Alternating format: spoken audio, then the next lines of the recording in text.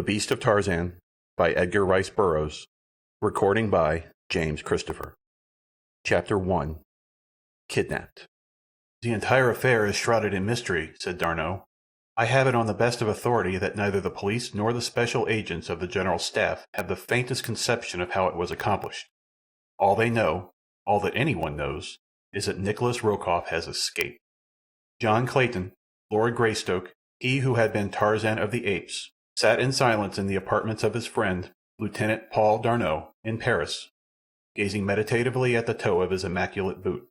His mind revolved many memories, recalled by the escape of his arch-enemy from the French military prison to which he had been sentenced for life upon the testimony of the ape-man. He thought of the lengths to which Rokoff had once gone to compass his death, and he realized that what the man had already done would doubtless be as nothing by comparison with what he would wish and plot to do now that he was again free. Tarzan had recently brought his wife and infant son to London to escape the discomforts and dangers of the rainy season upon their vast estate in Uziri, the land of the savage Waziri warriors whose broad African domains the ape-man once ruled.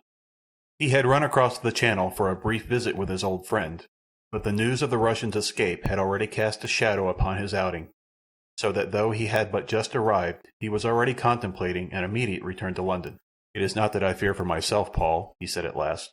"Many times in the past have I thwarted Rokoff's designs upon my life, but now there are others to consider. Unless I misjudge the man, he would more quickly strike at me through my wife or son than directly at me, for he doubtless realizes that in no other way could he inflict greater anguish upon me. I must go back to them at once, and remain with them until Rokoff is recaptured or dead." As these two talked in Paris, two other men were talking together in a little cottage upon the outskirts of London. Both were dark, sinister-looking men. One was bearded, but the other, whose face bore the pallor of long confinement within doors, had but a few days' growth of black beard upon his face.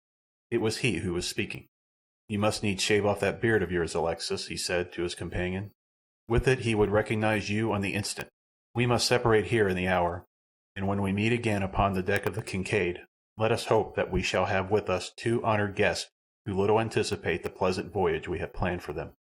In 2 hours I should be upon my way to Dover with one of them, and by tomorrow night, if you follow my instructions carefully, you should arrive with the other, provided, of course, that he returns to London as quickly as I presume he will.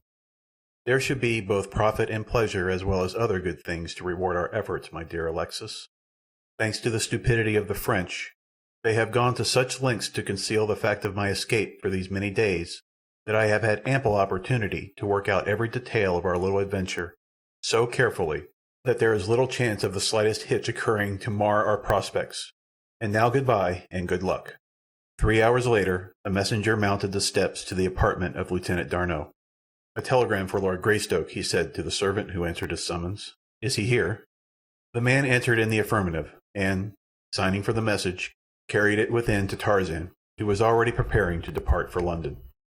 Tarzan tore open the envelope, and as he read, his face went white. "Read it, Paul," he said, handing the slip of paper to D'Arnot. "It has come already." The Frenchman took the telegram and read, "Jack stolen from the garden through complicity of new servant. Come at once. Jane."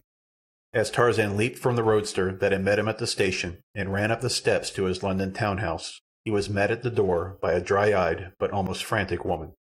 Quickly, Jane Porter Clayton narrated all that she had been able to learn of the theft of the boy. The baby's nurse had been wheeling him in the sunshine on the walk before the house when a closed taxicab drew up at the corner of the street. The woman had paid but passing attention to the vehicle, merely noting that it discharged no passenger, but stood at the curb with the motor running as though waiting for a fare from the residence before which it had stopped. Almost immediately, the new houseman, Carl, had come running from the Greystoke house, saying that the girl's mistress wished to speak with her for a moment, and that she was to leave little Jack in his care until she returned. The woman said that she entertained not the slightest suspicion of the man's motives until she had reached the doorway of the house, when it occurred to her to warn him not to turn the carriage so as to permit the sun to shine in the baby's eyes.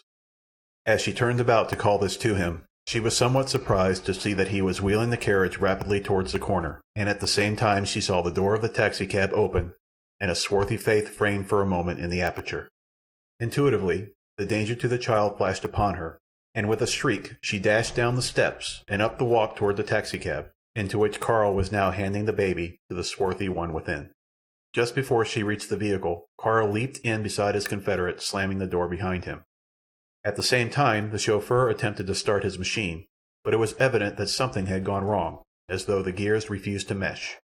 And the delay caused by this, while he pushed the lever into reverse and backed the car a few inches before again attempting to go ahead, gave the nurse time to reach the side of the taxicab. Leaping to the running board, she had attempted to snatch the baby from the arms of the stranger, and here, screaming and fighting, she had clung to her position even after the taxicab had got under way.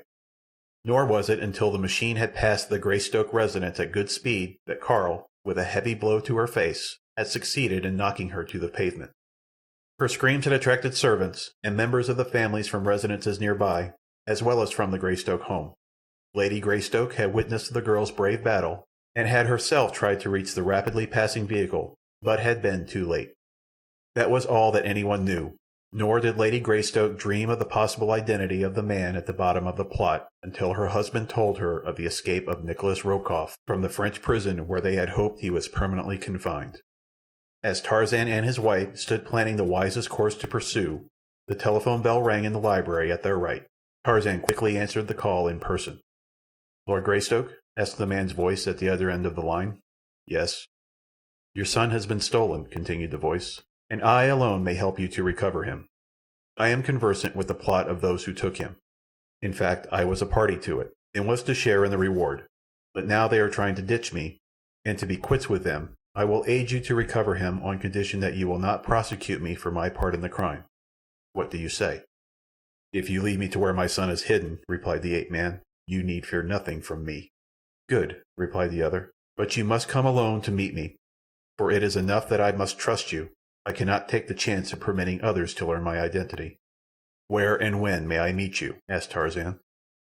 The other gave the name and location of a public house on the waterfront at Dover, a place frequented by sailors. "Come," he concluded, "about 10 o'clock tonight. It would do no good to arrive earlier. Your son will be safe enough in the meantime, and I can then lead you secretly to where he is hidden. But be sure to come alone, and under no circumstances notify Scotland Yard, for I know you well and shall be watching for you.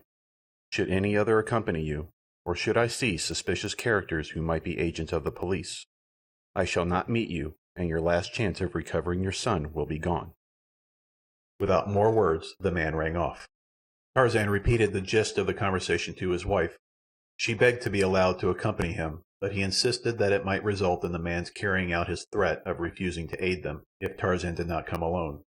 And so they parted, he to hasten to Dover, and she ostensibly to wait at home until he should notify her of the outcome of his mission. Little did either dream of what both were destined to pass through before they should meet again, or the far distant. But why anticipate? For 10 minutes after the ape-man had left her, Jane Clayton walked restlessly back and forth across the silken rugs of the library. Her mother heart ached, bereft of its firstborn. Her mind was in an anguish of hopes and fears. Though her judgment told her that all would be well were her Tarzan to go alone in accordance with the mysterious stranger's summons, her intuition would not permit her to lay aside suspicion of the gravest dangers to both her husband and her son. The more she thought of the matter, the more convinced she became that the recent telephone message might be but a ruse to keep them inactive until the boy was safely hidden away or spirited out of England. Or it might be it had been simply a bait to lure Tarzan into the hands of the implacable Rokoff. With the lodgment of this thought, she stopped in wide-eyed terror. Instantly it became a conviction. She glanced at the great clock, ticking the minutes in the corner of the library. It was too late to catch the Dover train that Tarzan was to take. There was another later, however, that would bring her to the Channel port in time to reach the address the stranger had given her husband before the appointed hour. Summoning her maid and chauffeur, she issued instructions rapidly. 10 minutes later, she was being whisked through the crowded streets toward the railway station. It was 9:45 that night that Tarzan entered the squalid pub on the waterfront in Dover. As he passed into the evil-smelling room, a muffled figure brushed past him toward the street. "Come, my lord," whispered the stranger. The ape-man wheeled about and followed the other into the ill-lit alley, which custom had dignified with the title of thoroughfare. Once outside, the fellow led the way into the darkness, nearer a wharf, where high-piled bales, boxes, and casks cast dense shadows. Here he halted. "Where is the boy?" asked Greystoke. "On that small steamer whose lights you can just see yonder," replied the other. In the gloom Tarzan was trying to peer into the features of his companion, but he did not recognize the man as one whom he had ever before seen. Had he guessed that his guide was Alexis Paulvitch, he would have realized that naught but treachery lay in the man's heart, and that danger lurked in the path of every move. "He is unguarded now," continued the Russian. "Those who took him feel perfectly safe from detection, and with the exception of a couple of members of the crew, whom I have furnished with enough gin to silence them effectively for hours, there is none aboard the Kincaid. We can go aboard, get the child, and return without the slightest fear." Tarzan nodded. "Let's be about it, then," he said. His guide led him to a small boat moored alongside the wharf. The two men entered, and Paulvitch pulled rapidly toward the steamer. The black smoke issuing from her funnel did not at the time make any suggestion to Tarzan's mind. All his thoughts were occupied with the hope that in a few moments he would again have his little son in his arms. At the steamer's side they found the monkey ladder dangling close above them, and up this the two men crept stealthily. Once on deck, they hastened aft to where the Russian pointed to a hatch. "The boy is hidden there," he said. "You had better go down after him, as there is less chance that he will cry in fright than should he find himself in the arms of a stranger. I will stand on guard here." So anxious was Tarzan to rescue the child that he gave not the slightest thought to the strangeness of all the conditions surrounding the Kincaid. That her deck was deserted, though she had steam up, and from the volume of smoke pouring from her funnel was all ready to get under way, made no impression upon him. With the thought that in another instant he would fold that precious little bundle of humanity in his arms, the ape-man swung down into the darkness below. Scarcely had he released his hold upon the edge of the hatch than the heavy covering fell clattering above him. Instantly he knew that he was a victim of a plot, and that far from rescuing his son, he had himself fallen into the hands of his enemies. Though he immediately endeavored to reach the hatch and lift the cover, he was unable to do so. Striking a match, he explored his surroundings, finding that a little compartment had been partitioned off from the main hold, with the hatch above his head the only means of ingress or egress. It was evidence that the room had been prepared for the very purpose of serving as a cell for himself. There was nothing in the compartment and no other occupant. If the child was on board the Kincaid, he was confined elsewhere. For over 20 years, from infancy to manhood, the ape-man had roamed his savage jungle's haunts without human companionship of any nature. He had learned at the most impressionable period of his life to take his pleasures and his sorrows as the beasts take theirs. So it was that he neither raved nor stormed against fate, but instead waited patiently for what might next befall him, though not by any means without an eye to doing the utmost to succour himself. To this end he examined his prison carefully, tested the heavy planking that formed its walls, and measured the distance of the hatch above him. And while he was thus occupied, there came suddenly to him the vibration of machinery and the throbbing of the propeller. The ship was moving. Where to, and to what fate was it carrying him? And even as these thoughts passed through his mind, there came to his ears above the din of the engines that which caused him to go cold with apprehension. Clear and shrill, from the deck above him rang the scream of a frightened woman. End of Chapter 1. Chapter 2. Marooned. As Tarzan and his guide had disappeared into the shadows upon the dark wharf, the figure of a heavily veiled woman had hurried down the narrow alley to the entrance of the drinking place the two men had just quitted. Here she paused and looked about, and then, as though satisfied that she had at last reached the place she sought, she pushed bravely into the interior of the vile den. A score of half-drunken sailors and wharf-rats looked up at the unaccustomed sight of a richly gowned woman in their midst.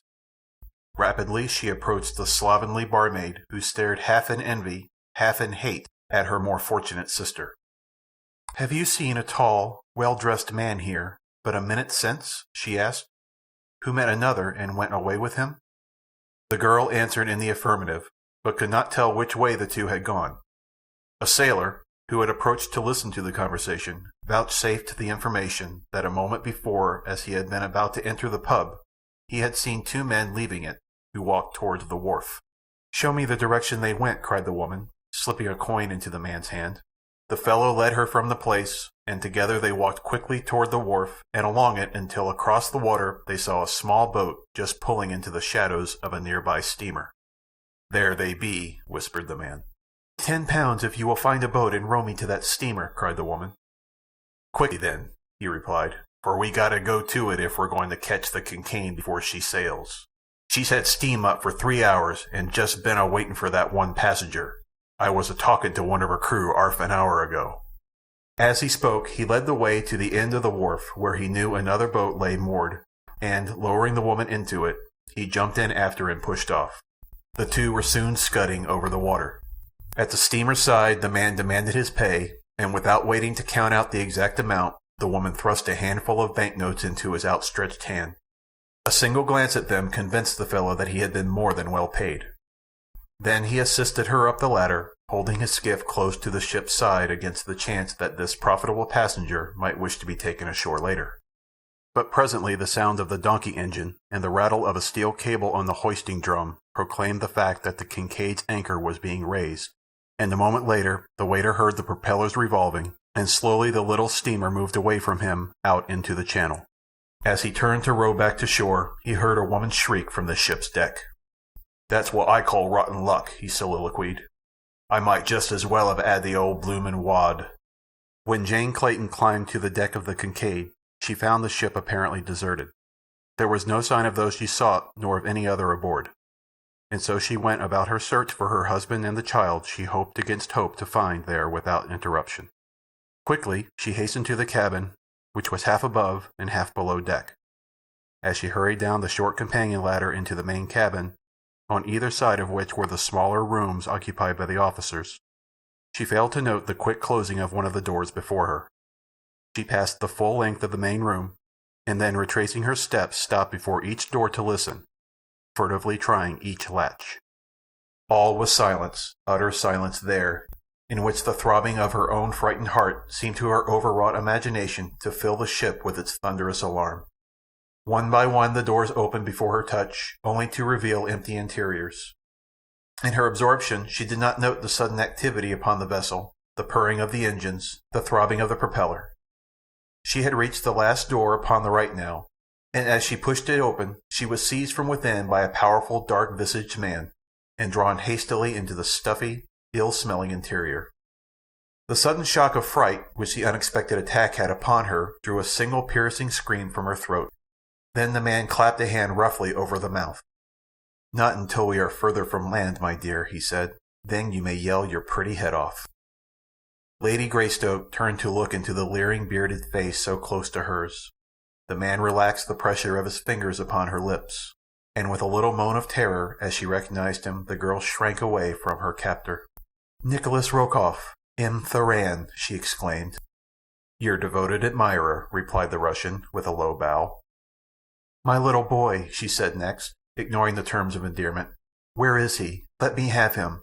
How could you be so cruel, even as you, Nicholas Rokoff, cannot be entirely devoid of mercy and compassion? Tell me where he is. Is he aboard this ship? Oh, please, if such a thing as a heart beats within your breast, take me to my baby." "If you do as you are bid, no harm will befall him," replied Rokoff. "But remember that it is your own fault that you are here. You came aboard voluntarily, and you may take the consequences. I little thought," he added to himself, "that any such good luck as this would come to me." He went on deck then, locking the cabin door upon his prisoner, and for several days she did not see him. The truth of the matter being that Nicholas Rokoff was so poor a sailor that the heavy seas the Kincaid encountered from the very beginning of her voyage sent the Russian to his berth with a bad attack of seasickness.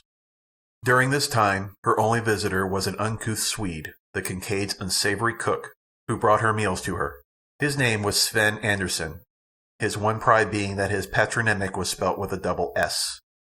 The man was tall and raw-boned, with a long yellow mustache, an unwholesome complexion, and filthy nails.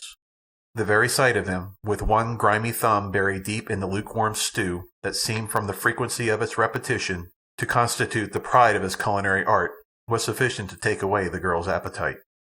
His small, blue, close-set eyes never met hers squarely. There was a shiftiness of his whole appearance that even found expression in the cat-like manner of his gait, and to it all a sinister suggestion was added by the long slim knife that always rested at his waist, slipped through the greasy cord that supported his soiled apron. Ostensibly, it was but an implement of his calling, but the girl could never free herself of the conviction that it would require less provocation to witness it put to other and less harmless uses.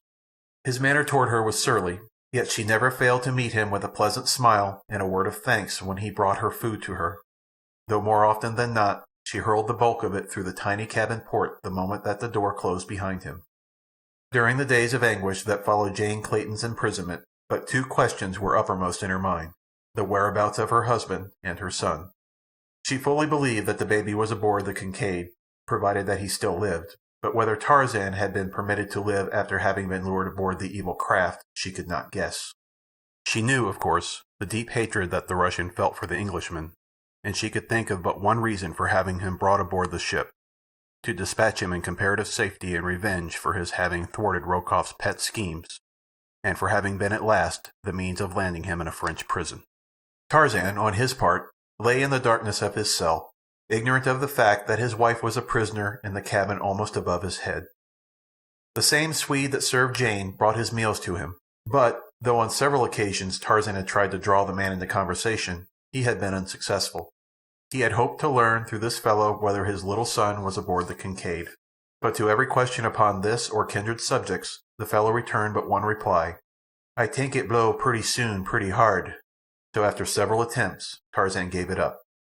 For weeks that seemed months to the two prisoners, the little steamer forged on they knew not where. Once the Kincaid stopped to coal, only immediately to take up the seemingly interminable voyage.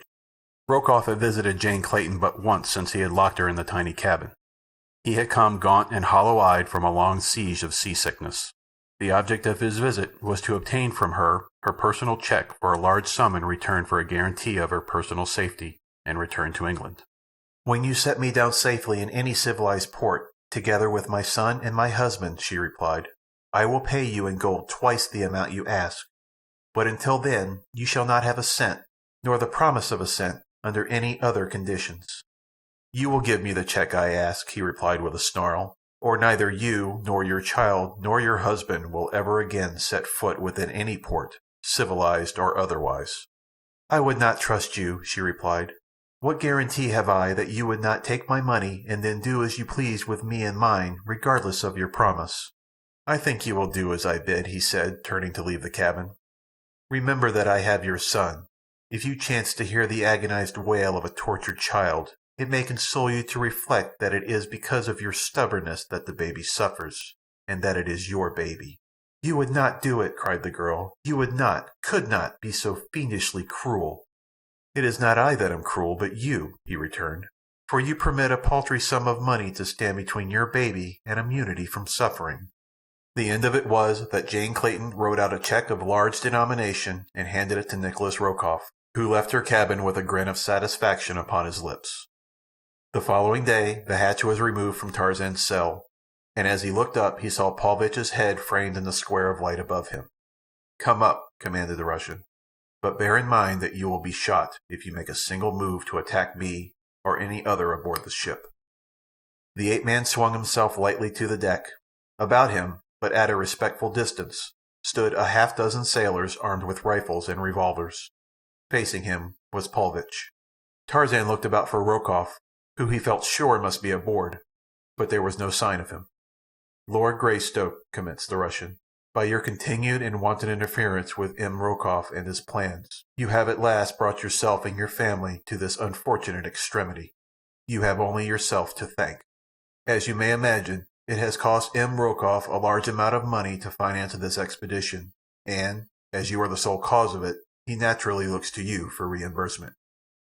Further, I may say that only by meeting M. Rokoff's just demands may you avert the most unpleasant consequences to your wife and child, and at the same time retain your own life and regain your liberty."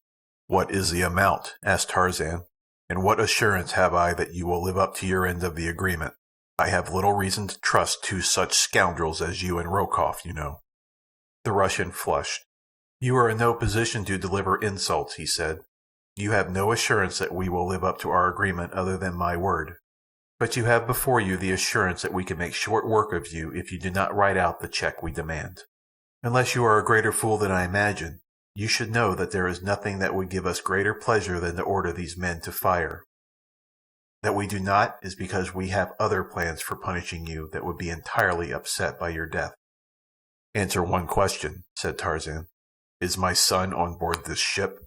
"No, replied Alexis Paulvitch. "Your son is quite safe elsewhere, nor will he be killed until you refuse to accede to our fair demands. If it becomes necessary to kill you, there will be no reason for not killing the child, since with you gone, the one whom we wish to punish through the boy will be gone, and he will then be to us only a constant source of danger and embarrassment. You see, therefore, that you may only save the life of your son by saving your own, and you can only save your own by giving us the check we ask." "Very well," replied Tarzan, for he knew that he could trust them to carry out any sinister threat that Paulvitch had made, and there was a bare chance that by conceding their demands he might save the boy. That they would permit him to live after he had appended his name to the check never occurred to him as being within the realms of probability, but he was determined to give him such a battle as they would never forget, and possibly to take Paulvitch with him into eternity. He was only sorry that it was not Rokoff. He took his pocket checkbook and fountain pen from his pocket. "What is the amount?" he asked. Paulvitch named an enormous sum. Tarzan could scarce restrain a smile. Their very cupidity was to prove the means of their undoing, in the matter of the ransom at least. Purposely he hesitated and haggled over the amount, but Paulvitch was obdurate. Finally the ape-man wrote out his check for a larger sum than stood to his credit at the bank. As he turned to hand the worthless slip of paper to the Russian, his glance chanced to pass across the starboard bow of the Kincaid. To his surprise, he saw that the ship lay within a few hundred yards of land. Almost down to the water's edge ran a dense tropical jungle, and behind was a higher land clothed in forest. Paulvitch noted the direction of his gaze. "You are to be set at liberty here," he said. Tarzan's plan for immediate physical revenge upon the Russian vanished. He thought the land before him the mainland of Africa, and he knew that should they liberate him here, he could doubtless find his way to civilization with comparative ease. Paulvitch took the check. "Remove your clothing," he said to the ape-man. "Here you will not need it." Tarzan demurred. Paulvitch pointed to the armed sailors, then the Englishman slowly divested himself of his clothing. A boat was lowered, and still heavily guarded, the ape-man was rowed ashore. Half an hour later the sailors had returned to the Kincaid, and the steamer was slowly getting under way. As Tarzan stood upon the narrow strip of beach watching the departure of the vessel, he saw a figure appear at the rail and call aloud to attract his attention. The ape-man had been about to read a note that one of the sailors had handed him as the small boat that bore him to the shore was on the point of returning to the steamer. But at the hail from the vessel's deck he looked up. He saw a black-bearded man who laughed at him in derision as he held high above his head the figure of a little child. Tarzan half started as though to rush through the surf and strike out for the already moving steamer, but realizing the futility of so rash an act, he halted at the water's edge. Thus he stood, his gaze riveted upon the Kincaid until it disappeared beyond the projecting promontory of the coast. From the jungle at his back, fierce bloodshot eyes glared from beneath shaggy overhanging brows upon him. Little monkeys in the tree-tops chattered and scolded, and from the distance of the inland forest came the scream of a leopard. But still John Clayton, Lord Greystoke, stood deaf and unseeing, suffering the pangs of keen regret for the opportunity that he had wasted because he had been so gullible as to place credence in a single statement of the first lieutenant of his arch-enemy. "I have at least," he thought, "one consolation, the knowledge that Jane is safe in London. Thank heaven she, too, did not fall into the clutches of those villains." Behind him, the hairy thing whose evil eyes had been watching his as a cat watches a mouse was creeping stealthily toward him. Where were the trained senses of the savage ape-man? Where the acute hearing? Where the uncanny sense of scent? End of Chapter 2. Chapter 3. Beasts at Bay. Slowly, Tarzan unfolded the note the sailor had thrust into his hands and read it. At first it made little impression on his sorrow-numbed senses, but finally the full purport of the hideous plot of revenge unfolded itself before his imagination.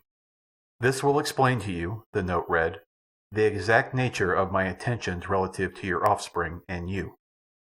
You were born an ape. You live naked in the jungle. To your own we have returned you. But your son shall rise a step above his sire. It is the immutable law of evolution. The father was a beast, but the son shall be a man. He shall take the next ascending step in the scale of progress. He shall be no naked beast of the jungle, but shall wear a loincloth and copper anklets, and perchance a ring in his nose, for he is to be reared by men, a tribe of savage cannibals. I might have killed you, but that would have curtailed the full measure of the punishment you have earned at my hands. Dead, you could not have suffered in the knowledge of your son's plight. But living, and in a place from which you may not escape to seek or succour your child, you shall suffer worse than death for all the years of your life in contemplation of the horrors of your son's existence. This, then, is to be a part of your punishment for having dared to pit yourself against N.R. P.S. The balance of your punishment has to do with what shall presently befall your wife. That I shall leave to your imagination. As he finished reading, a slight sound behind him brought him back with a start to the world of present realities. Instantly his senses awoke, and he was again Tarzan of the Apes. As he wheeled about, it was a beast at bay, vibrant with the instinct of self-preservation, that faced a huge bull-ape that was already charging down upon him. The 2 years that had elapsed since Tarzan had come out of the savage forest with his rescued mate had witnessed slight diminution of the mighty powers that had made him the invincible lord of the jungle. His great estates in Uziri had claimed much of his time and attention, and there he had found ample field for the practical use and retention of his almost superhuman powers. But naked and unarmed to do battle with the shaggy, bull-necked beast that now confronted him was a test that the ape-man would scarce have welcomed at any period of his wild existence. But there was no alternative other than to meet the rage-maddened creature with the weapons with which nature had endowed him. Over the bull's shoulder, Tarzan could see now the heads and shoulders of perhaps a dozen more of these mighty forerunners of primitive man. He knew, however, that there was little chance that they would attack him, since it is not within the reasoning powers of the anthropoid to be able to weigh or appreciate the value of concentrated action against an enemy. Otherwise they would long since have become the dominant creatures of their haunts. So tremendous a power of destruction lies in their mighty thews and savage fangs. With a low snarl, the beast now hurled himself at Tarzan. But the ape-man had found, among other things in the haunts of civilized man, certain methods of scientific warfare that are unknown to the jungle folk. Whereas a few years since he would have met the brute rush with brute force, he now sidestepped his antagonist's headlong charge, and as the brute hurled past him, swung a mighty right to the pit of the ape's stomach. With a howl of mingled rage and anguish, the great anthropoid bent double and sank to the ground, though almost instantly he was again struggling to his feet. Before he could regain them, however, his white-skinned foe had wheeled and pounced upon him, and in the act there dropped from the shoulders of the English lord the last shred of his superficial mantle of civilization. Once again he was the jungle beast, reveling in bloody conflict with his kind. Once again he was Tarzan, son of Kala, the she-ape. His strong white teeth sank into the hairy throat of his enemy as he sought the pulsing jugular. Powerful fingers held the mighty fangs from his own flesh, or clenched and beat with the power of a steam hammer upon the snarling, foam-flecked face of his adversary. In a circle about them, the balance of the tribe of apes stood watching and enjoying the struggle. They muttered low gutturals of approval as bits of white hide or hairy blood-stained skin were torn from one contestant or the other. But they were silent in amazement and expectation when they saw the mighty white ape wriggle upon the back of their king, and, with steel muscles tensed beneath the armpits of his antagonist, bear down mightily with his open palms upon the back of the thick bull neck, so that the king-ape could but shriek in agony and flounder helplessly upon the thick mat of jungle grass. As Tarzan had overcome the huge Tarkaz that time years before when he had been about to set upon his quest for human beings of his own kind and color, so now he overcame this other great ape with the same wrestling hold upon which he had stumbled by accident during that other combat. The little audience of fierce anthropoids heard the cracking of their king's neck mingling with his agonized shrieks and hideous roaring. Then there came a sudden crack, like the breaking of a stout limb before the fury of the wind. The bullet head crumpled forward upon its flaccid neck against the great hairy chest. The roaring and the shrieking ceased. The little pig eyes of the onlookers wandered from the still form of their leader to that of the white ape that was rising to its feet beside the vanquished, then back to their king as though in wonder that he did not arise and slay this presumptuous stranger. They saw the newcomer place a foot upon the neck of the quiet figure at his feet, and, throwing back his head, give vent to the wild, uncanny challenge of the bull-ape that has made a kill. Then they knew that their king was dead. Across the jungle rolled the horrid notes of the victory cry. The little monkeys in the treetops ceased their chattering. The harsh-voiced, brilliant-plumed birds were still. From afar came the answering wail of a leopard and the deep roar of a lion. It was the old Tarzan who turned questioning eyes upon the little knot of apes before him. It was the old Tarzan who shook his head as though to toss back a heavy mane that had fallen before his face, an old habit dating from the days that his great shock of thick black hair had fallen about his shoulders, and often tumbled before his eyes when it had meant life or death to him to have his vision unobstructed. The ape-man knew that he might expect an immediate attack on the part of that particular surviving bull-ape who felt himself best fitted to contend for the kingship of the tribe. Among his own apes, he knew that it was not unusual for an entire stranger to enter a community and, after having dispatched the king, assume the leadership of the tribe himself, together with the fallen monarch's mates. On the other hand, if he made no attempt to follow them, they might move slowly away from him, later to fight amongst themselves for the supremacy. That he could be king of them, if he so chose, he was confident, but he was not sure he cared to assume the sometimes irksome duties of that position, for he could see no particular advantage to be gained thereby. One of the younger apes, a huge, splendidly muscled brute, was edging threateningly closer to the ape-man. Through his barred fighting fangs there issued a low, sullen growl. Tarzan watched his every move, standing rigid as a statue. To have fallen back a step would have been to precipitate an immediate charge. To have rushed forward to meet the other might have had the same result, or it might have put the bellicose one to flight. It all depended upon the young bull's stock of courage. To stand perfectly still, waiting, was the middle course. In this event, the bull would, according to custom, approach quite close to the object of his attention, growling hideously and baring slavering fangs. Slowly he would circle about the other, as though with a chip on his shoulder, and this he did, even as Tarzan had foreseen.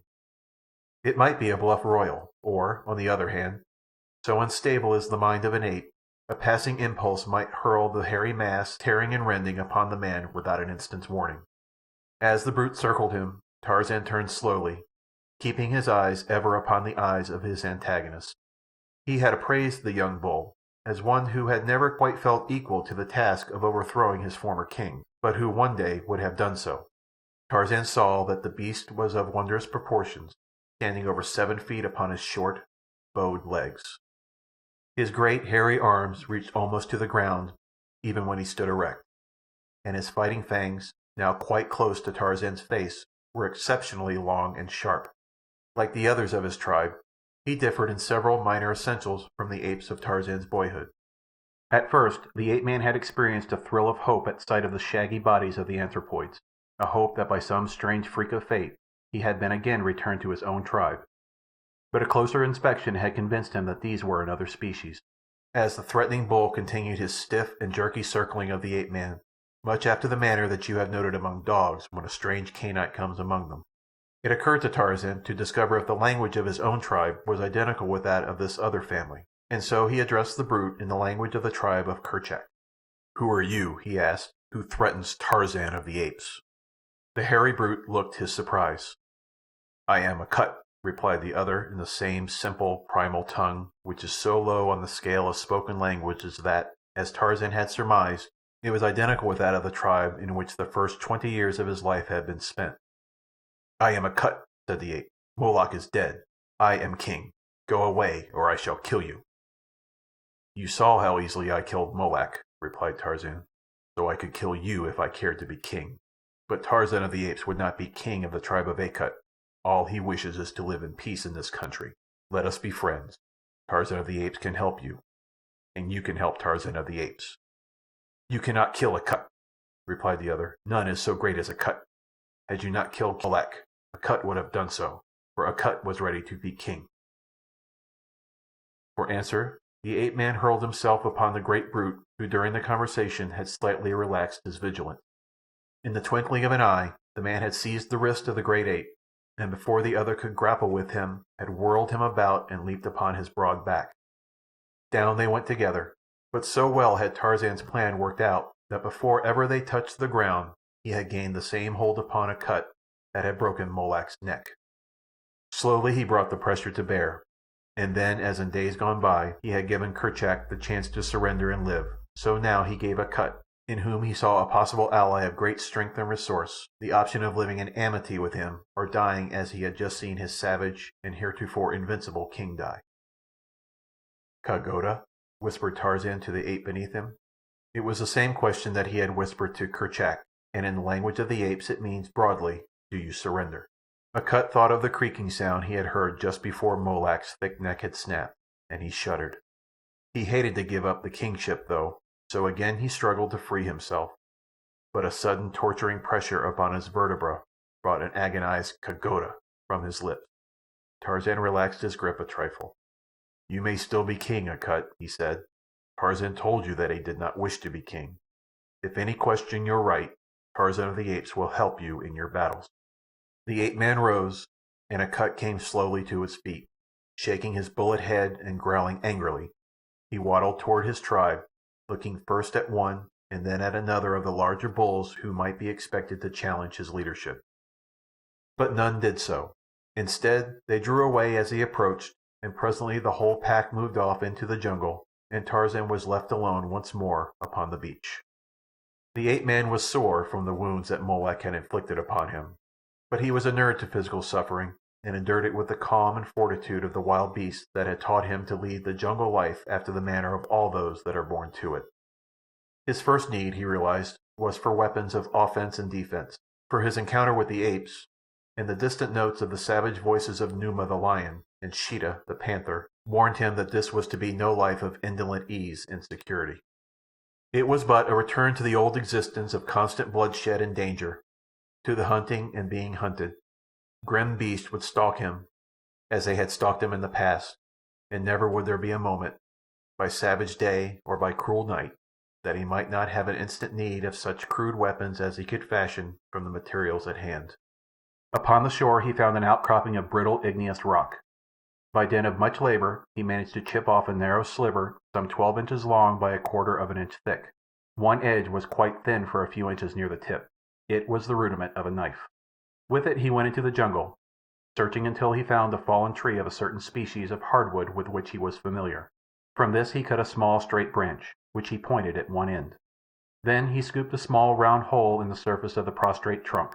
Into this he crumbled a few bits of dry bark minutely shredded, after which he inserted the tip of his pointed stick, and sitting astride the bole of the tree, spun the slender rod rapidly between his palms. After a time a thin smoke rose from the little mass of tinder, and a moment later the whole broke into flame. Heaping some larger twigs and sticks upon the tiny fire, Tarzan soon had quite a respectable blaze roaring in the enlarging cavity of the dead tree. Into this he thrust the blade of his stone knife, and as it became superheated he would withdraw it, touching a spot near the thin edge with a drop of moisture. Beneath the wetted area a little flake of the glassy material would crack and scale away. Thus, very slowly, the ape-man commenced the tedious operation of putting a thin edge upon his primitive hunting knife. He did not attempt to accomplish the feat all in one sitting. At first he was content to achieve a cutting edge of a couple of inches, with which he cut a long, pliable bow, a handle for his knife, a stout cudgel, and a goodly supply of arrows. These he cached in a tall tree beside a little stream, and here also he constructed a platform with a roof of palm leaves above it. When all these things had been finished, it was growing dusk, and Tarzan felt a strong desire to eat. He had noted during the brief incursion he had made into the forest that a short distance upstream from his tree there was a much-used watering place where, from the trampled mud of either bank, it was evident beasts of all sorts and in great numbers came to drink. To this spot the hungry ape-man made his silent way.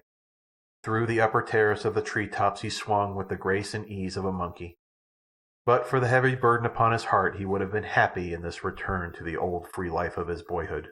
Yet even with that burden he fell into the little habits and manners of his early life that were in reality more a part of him than the thin veneer of civilization that the past 3 years of his association with the white men of the outer world had spread lightly over him, a veneer that only hid the crudities of the beast that Tarzan of the Apes had been. Could his fellow peers of the House of Lords have seen him then, they would have held up their noble hands in holy horror. Silently he crouched in the lower branches of a great forest giant that overhung the trail. His keen eyes and sensitive ears strained into the distant jungle, from which he knew his dinner would presently emerge. Nor had he long to wait. Scarce had he settled himself into a comfortable position, his lithe, muscular legs drawn well up beneath him as the panther draws his hindquarters in preparation for the spring, then Bara, the deer, came daintily down to drink. But more than Bara was coming. Behind the graceful buck came another which the deer could neither see nor scent, but whose movements were apparent to Tarzan of the Apes because of the elevated position of the ape-man's ambush. He knew not yet exactly the nature of the thing that moved so stealthily through the jungle a few hundred yards behind the deer, but he was convinced that it was some great beast of prey stalking Bara for the self-same purpose as that which prompted him to await the fleet animal. Numa, perhaps, or Sheeta, the panther. In any event, Tarzan could see his repast slipping from his grasp unless Bara moved more rapidly towards the ford than at present. Even as these thoughts passed through his mind, some noise of the stalker in his rear must have come to the buck, for with a sudden start he paused for an instant, trembling, in his tracks, and then with a swift bound dashed straight for the river and Tarzan. It was his intention to flee through the shallow ford and escape upon the opposite side of the river. Not 100 yards behind him came Numa. Tarzan could see him quite plainly now. Below the ape-man, Bara was about to pass. Could he do it? But even as he asked himself the question, the hungry man launched himself from his perch full upon the back of the startled buck. In another instant Numa would be upon them both. So, if the ape-man were to dine that night, or ever again, he must act quickly. Scarcely had he touched the sleek hide of the deer with a momentum that sent the animal to its knees, than he grasped the horn in either hand, and with a single quick wrench twisted the animal's neck completely around, until he felt the vertebra snap beneath his grip. The lion was roaring in rage close behind him as he swung the deer across his shoulder, and, grasping a foreleg between his strong teeth, leaped for the nearest of the lower branches that swung above his head. With both hands he grasped the limb, and at the instant that Numa sprang, drew himself and his prey out of reach of the animal's cruel talons. There was a thud below him as the baffled cat fell back to earth, and then Tarzan of the Apes, drawing his dinner farther up to the safety of a higher limb, looked down with grinning face into the gleaming yellow eyes of the other wild beast that glared up at him from beneath, and with taunting insults flaunted the tender carcass of his kill in the face of him whom he had cheated of it. With his crude stone knife he cut a juicy steak from the hindquarters, and while the great lion paced, growling back and forth below him, Lord Greystoke filled his savage belly, nor ever in the choicest of his exclusive London clubs had a meal tasted more palatable. The warm blood of his kill smeared his hands and face, and filled his nostrils with the scent that the savage carnivora loved best. And when he had finished, he left the balance of the carcass in a high fork of the tree where he had dined, and with Numa trailing below him, still keen for revenge, he made his way back to his tree-top shelter, where he slept until the sun was high the following morning. End of Chapter 3. Chapter 4. Sheeta. The next few days were occupied by Tarzan in completing his weapons and exploring the jungle. He strung his bow with tendons from the buck upon which he had dined his first evening upon the new shore, and though he would have preferred the gut of Sheeta for the purpose, he was content to wait until opportunity permitted him to kill one of the great cats. He also braided a long grass rope, such a rope as he had used many years before to tantalize the ill-natured Tublet, and which later had developed into a wondrous effective weapon in the practiced hands of the little ape-boy.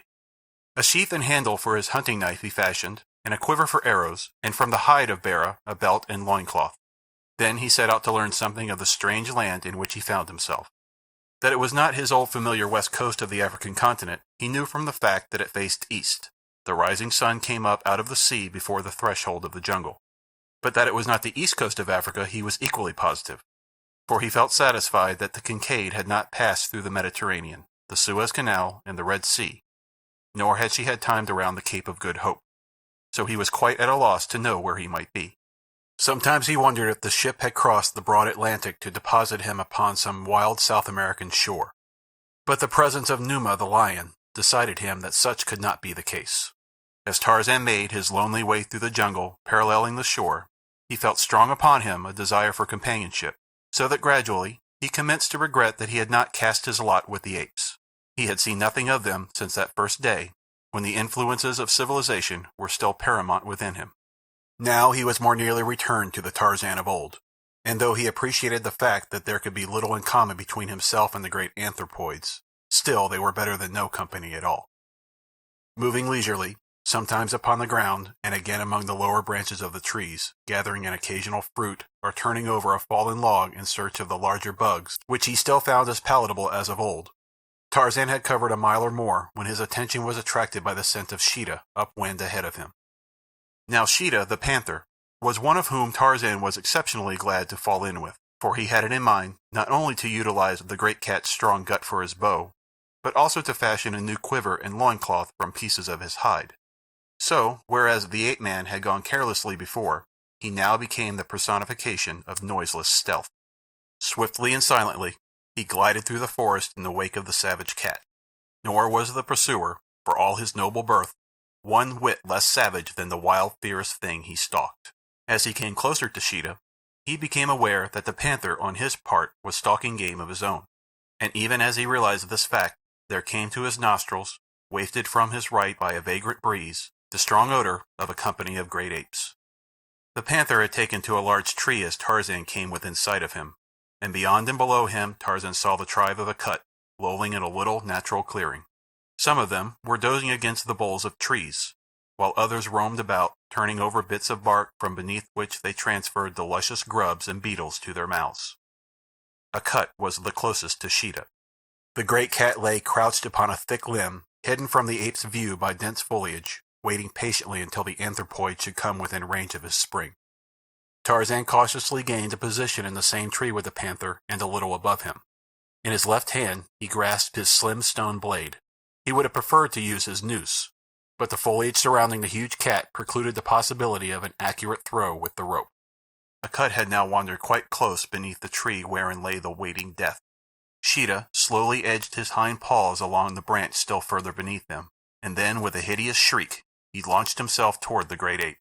The barest fraction of a second before his spring, another beast of prey above him leaped, its weird and savage cry mingling with his. As the startled Akut looked up, he saw the panther almost above him, and already upon the panther's back the white ape that had bested him that day near the great water. The teeth of the ape-man were buried in the back of Sheeta's neck, and his right arm was round the fierce throat, while the left hand, grasping a slender piece of stone, rose and fell in mighty blows upon the panther's side, behind the left shoulder. Akut had just time to leap to one side to avoid being pinioned beneath these battling monsters of the jungle. With a crash they came to earth at his feet. Sheeta was screaming, snarling, and roaring horribly, but the white ape clung tenaciously and in silence to the thrashing body of his quarry. Steadily and remorselessly the stone knife was driven home through the glossy hide. Time and again it drank deep, until with a final agonized lunge and shriek the great feline rolled over upon his side, and, save for the spasmodic jerking of its muscles, lay quiet and still in death.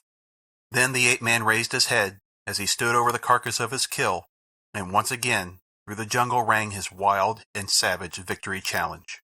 Akut and the apes of Akut stood looking in startled wonder at the dead body of Sheeta and the lithe, straight figure of the man who had slain him. Tarzan was the first to speak. He had saved Akut's life for a purpose, and, knowing the limitations of the ape intellect, he also knew that he must make this purpose plain to the anthropod if it were to serve him in the way he hoped. "I am Tarzan of the Apes," he said, "mighty hunter, mighty fighter.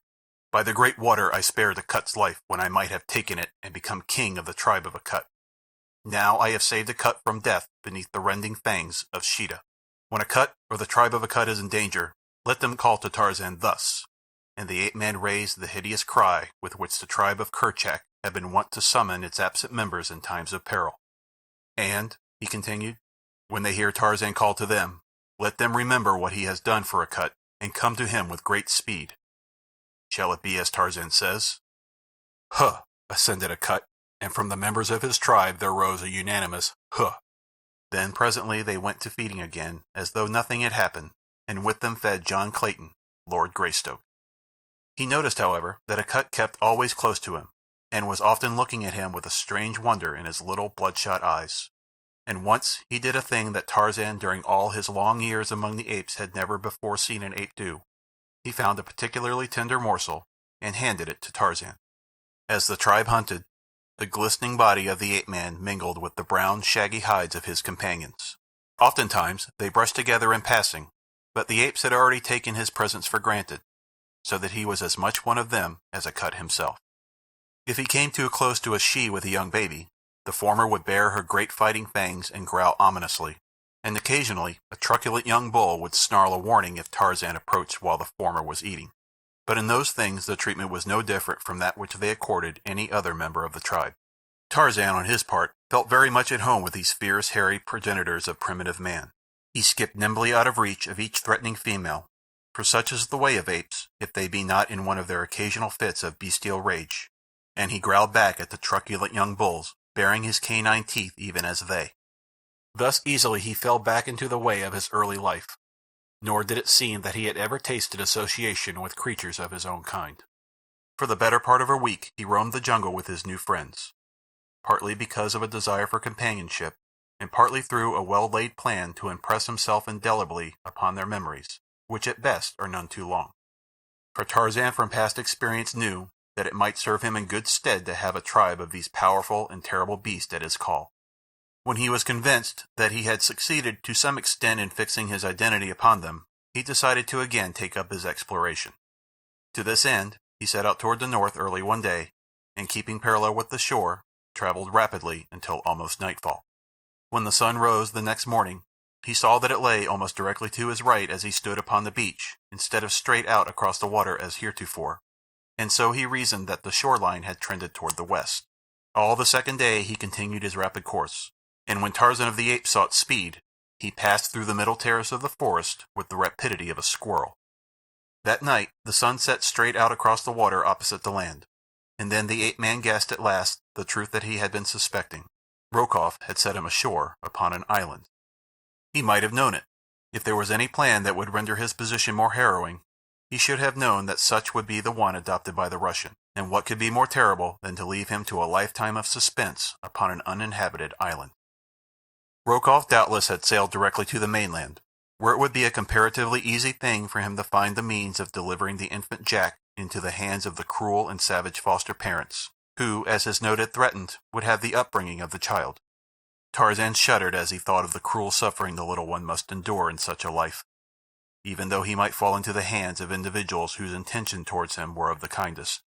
The ape-man had had sufficient experience with the lower savages of Africa to know that even there may be found the cruder virtues of charity and humanity, but their lives were at best but a series of terrible privations, dangers, and sufferings. Then there was the horrid afterfate that awaited the child as he grew to manhood.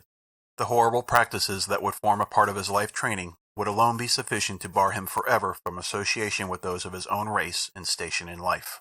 A cannibal, his little boy a savage man-eater. It was too horrible to contemplate. The filed teeth, the slit nose, the little face painted hideously. Tarzan groaned. Could he but feel the throat of the rust fiend beneath his steel fingers. And Jane. What tortures of doubt and fear and uncertainty she must be suffering. He felt that his position was infinitely less terrible than hers, or at least he knew that one of his loved ones was safe at home, while she had no idea of the whereabouts of either her husband or her son. It is well for Tarzan that he did not guess the truth, for the knowledge would have but added 100-fold to his suffering.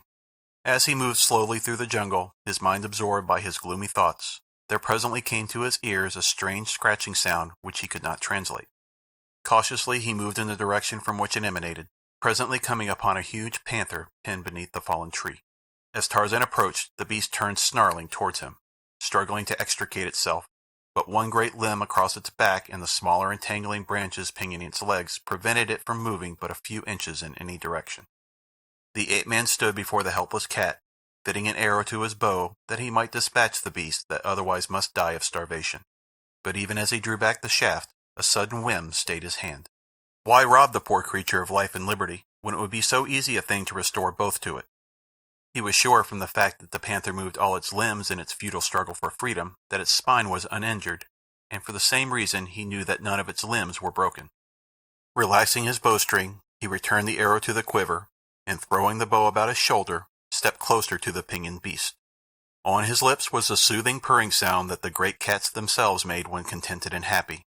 It was the nearest approach to a friendly advance that Tarzan could make in the language of Sheeta.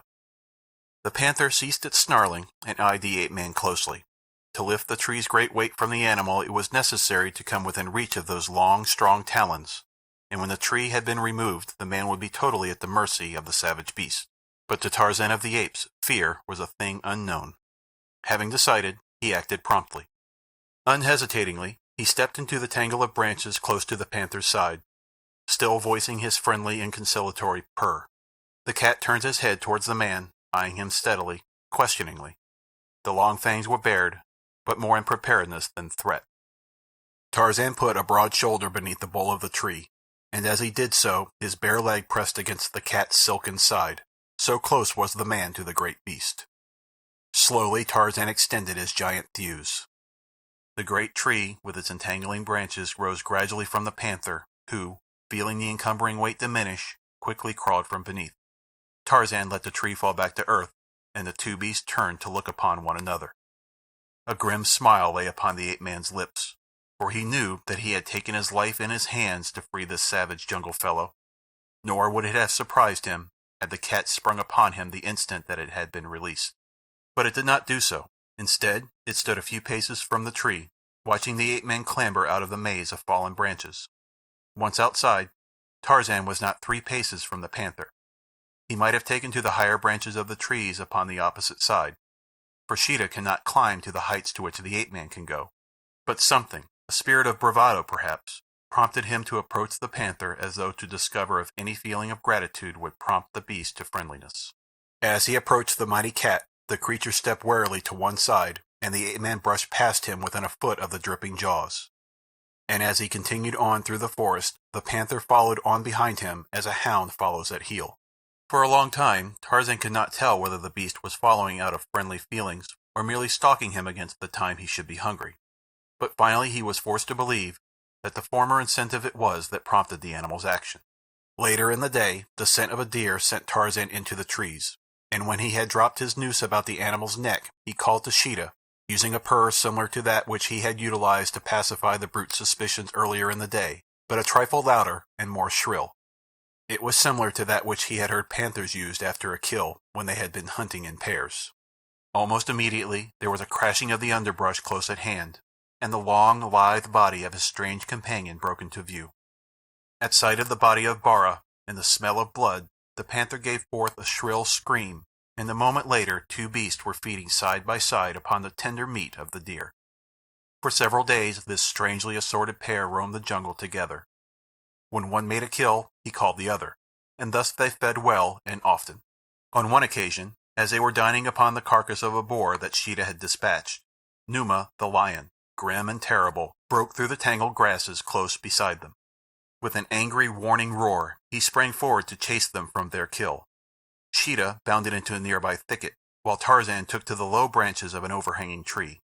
Here the ape-man unloosed his grass rope from about his neck, and as Numa stood above the body of the boar, challenging head erect, he dropped the sinuous noose about the maned neck, drawing the stout strands taut with a sudden jerk.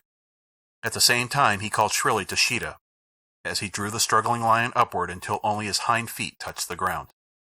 Quickly he made the rope fast to a stout branch, and as the panther, in answer to his summons, leaped into sight, Tarzan dropped to the earth beside the struggling and infuriated Numa, and with a long sharp knife sprang upon him at one side even as Sheeta did upon the other.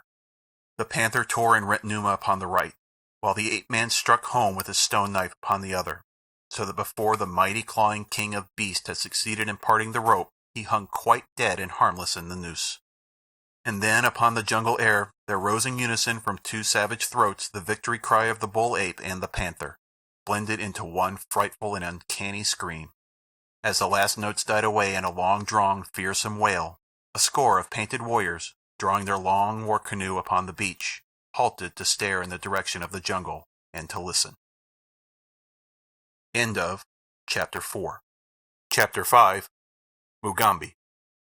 By the time that Tarzan had traveled entirely about the coast of the island, and made several trips inland from various points, he was sure that he was the only human being upon it. Nowhere had he found any sign that men had stopped even temporarily upon this shore, though of course he knew that so quickly does the rank vegetation of the tropics erase all but the most permanent of human monuments, that he might be in error in his deductions.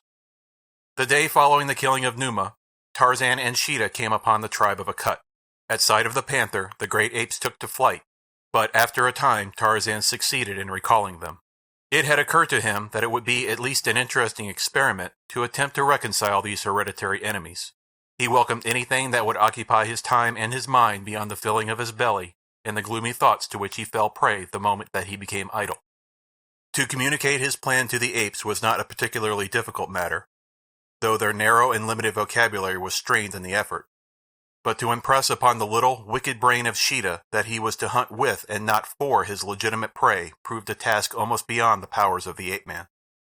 Tarzan, among his other weapons, possessed a long, stout cudgel, and after fastening his rope about the panther's neck, he used this instrument freely upon the snarling beast, endeavoring in this way to impress upon its memory that it must not attack the great, shaggy, man-like creatures that had approached more closely once they had seen the purpose of the rope about Sheeta's neck.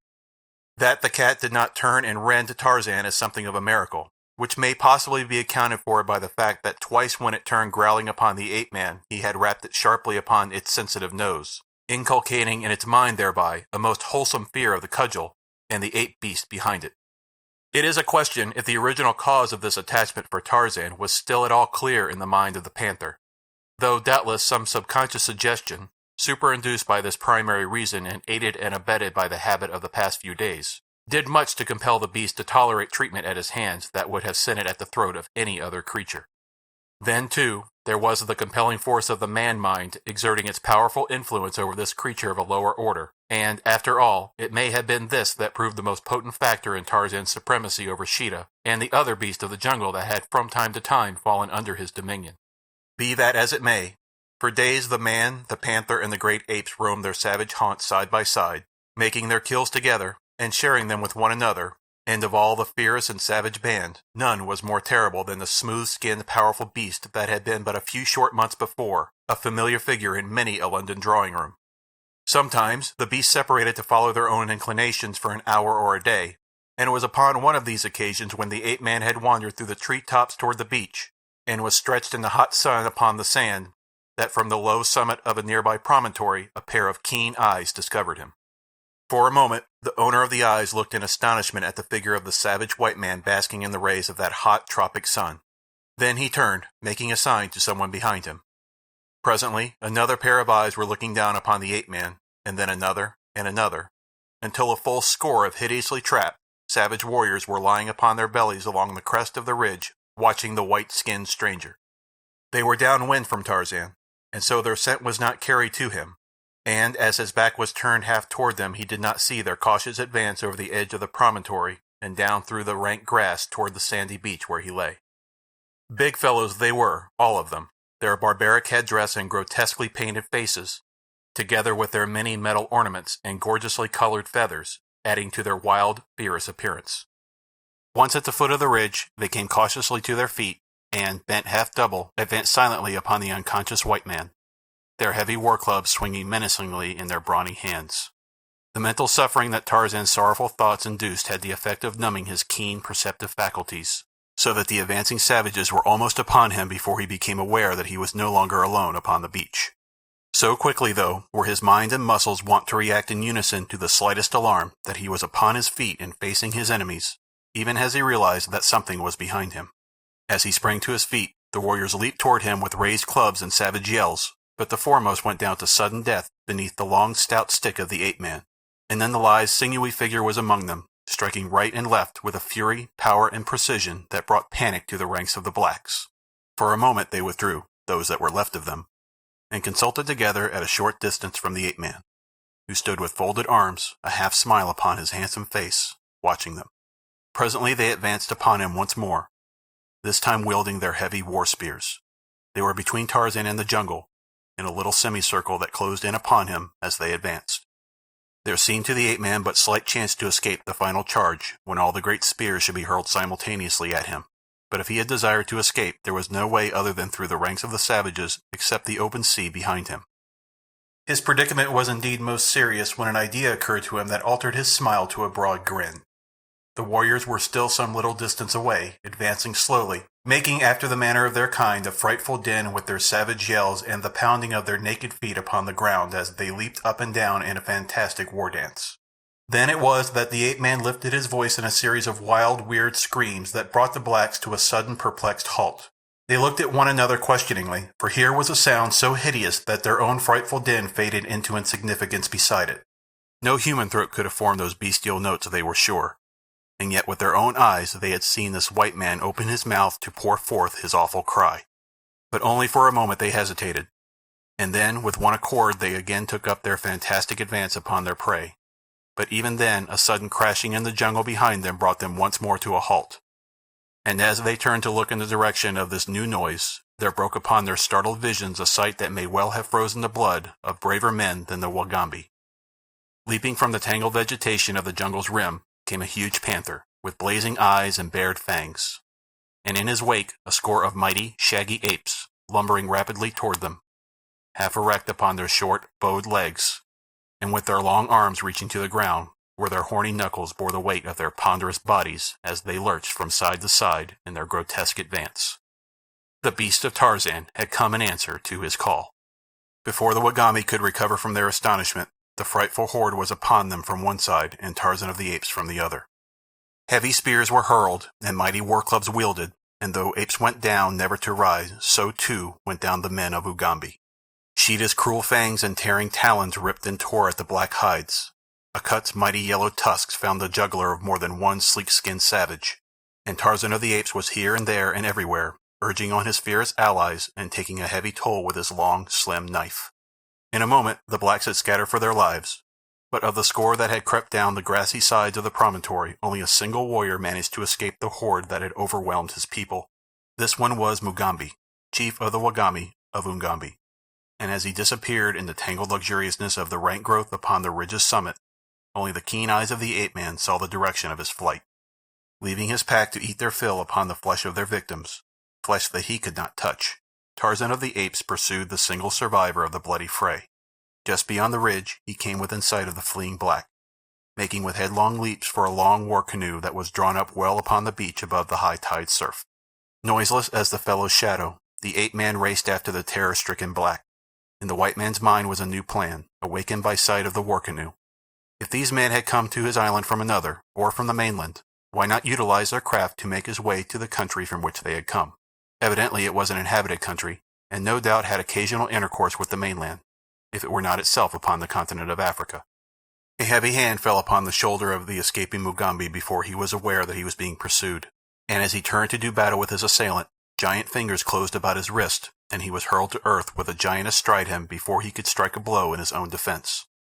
In the language of the West Coast, Tarzan spoke to the prostrate man beneath him. "Who are you?" he asked. "Mugambi, chief of the Wagambi," replied the black. "I will spare your life," said Tarzan, "if you will promise to help me leave this island. What do you answer?" "I will help you," replied Mugambi, "but now that you have killed all my warriors, I do not know that even I can leave your country, for there will be none to wield the paddles, and without paddlers we cannot cross the water." Tarzan rose and allowed his prisoner to come to his feet. The fellow was a magnificent specimen of manhood, a black counterpart in physique of the splendid white man whom he faced. "Come," said the ape-man, and started back in the direction from which they could hear the snarling and growling of the feasting pack. Mugambi drew back. "They will kill us," he said. "I think not," replied Tarzan. "They are mine." Still the black hesitated, fearful of the consequences of approaching the terrible creatures that were dining upon the bodies of his warriors. But Tarzan forced him to accompany him, and presently the two emerged from the jungle in full view of the grisly spectacle upon the beach. At sight of the men, the beast looked up with menacing growls, but Tarzan strode in among them, dragging the trembling Wagambi with him. As he had taught the apes to accept Sheeta, so he taught them to adopt Mugambi as well, and much more easily. But Sheeta seemed quite unable to understand that though he had been called upon to devour Mugambi's warriors, he was not allowed to proceed after the same fashion with Mugambi. However, being well filled, he contented himself with walking round the terror-stricken savage, emitting low, menacing growls the while he kept his flaming, baleful eyes riveted upon the black. Mugambi, on his part, clung closely to Tarzan, so that the ape-man could scarce control his laughter at the pitiable condition to which the chief's fear had reduced him. But at length the white took the great cat by the scruff of the neck, and, dragging it quite close to the Wagambi, slapped it sharply upon the nose each time that it growled at the stranger. At the sight of the thing, a man mauling with his bare hands, one of the most relentless and fierce of the jungle carnivora, Mugambi's eyes bulged from their sockets, and from entertaining a sullen respect for the giant white man who had made him prisoner, the black felt an almost worshipping awe of Tarzan. The education of Sheeta progressed so well that in a short time Mugambi ceased to be the object of his hungry attention, and the black felt a degree more of safety in his society. To say that Mugambi was entirely happy or at ease in his new environment would not be to adhere strictly to the truth. His eyes were constantly rolling apprehensively from side to side as now one and now another of the fierce pack chanced to wander near him, so that for most of the time it was principally the whites that showed. Together, Tarzan and Mugambi, with Sheeta and Akut, lay in wait at the ford for a deer, and when at a word from the ape-man the four of them leaped out upon the affrighted animal, the black was sure that the poor creature died of fright before ever one of the great beasts touched it. Mugambi built a fire and cooked his portion of the kill. But Tarzan, Sheeta, and Akut tore theirs, raw with their sharp teeth, growling among themselves when one ventured to encroach upon the share of another. It was not, after all, strange that the white man's ways should have been so much more nearly related to those of the beast than were the savage blacks. We are, all of us, creatures of habit, and when the seeming necessity for schooling ourselves in new ways ceases to exist, we fall naturally and easily into the manners and customs which long usage has implanted irredactably within us. Mugambi from childhood had eaten no meat until it had been cooked, while Tarzan, on the other hand, had never tasted cooked food of any sort until he had grown almost to manhood, and only within the past 3 or 4 years had he eaten cooked meat. Not only did the habit of a lifetime prompt him to eat it raw, but the craving of his palate as well, for to him cooked flesh was spoiled flesh when compared with the rich and juicy meat of a fresh, hot kill. That he could with relish eat raw meat that had been buried by himself weeks before, and enjoy small rodents and disgusting grubs, seems to us who have always been civilized a revolting fact. But had we learned in childhood to eat those things, and had we seen all those about us eat them, they would seem no more sickening to us now than do many of our greatest dainties, at which a savage African cannibal would look with repugnance and turn up his nose. For instance, there is a tribe in the vicinity of Lake Rudolph that will eat no sheep or cattle, though its next neighbors do so. Nearby is another tribe that eats donkey meat, a custom most revolting to the surrounding tribes that do not eat donkey. So who may say that it is nice to eat snails and frogs' legs and oysters, but disgusting to feed upon grubs and beetles, or that a raw oyster, hoof, horns, and tail, is less revolting than the sweet, clean meat of a fresh-killed buck? The next few days Tarzan devoted to the weaving of a bark-cloth sail with which to equip the canoe, for he despaired of being able to teach the apes to wield the paddles, though he did manage to get several of them to embark in the frail craft which he and Mugambi paddled about inside the reef where the water was quite smooth. During these trips he had placed paddles in their hands, when they attempted to imitate the movements of him and Mugambi, but so difficult is it for them long to concentrate upon a thing that he soon saw that it would require weeks of patient training before they would be able to make any effective use of these new implements, if in fact they should ever do so. There was one exception, however, and he was Akut. Almost from the first he showed an interest in this new sport that revealed a much higher plane of intelligence than that attained by any of his tribe. He seemed to grasp the purpose of the paddles, and when Tarzan saw that this was so, he took much pains to explain in the meager language of the anthropoid how they might be used to the best advantage. From Mugambi, Tarzan learned that the mainland lay but a short distance from the island. It seemed that the Wagambi warriors had ventured too far out in their frail craft, and when caught by a heavy tide and a high wind from offshore they had been driven out of sight of land. After paddling for a whole night, thinking that they were headed for home, they had seen this land at sunrise, and still taking it for the mainland, had hailed it with joy. Nor had Mugambi been aware that it was an island until Tarzan had told him that this was the fact. The Wagambi chief was quite dubious as to the sail, for he had never seen such a contrivance used. His country lay far up the broad Ugambi River, and this was the first occasion that any of his people had found their way to the ocean. Tarzan, however, was confident that with a good west wind he could navigate the little craft to the mainland. At any rate, he decided, it would be preferable to perish on the way than to remain indefinitely upon this evidently uncharted island to which no ships might ever be expected to come. And so it was that when the first fair wind rose he embarked upon his cruise, and with him he took as strange and fearsome a crew as ever sailed under a savage master. Mugambi and Akut went with him, and Sheeta the panther, and a dozen great males of the tribe of Akut. End of Chapter 5. Chapter 6. A Hideous Crew. The war canoe with its savage load moved slowly toward the break in the reef through which it must pass to gain the open sea. Tarzan, Mugambi, and Akut wielded the paddles, for the shore kept the west wind from the little sail. Sheeta crouched in the bow at the ape-man's feet, for it had seemed best to Tarzan always to keep the wicked beast as far from the other members of the party as possible, since it would require little or no provocation to send him at the throat of any than the white man, whom he evidently now looked upon as his master. In the stern was Mugambi, and just in front of him squatted Akut, while between Akut and Tarzan the 12 hairy apes sat upon their haunches, blinking dubiously this way and that, and now and then turning their eyes longingly back toward shore. All went well until the canoe had passed beyond the reef. Here the breeze struck the sail, sending the rude craft lunging among the waves that ran higher and higher as they drew away from the shore. With the tossing of the boat, the apes became panic-stricken. They first moved uneasily about, and then commenced grumbling and whining.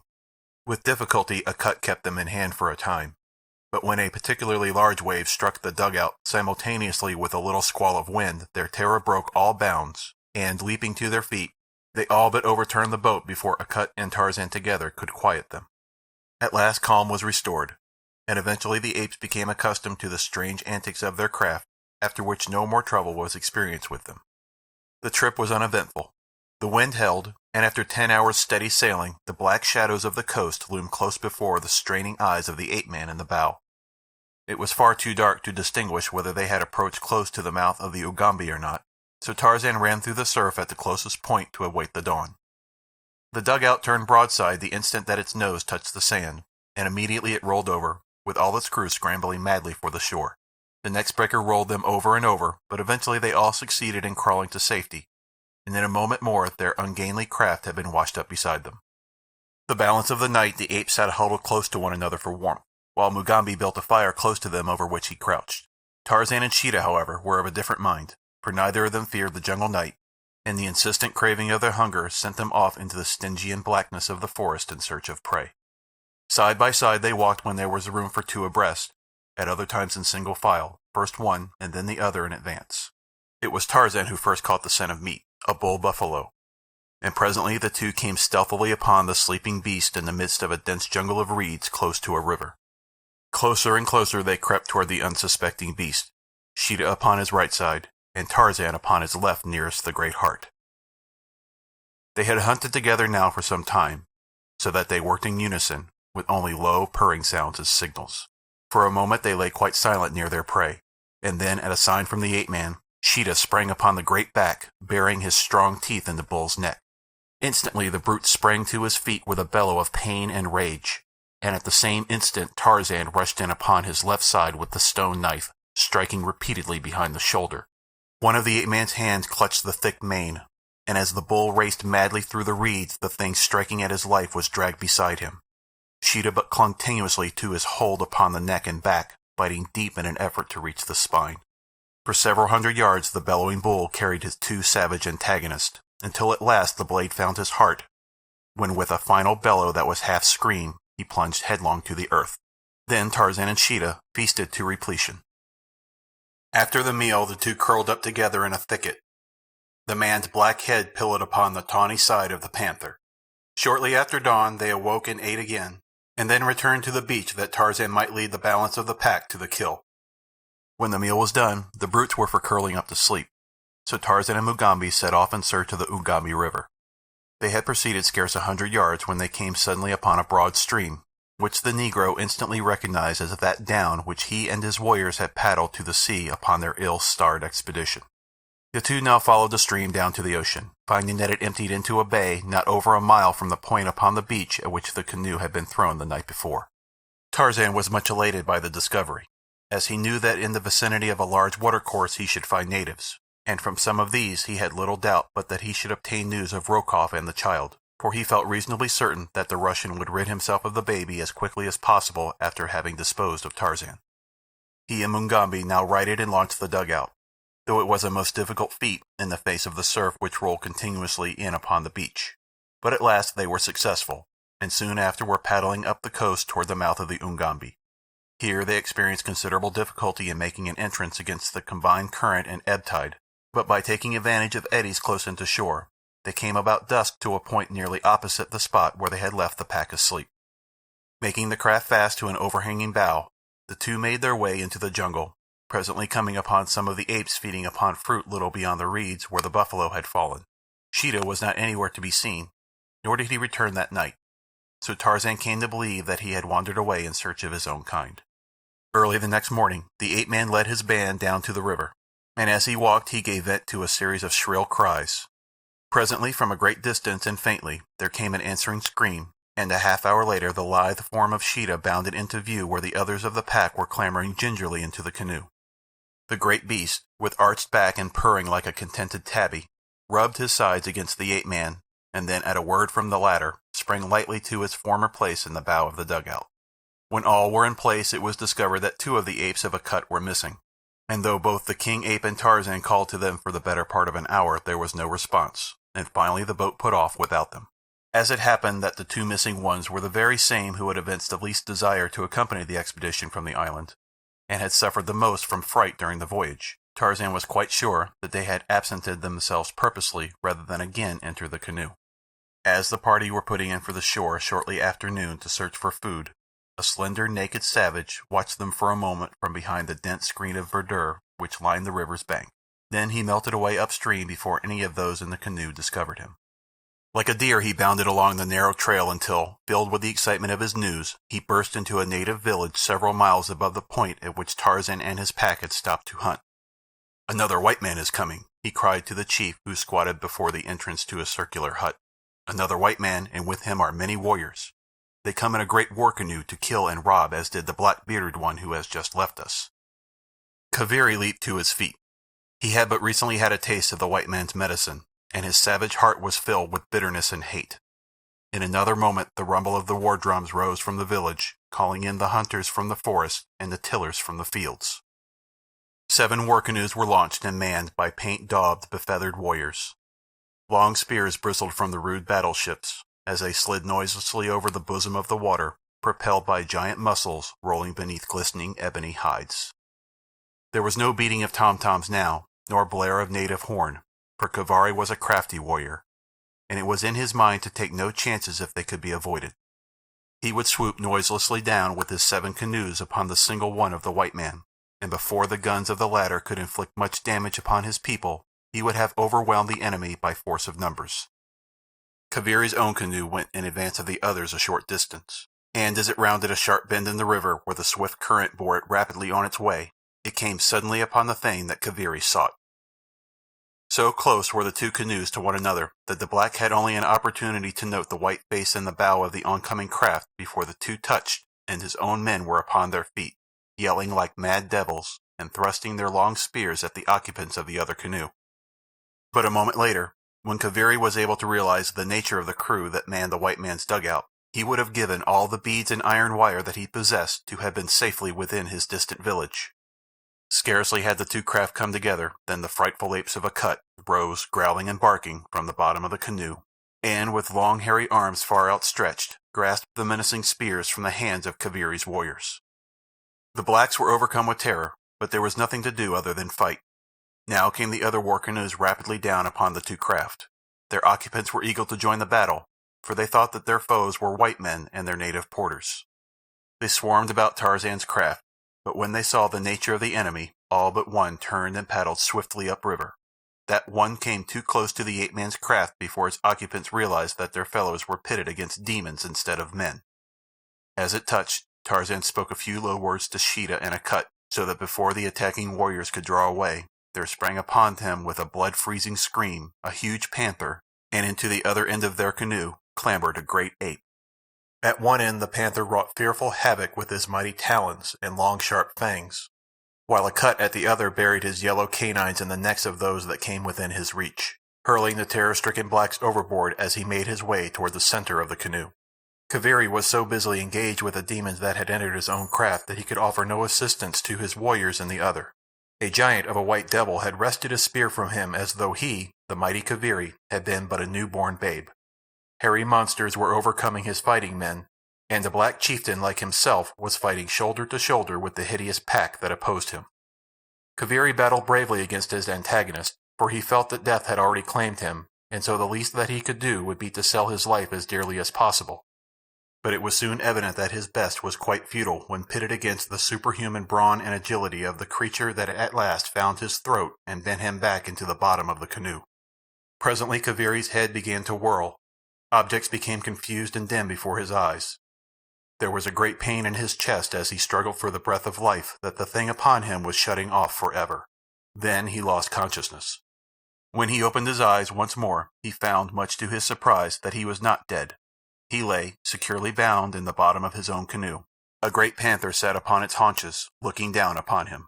Kaviri shuddered and closed his eyes again, waiting for the ferocious creature to spring upon him and put him out of his misery of terror. After a moment, no rending fangs having buried themselves in his trembling body, he again ventured to open his eyes. Beyond the panther kneeled the white giant who had overcome him. The man was wielding a paddle, while directly behind him Kaviri saw some of his own warriors similarly engaged. Back of them again squatted several of the hairy apes. Tarzan, seeing that the chief had regained consciousness, addressed him. "Your warriors tell me that you are chief of a numerous people, and that your name is Kaviri," he said. "Yes," replied the black. "Why did you attack me? I came in peace."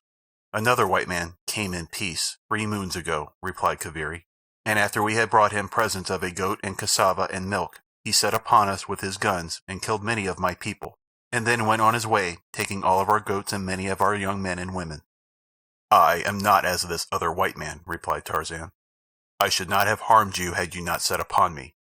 Tell me, what was the face of this bad white man like? I am searching for one who has wronged me. Possibly this may be the very one." "He was a man with a bad face covered with a great black beard, and he was very, very wicked. Yes, very wicked indeed." "Was there a little white child with him?" asked Tarzan. His heart almost stopped as he awaited the black's answer. "No, Bwana," replied Kaviri. "The white child was not with this man's party. It was with the other party." "Other party?" exclaimed Tarzan. "What other party?" "With the party that the very bad white man was pursuing. There was a white man, woman, and the child, with 6 Mosula porters. They passed up the river 3 days ahead of the very bad white man. I think that they were running away from him." A white man, woman, and child. Tarzan was puzzled. The child must be his little Jack, but who could the woman be? And the man? Was it possible that one of Rokoff's confederates had conspired with some woman, who had accompanied the Russian, to steal the baby from him?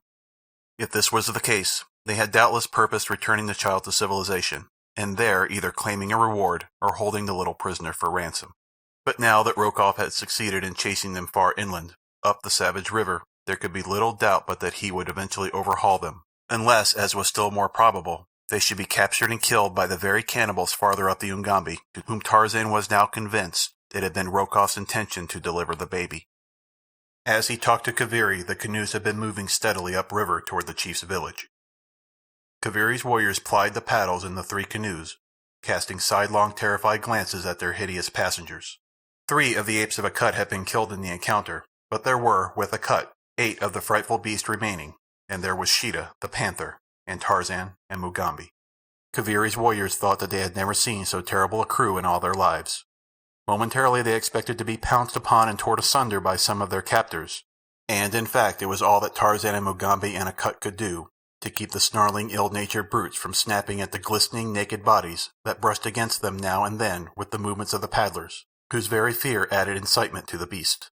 At Kaviri's camp, Tarzan paused only long enough to eat the food that the blacks furnished, and to arrange with the chief for a dozen men to man the paddles of his canoe. Kaviri was only too glad to comply with any demands that the ape-man might make if only such compliance would hasten the departure of the horrid pack. But it was easier, he discovered, to promise men than to furnish them, for when his people learned his intentions, those that had not already fled into the jungle proceeded to do so without loss of time, so that when Kaviri turned to point out those who were to accompany Tarzan, he discovered that he was the only member of his tribe left in the village. Tarzan could not repress a smile. "They do not seem anxious to accompany us," he said. "But just remain quietly here, Kaviri, and presently you shall see your people flocking to your side." Then the ape-man rose, and, calling his pack about him, commanded that Mugambi remain with Kaviri, and disappeared in the jungle with Sheeta and the apes at his heels. For half an hour, the silence of the grim forest was broken only by the ordinary sounds of the teeming life that but adds to its lowering loneliness. Kaviri and Mugambi sat alone in the palisaded village, waiting. Presently from a great distance came a hideous sound. Mugambi recognized the weird challenge of the ape-man. Immediately from different points of the compass rose a horrid semicircle of similar shrieks and screams, punctuated now and again by the blood-curdling cry of a hungry panther. End of Chapter 6. Chapter 7. Betrayed. The 2 savages, Kaviri and Mugambi, squatting before the entrance to Kaviri's hut, looked at one another, Kaviri with ill-concealed alarm. "What is it?" he whispered. "It is Bwana Tarzan and his people," replied Mugambi. "But what they are doing I know not, unless it be that they are devouring your people who ran away." Kaviri shuddered and rolled his eyes fearfully toward the jungle. In all his long life in the savage forest he had never heard such an awful, fearsome din.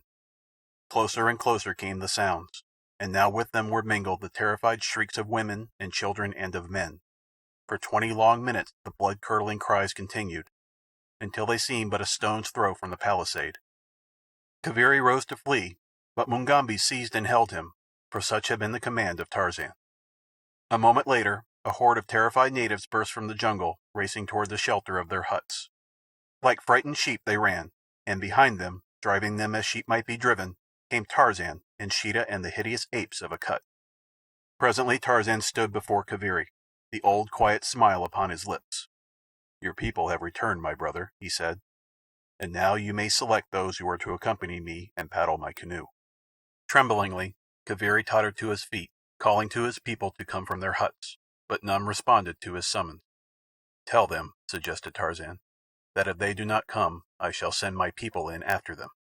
Kaviri did as he was bid, and in an instant the entire population of the village came forth, their wide and frightened eyes rolling from one to another of the savage creatures that wandered about the village street. Quickly Kaviri designated a dozen warriors to accompany Tarzan. The poor fellows went almost white with terror at the prospect of close contact with the panther and the apes in the narrow confines of the canoes. But when Kaviri explained to them that there was no escape, that Bwana Tarzan would pursue them with his grim horde should they attempt to run away from the duty, they finally went gloomily down to the river and took their places in the canoe.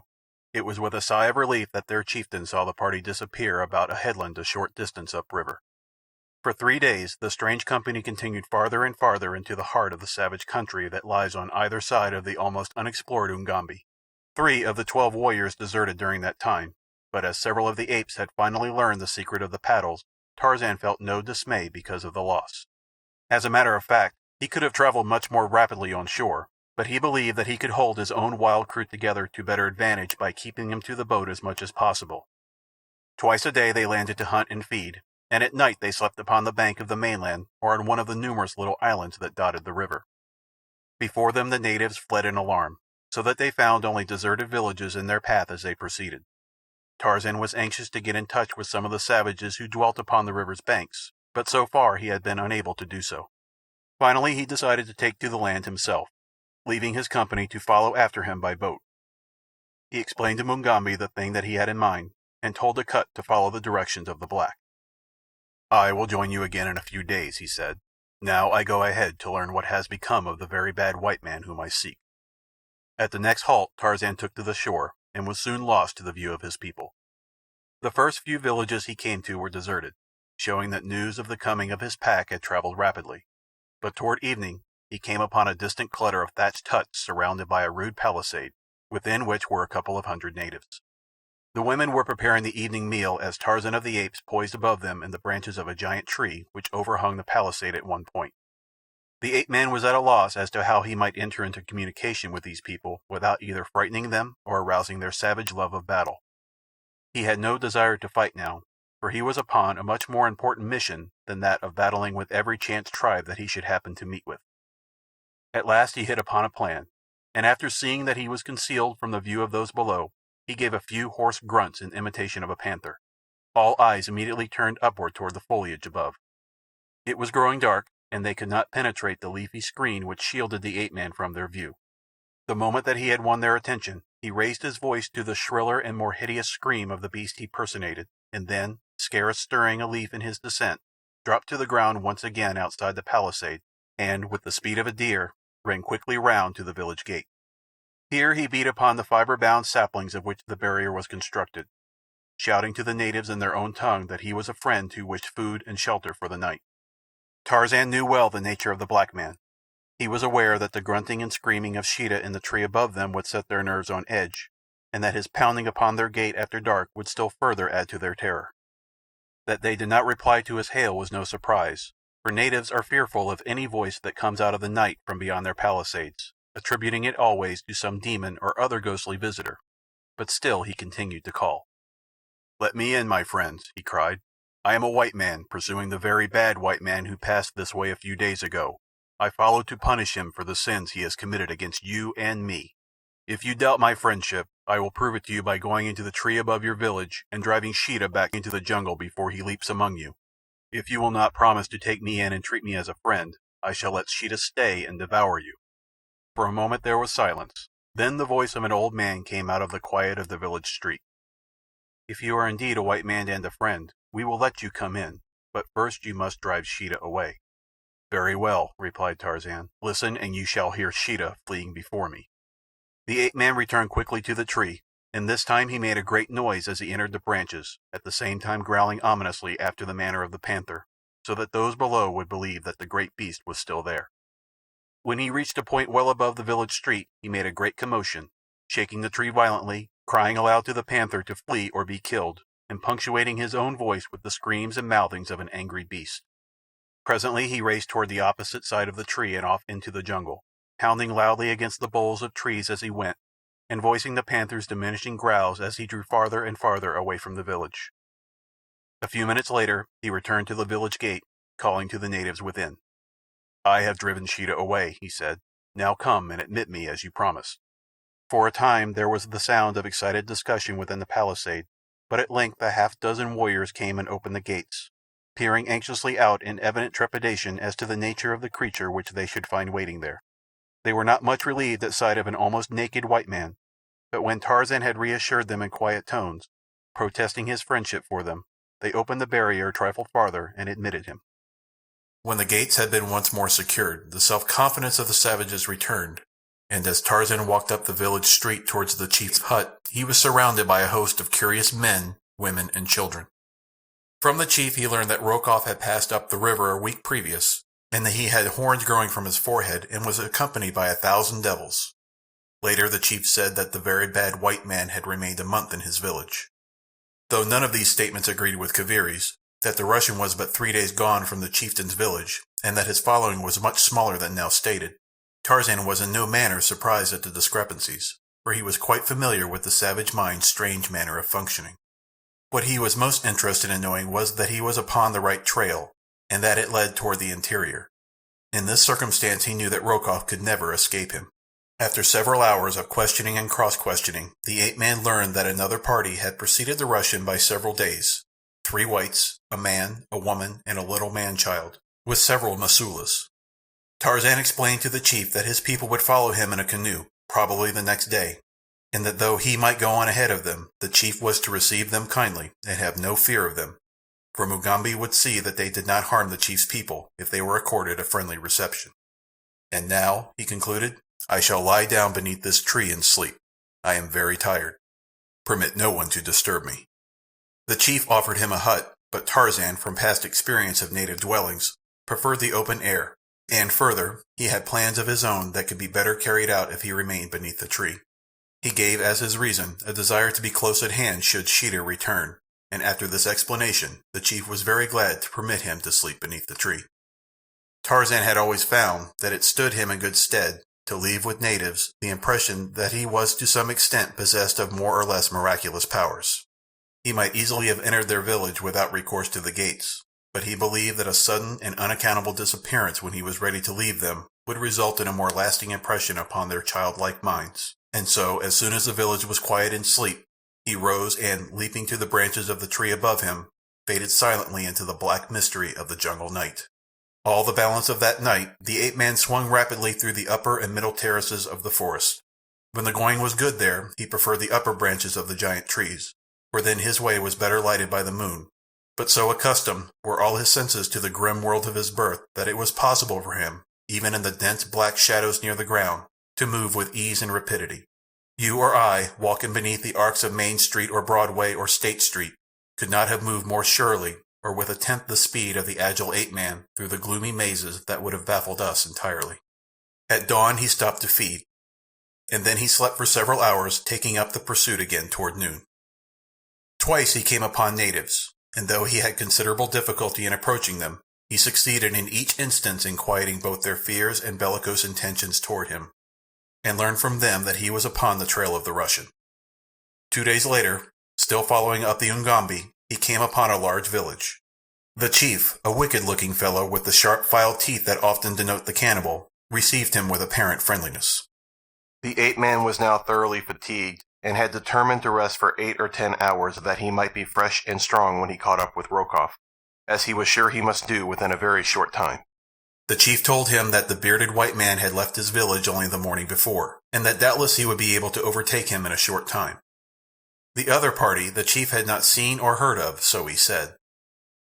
Tarzan did not like the appearance or manner of the fellow, who seemed, though friendly enough, to harbor a certain contempt for this half-naked white man who came with no followers and offered no presents.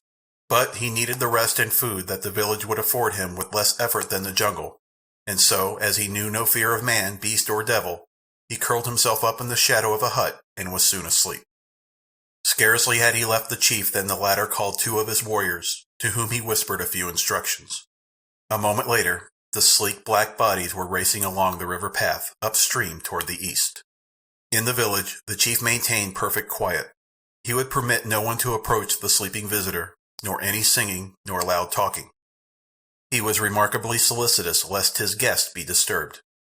3 hours later, several canoes came silently into view from up the Ugambi. They were being pushed ahead rapidly by the brawny muscles of their black crews. Upon the bank before the river stood the chief, his spear raised in a horizontal position above his head, as though in some manner of predetermined signal to those within the boats. And such indeed was the purpose of his attitude, which meant that the white stranger within his village still slept peacefully. In the bows of the 2 canoes were the runners that the chief had sent forth 3 hours earlier. It was evident that they had been dispatched to follow and bring back this party, and that the signal from the bank was one that had been determined upon before they left the village. In a few moments the dugouts drew up to the verdure-clad bank. The native warriors filed out, and with them a half-dozen white men. Sullen, ugly-looking customers they were, and none more so than the evil-faced, black-bearded man who commanded them. "Where is the white man your messengers report to be with you?" he asked the chief. "This way, Bwana," replied the native. "Carefully have I kept silence in the village that he might be still asleep when you returned. I do not know that he is one who seeks you to do harm, but he questioned me closely about your coming and your going, and his appearance is as that of the one you described, but whom you believe safe in the country which you called Jungle Island. Had you not told me this tale, I should not have recognized him, and then he might have gone after and slain you. If he is a friend and no enemy, then no harm has been done, Bwana. But if he proves to be an enemy, I should like very much to have a rifle and some ammunition." "You have done well," replied the white man, "and you shall have the rifle and ammunition whether he be a friend or enemy, provided that you stand with me." "I shall stand with you, Bwana," said the chief. "And now come, and look upon the stranger, who sleeps within my village." So saying, he turned and led the way toward the hut, in the shadow of which the unconscious Tarzan slept peacefully.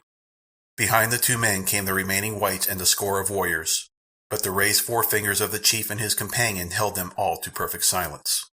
As they turned the corner of the hut, cautiously and upon tiptoe, an ugly smile touched the lips of the white as his eyes fell upon the giant figure of the sleeping ape-man. The chief looked at the other inquiringly. The latter nodded his head to signify that the chief had made no mistake in his suspicions. Then he turned to those behind him, and, pointing to the sleeping man, motioned for them to seize and bind him. A moment later a dozen brutes had leaped upon the surprised Tarzan, and so quickly did they work that he was securely bound before he could make half an effort to escape. Then they threw him down upon his back, and as his eyes turned toward the crowd that stood near, they fell upon the malign face of Nicholas Rokoff. A sneer curled the Russian's lips. He stepped quite close to Tarzan. "Pig," he cried, "have you not learned sufficient wisdom to keep away from Nicholas Rokoff?" Then he kicked the prostrate man full in the face. "That for your welcome," he said. "Tonight, before my Ethiop friends eat you, I shall tell you what has already befallen your wife and child, and what further plans I have for their futures." End of Chapter 7. Chapter 8. The Dance of Death. Through the luxuriant tangled vegetation of the Stygian jungle night, a great lithe body made its way sinuously and in utter silence upon its soft padded feet. Only 2 blazing points of yellow-green flame shone occasionally with the reflected light of the equatorial moon, that now and again pierced the softly sighing roof rustling in the night wind. Occasionally the beast would stop with high-held nose, sniffing searchingly. At other times a quick, brief incursion into the branches above delayed it momentarily in its steady journey toward the east. To its sensitive nostrils came the subtle, unseen spoor of many a tender 4-footed creature, bringing the slaver of hunger to the cruel, drooping jowl. But steadfastly it kept on its way, strangely ignoring the cravings of appetite that at another time would have sent the rolling fur-clad muscles flying at some soft throat. All that night the creature pursued its lonely way, and the next day it halted only to make a single kill, which it tore to fragments and devoured with sullen, grumbling rumbles as though half famished for lack of food. It was dusk when it approached the palisade that surrounded a large native village. Like the shadow of a swift and silent death, it circled the village, nose to ground, halting at last close to the palisade, where it almost touched the backs of several huts. Here the beast sniffed for a moment, and then, turning its head upon one side, listened with up-pricked ears. What it heard was no sound by the standards of human ears, yet to the highly attuned and delicate organs of the beast a message seemed to be borne to the savage brain. A wondrous transformation was wrought in the motionless mass of statuesque bone and muscle that had an instant before stood as though carved out of the living bronze. As if it had been poised upon steel springs, suddenly released, it rose quickly and silently to the top of the palisade, disappearing stealthily and cat-like into the dark space between the wall and the back of an adjacent hut. In the village street beyond, women were preparing many little fires and fetching cooking pots filled with water, for a great feast was to be celebrated ere the night was many hours older. About a stout stake near the center of the circling fires, a little knot of black warriors stood conversing, their bodies smeared with white and blue and ochre in broad and grotesque bands. Great circles of color were drawn about their eyes and lips, their breast and abdomen, and from their clay-plastered coiffures rose gay feathers and bits of long, straight wire. The village was preparing for a feast, while in a hut at one side of the scene of the coming orgy, the bound victim of their bestial appetites lay waiting for the end. And such an end! Tarzan of the Apes, tensing his mighty muscles, strained at the bonds that pinioned him, but they had been reinforced many times at the instigation of the Russian, so that not even the ape-man's giant brawn could budge them. Death! Tarzan had looked the hideous hunter in the face many a time and smiled. And he would smile again tonight when he knew the end was coming quickly. But now his thoughts were not of himself, but of those others, the dear ones who must suffer most because of his passing. Jane would never know the manner of it. For that he thanked heaven, and he was thankful also that she at least was safe in the heart of the world's greatest city, safe among kind and loving friends who would do their best to lighten her misery. But the boy! Tarzan writhed at the thought of him, his son, and now he, the mighty lord of the jungle, he, Tarzan, king of the apes, the only one in all the world fitted to find and save the child from the horrors that Rokoff's evil mind had planned, had been trapped like a silly, dumb creature. He was to die in a few hours, and with him would go the child's last chance of succor.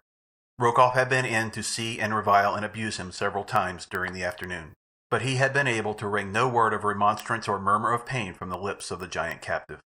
So at last he had given up, reserving his particular bit of exquisite mental torture for the last moment, when, just before the savage spears of the cannibals should forever make the object of his hated immune to further suffering, the Russian planned to reveal to his enemy the true whereabouts of his wife whom he thought safe in England. Dusk had fallen upon the village, and the ape-man could hear the preparations going forward for the torture and the feast. The dance of death he could picture in his mind's eye, for he had seen the thing many times in the past. Now he was to be the central figure, bound to the stake. The torture of the slow death as the circling warriors cut him to bits with the fiendish skill that mutilated without bringing unconsciousness had no terrors for him. He was inured to suffering and to the sight of blood and to cruel death, but the desire to live was no less strong within him, and until the last spark of life should flicker and go out, his whole being would remain quick with hope and determination.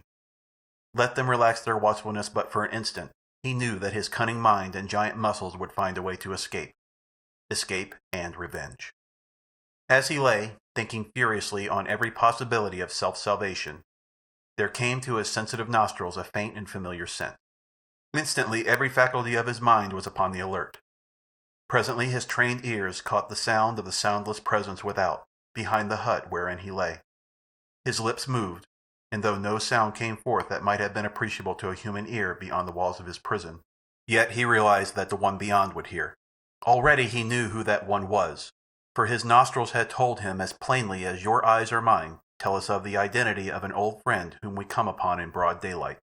An instant later he heard the soft sound of a fur-clad body and padded feet scaling the outer wall behind the hut, and then a tearing at the poles which formed the wall. Presently through the hole thus made slunk a great beast, pressing its cold muzzle close to his neck. It was Sheeta, the panther. The beast snuffed round the prostrate man, whining a little. There was a limit to the interchange of ideas which could take place between these two, and so Tarzan could not be sure that Sheeta understood all that he attempted to communicate to him. That the man was tied and helpless Sheeta could, of course, see, but that to the mind of the panther this would carry any suggestion of harm in so far as his master was concerned, Tarzan could not guess. What had brought the beast to him? The fact that he had come augured well for what he might accomplish. But when Tarzan tried to get Sheeta to gnaw his bonds asunder, the great animal could not seem to understand what was expected of him, and instead but licked the wrists and arms of the prisoner. Presently there came an interruption. Someone was approaching the hut. Sheeta gave a low growl and slunk into the blackness of a far corner. Evidently the visitor did not hear the warning sound, for almost immediately he entered the hut, a tall, naked, savage warrior. He came to Tarzan's side and pricked him with a spear. From the lips of the ape-man came a weird, uncanny sound, and in answer to it there leaped from the blackness of the hut's farthermost corner a bolt of fur-clad death. Full upon the breast of the painted savage the great beast struck, burying sharp talons in the black flesh and sinking great yellow fangs in the ebon throat. There was a fearful scream of anguish and terror from the black, and mingled with it was the hideous challenge of the killing panther. Then came silence. Silence except for the rending of bloody flesh and the crunching of human bones between mighty jaws. The noise had brought sudden quiet to the village without. Then there came the sound of voices in consultation. High-pitched, fear-filled voices, and deep, low tones of authority as the chief spoke. Tarzan and the panther heard the approaching footsteps of many men, and then, to Tarzan's surprise, the great cat rose from across the body of its kill and slunk noiselessly from the hut through the aperture through which it had entered. The man heard the soft scraping of the body as it passed over the top of the palisade, and then silence. From the opposite side of the hut he heard the savages approaching to investigate. He had little hope that Sheeta would return, for had the great cat intended to defend him against all comers, it would have remained by his side as it heard the approaching savages without. Tarzan knew how strange were the workings of the brains of the mighty carnivora of the jungle, how fiendishly fearless they might be in the face of certain death, and again how timid upon the slightest provocation. There was doubt in his mind that some note of the approaching blacks vibrating with fear had struck an answering chord in the nervous system of the panther, sending him slinking through the jungle, his tail between his legs. The man shrugged. Well, what of it? He had expected to die, and, after all, what might Sheeta have done for him other than to maul a couple of his enemies before a rifle in the hands of one of the whites should have dispatched him? If the cat could have released him, that would have resulted in a very different story. But it had proved beyond the understanding of Sheeta, and now the beast was gone, and Tarzan must definitely abandon hope. The natives were at the entrance to the hut now, peering fearfully into the dark interior. Two in advance held lighted torches in their left hands and ready spears in their right. They held back timorously against those behind, who were pushing them forward. The shrieks of the panther's victim, mingled with those of the great cat, had wrought mightily upon their poor nerves, and now the awful silence of the dark interior seemed even more terribly ominous than had the frightful screaming. Presently, one of those who was being forced unwillingly within hit upon a happy scheme for learning first the precise nature of the danger which menaced him from the silent interior. With a quick movement, he flung his lighted torch into the center of the hut. Instantly all was illuminated for a brief second before the burning brand was dashed out against the earth floor. There was the figure of the white prisoner, still securely bound as they had last seen him, and in the center of the hut another figure equally as motionless, its throat and breast horribly torn and mangled. The sight that met the eyes of the foremost savages inspired more terror within their superstitious breasts than would the presence of Sheeta, for they saw only the result of a ferocious attack upon one of their fellows. Not seeing the cause, their fear-ridden minds were free to attribute the ghastly work to supernatural causes, and with the thought they turned, screaming from the hut, bowling over those who stood directly behind them in the exuberance of their terror. For an hour, Tarzan heard only the murmur of excited voices from the far end of the village.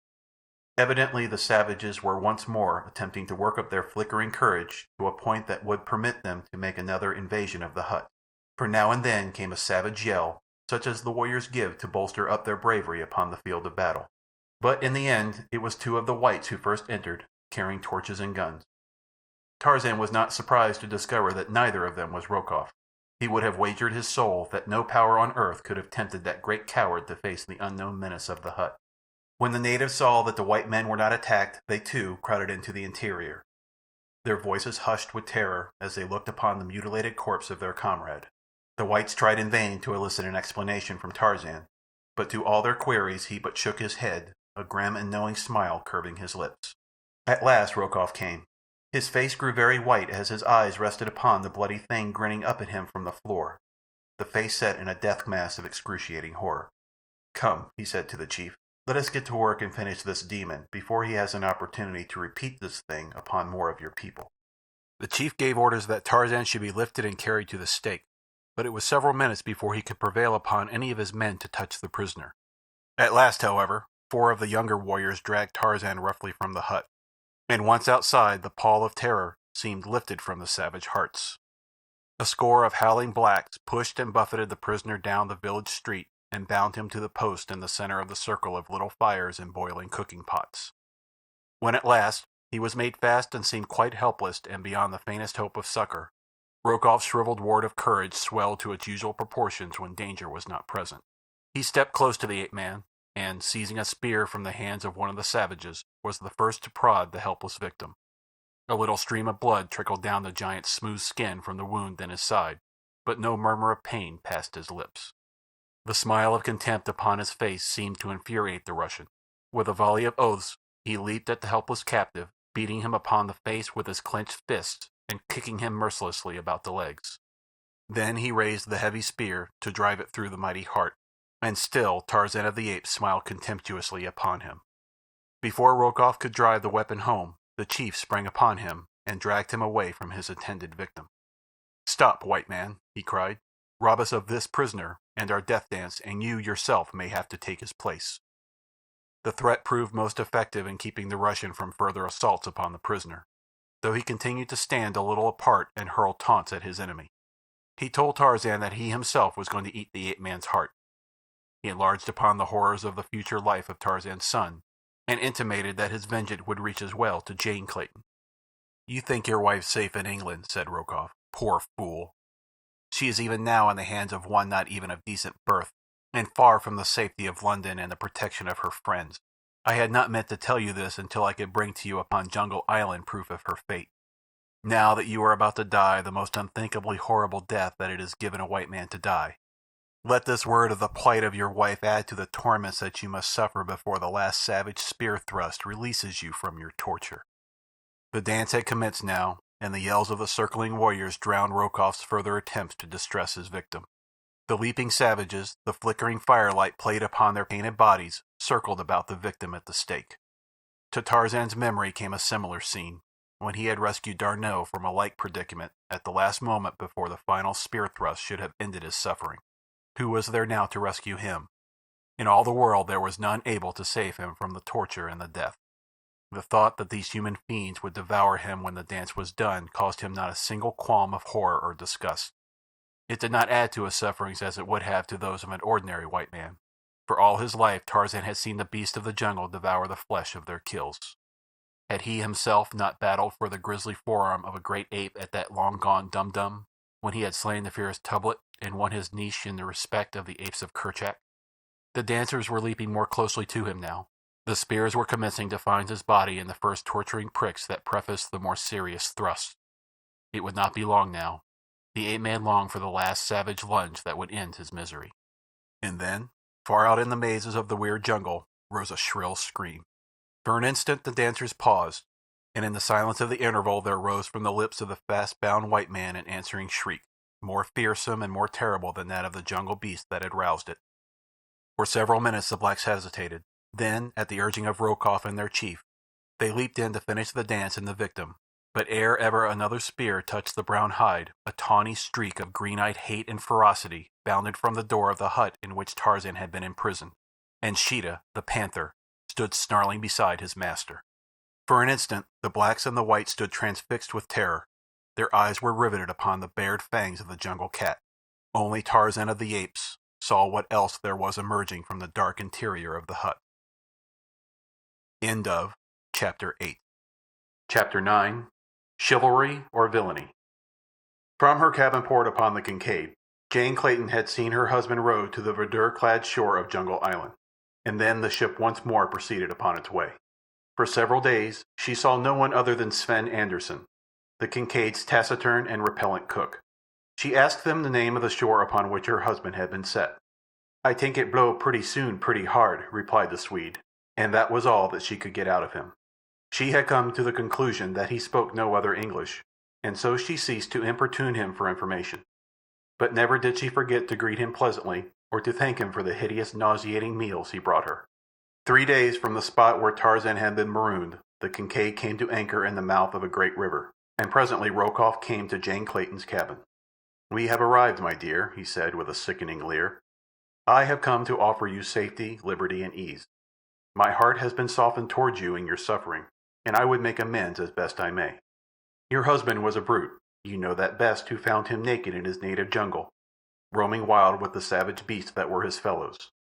Now I am a gentleman, not only born of noble blood, but raised gently as befits a man of quality.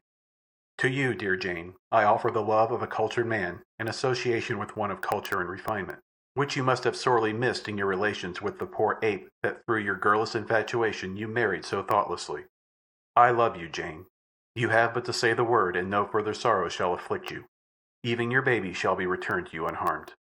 Outside the door Sven Anderson paused with the noonday meal he had been carrying to Lady Greystoke. Upon the end of his long stringy neck his little head was cocked to one side. His close-set eyes were half closed. His ears, so expressive was his whole attitude of stealthy eavesdropping, seemed truly to be cocked forward. Even his long, yellow, straggly mustache appeared to assume a sly droop. As Rokoff closed his appeal, awaiting the reply he invited, the look of surprise upon Jane Clayton's face turned to one of disgust. She fairly shuddered in the fellow's face. "I would not have been surprised, M. Rokoff," she said, "had you attempted to force me to submit to your evil desires. But that you should be so fatuous as to believe that I, wife of John Clayton, would come to you willingly, even to save my life, I should never have imagined. I have known you for a scoundrel, M. Rokoff, but until now I had not taken you for a fool." Rokoff's eyes narrowed, and the red of mortification flushed out the pallor of his face. He took a step toward the girl, threateningly. "We shall see who is the fool at last," he hissed, "when I have broken you to my will and your plebeian Yankee stubbornness has cost you all that you hold dear, even the life of your baby. For, by the bones of St. Peter, I'll forego all that I had planned for the brat and cut its heart out before your very eyes. You'll learn what it means to insult Nicholas Rokoff." Jane Clayton turned wearily away. "What is the use," she said, "of expatiating upon the depths to which your vengeful nature can sink? You cannot move me either by threats or deeds. My baby cannot judge yet for himself, but I, his mother, can foresee that should it have been given him to survive to man's estate, he would willingly sacrifice his life for the honor of his mother. Love him as I do, I would not purchase his life at such a price. Did I, he would execrate my memory to the day of his death." Rokoff was now thoroughly angered because of his failure to reduce the girl to terror. He felt only hate for her, but it had come to his diseased mind that if he could force her to accede to his demands, as the price of her life and her child's, the cup of his revenge would be filled to brimming when he could flaunt the wife of Lord Greystoke in the capitals of Europe as his mistress. Again he stepped closer to her. His evil face was convulsed with rage and desire. Like a wild beast he sprang upon her, and with his strong fingers at her throat, forced her backward upon the berth. At the same instant the door of the cabin opened noisily. Rokoff leaped to his feet, and turning, faced the Swede cook. Into the fellow's usually foxy eyes had come an expression of utter stupidity. His lower jaw dropped in vacuous harmony. He busied himself in arranging Lady Greystoke's meal upon the tiny table at one side of her cabin. The Russian glared at him. "What do you mean," he cried, "by entering here without permission? Get out!" The cook turned his watery blue eyes upon Rokoff and smiled vacuously. "I think it blow pretty soon pretty hard," he said, and then he began rearranging the few dishes upon the little table. "Get out of here or I'll throw you out, you miserable blockhead," roared Rokoff, taking a threatening step toward the Swede. Anderson continued to smile foolishly in his direction, but one ham-like paw slid stealthily to the handle of the long, slim knife that protruded from the greasy cord supporting his soiled apron. Rokoff saw the move and stopped short in his advance. Then he turned towards Jane Clayton.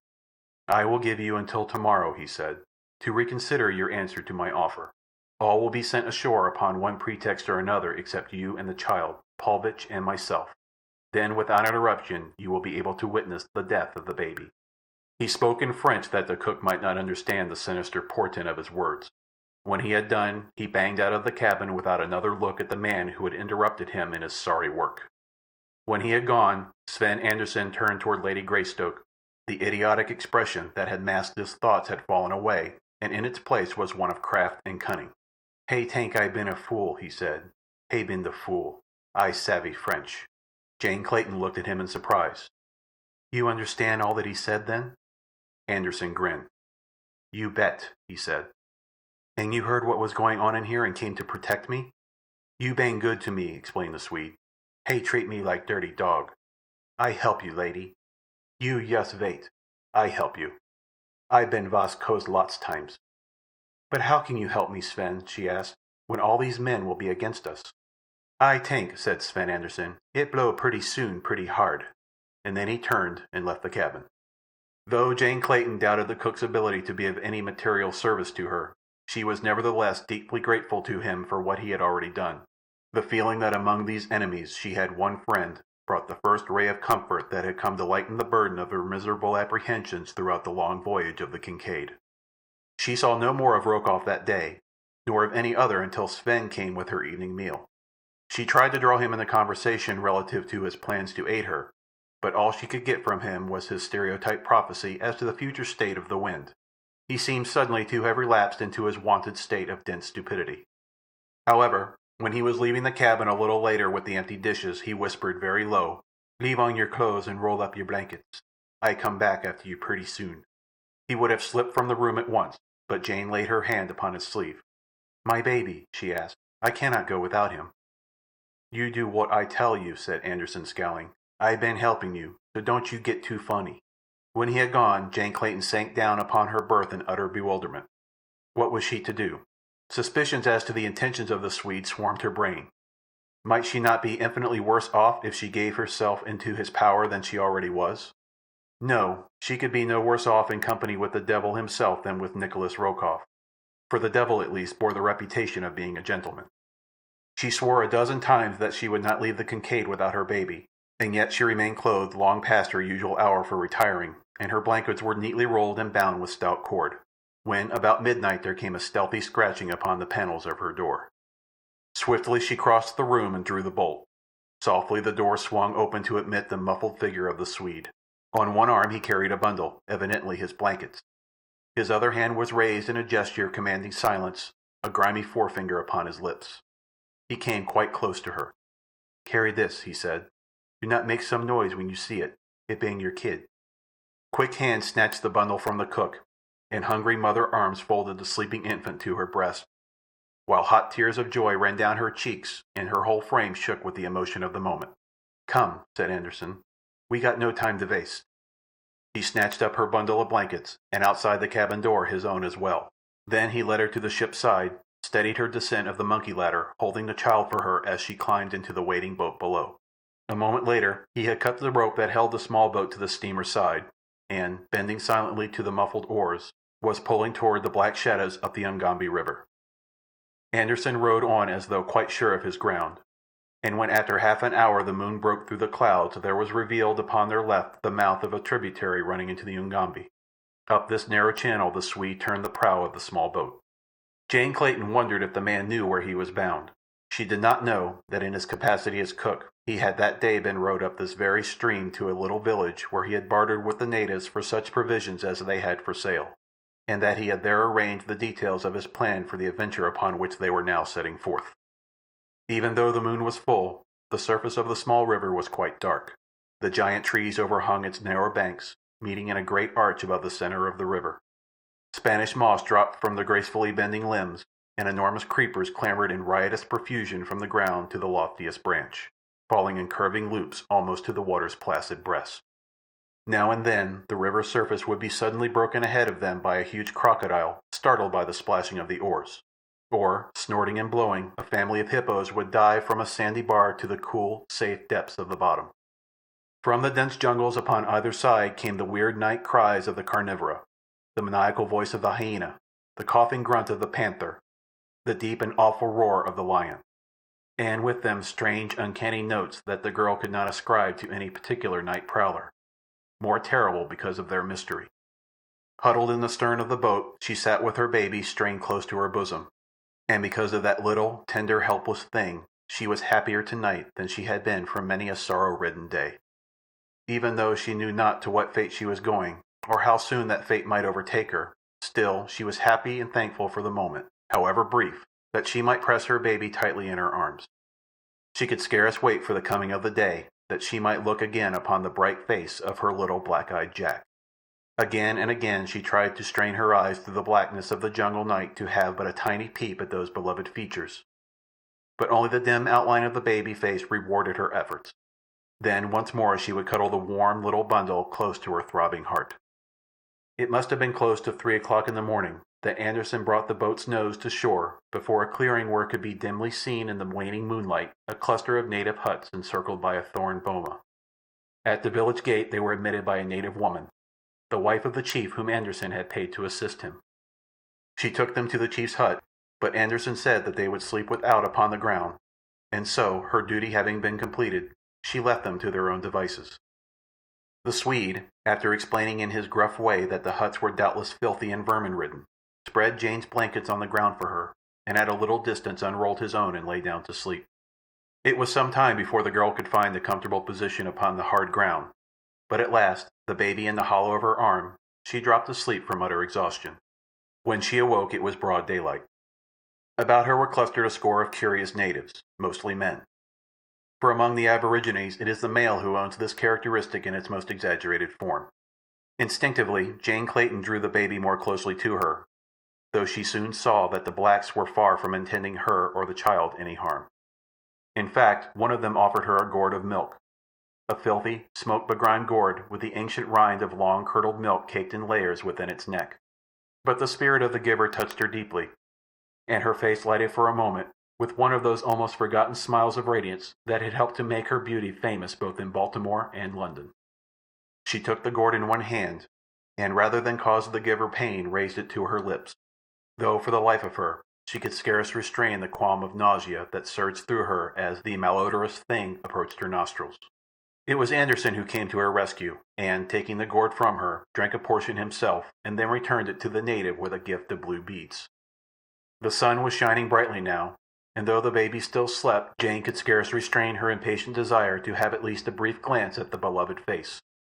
The natives had withdrawn at a command from their chief, who now stood talking with Anderson, a little apart from her. As she debated the wisdom of risking disturbing the child's slumber by lifting the blanket that now protected its face from the sun, she noted that the cook conversed with the chief in the language of the Negro. What a remarkable man the fellow was indeed!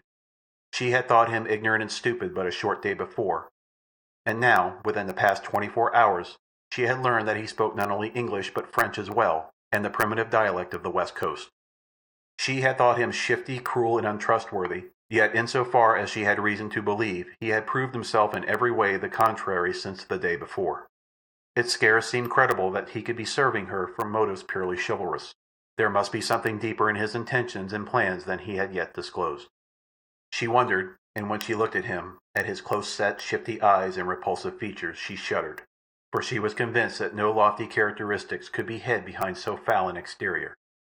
As she was thinking of these things, the while she debated the wisdom of uncovering the baby's face, there came a little grunt from the wee bundle in her lap, and then a gurgling coo that set her heart in raptures. The baby was awake. Now she might feast her eyes upon him. Quickly she snatched the blanket from before the infant's face. Anderson was looking at her as she did so. He saw her stagger to her feet, holding the baby at arm's length from her, her eyes glued in horror upon the little chubby face and twinkling eyes. Then he heard her piteous cry as her knees gave beneath her, and she sank to the ground in a swoon. End of Chapter 9. Chapter 10. The Swede. As the warriors, clustered thick about Tarzan and Sheeta, realized that it was a flesh-and-blood panther that had interrupted their dance of death, they took heart a trifle, for in the face of all those circling spears even the mighty Sheeta would be doomed.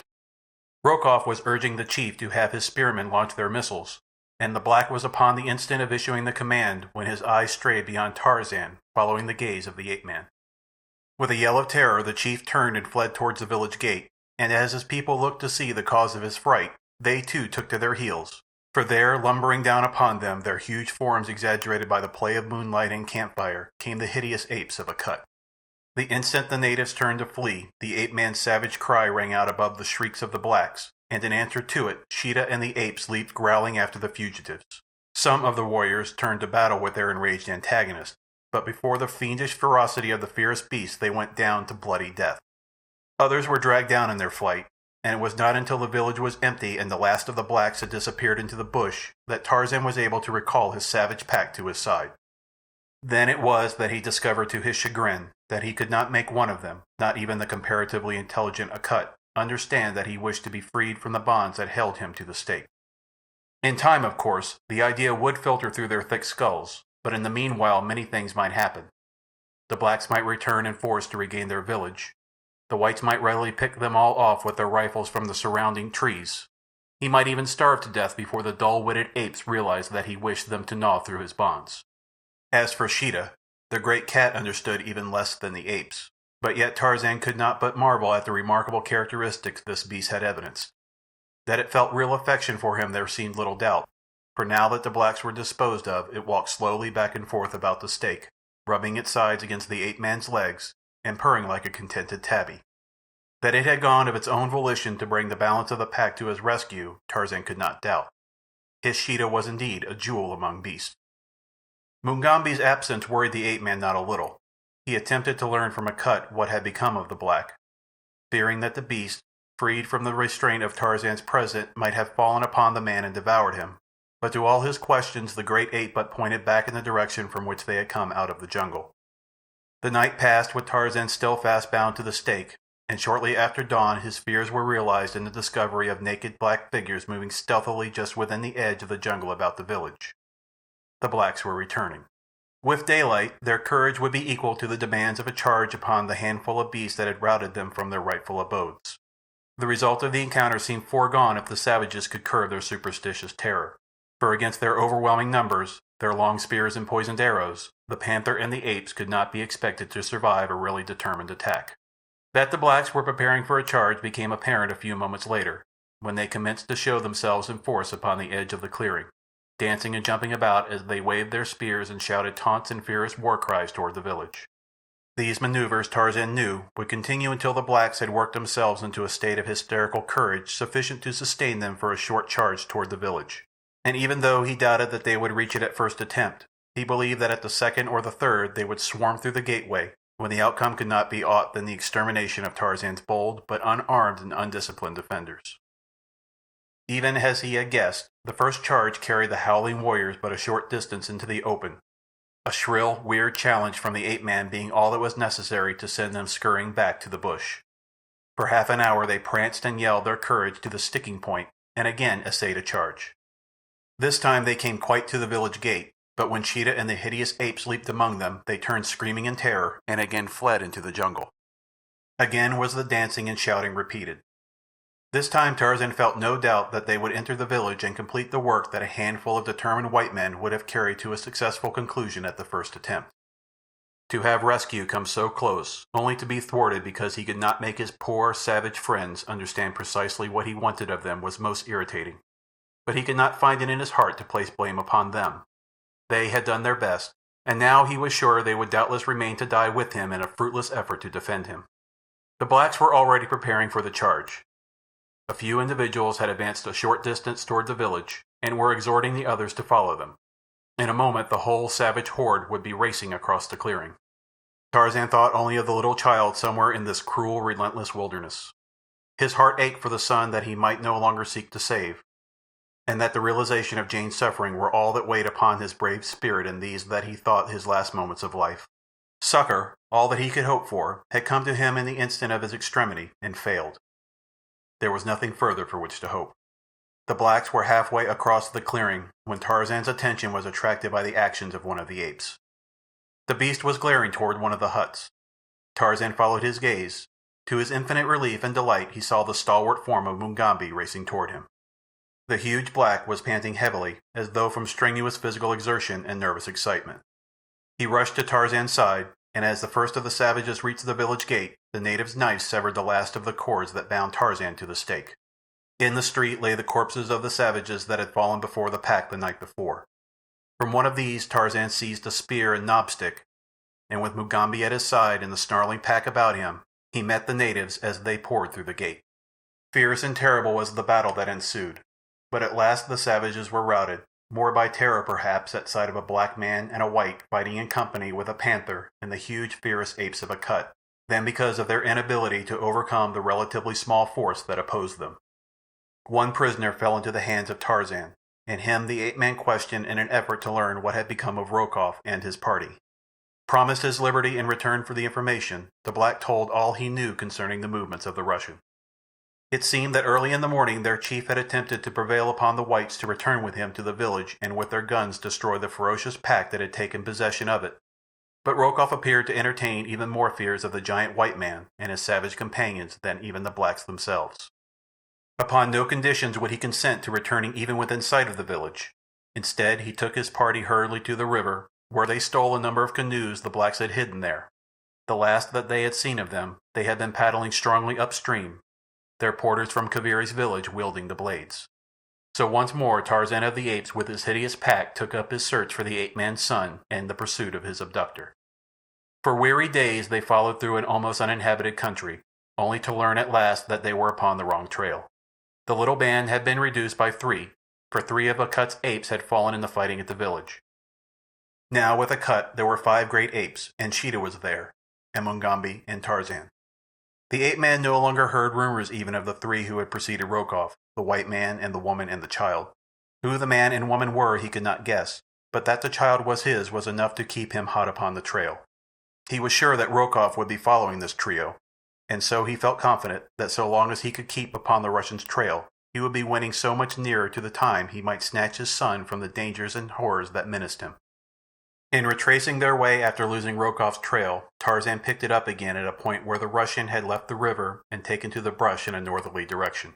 He could only account for this change on the ground that the child had been carried away from the river by the 2 who now had possession of it. Nowhere along the way, however, could he gain definite information that might assure him positively that the child was ahead of him.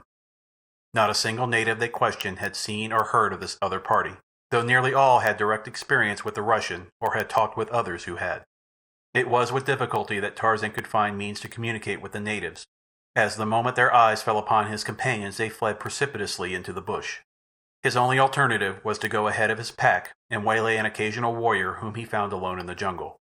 One day as he was thus engaged, tracking an unsuspecting savage, he came upon the fellow in the act of hurling a spear at a wounded white man who crouched in a clump of bush at the trail's side.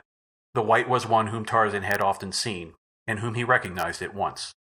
Deep in his memory was implanted those repulsive features, the close-set eyes, the shifty expression, the drooping, yellow mustache. Instantly it occurred to the ape-man that this fellow had not been among those who had accompanied Rokoff at the village where Tarzan had been a prisoner. He had seen them all, and this fellow had not been there. There could be but one explanation. He it was who had fled ahead of the Russian with the woman and the child, and the woman had been Jane Clayton. He was sure now of the meaning of Rokoff's words. The ape-man's face went white as he looked upon the pasty, vice-marked countenance of the Swede. Across Tarzan's forehead stood out the broad band of scarlet that marked the scar where, years before, Turkos had torn a great strip of the ape-man's scalp from his skull in the fierce battle in which Tarzan had sustained his fitness to the kingship of the apes of Kerchak. The man was his prey. The black should not have him, and with the thought he leaped upon the warrior, striking down the spear before it could reach its mark. The black, whipping out his knife, turned to do battle with this new enemy, while the Swede, lying in the bush, witnessed a duel the like of which he had never dreamed to see, a half-naked white man battling with a half-naked black, hand to hand with the crude weapons of primeval man at first, and then with hands and teeth like the primordial brutes from whose loins their forebears sprung. For a time Anderson did not recognize the white, and then at last it dawned upon him that he had seen this giant before. His eyes went wide in surprise that this growling, rending beast could ever have been the well-groomed English gentleman who had been a prisoner aboard the Kincaid.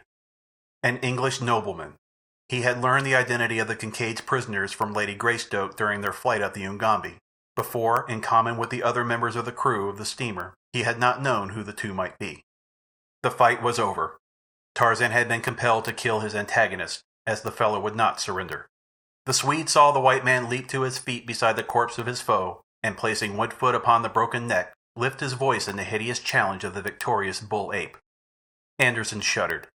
Then Tarzan turned toward him. His face was cold and cruel, and in the gray eyes the Swede read murder. "Where is my wife?" growled the ape-man. "Where is the child?" Anderson tried to reply, but a sudden fit of coughing choked him. There was an arrow entirely through his chest, and as he coughed the blood from his wounded lung poured suddenly from his mouth and nostrils.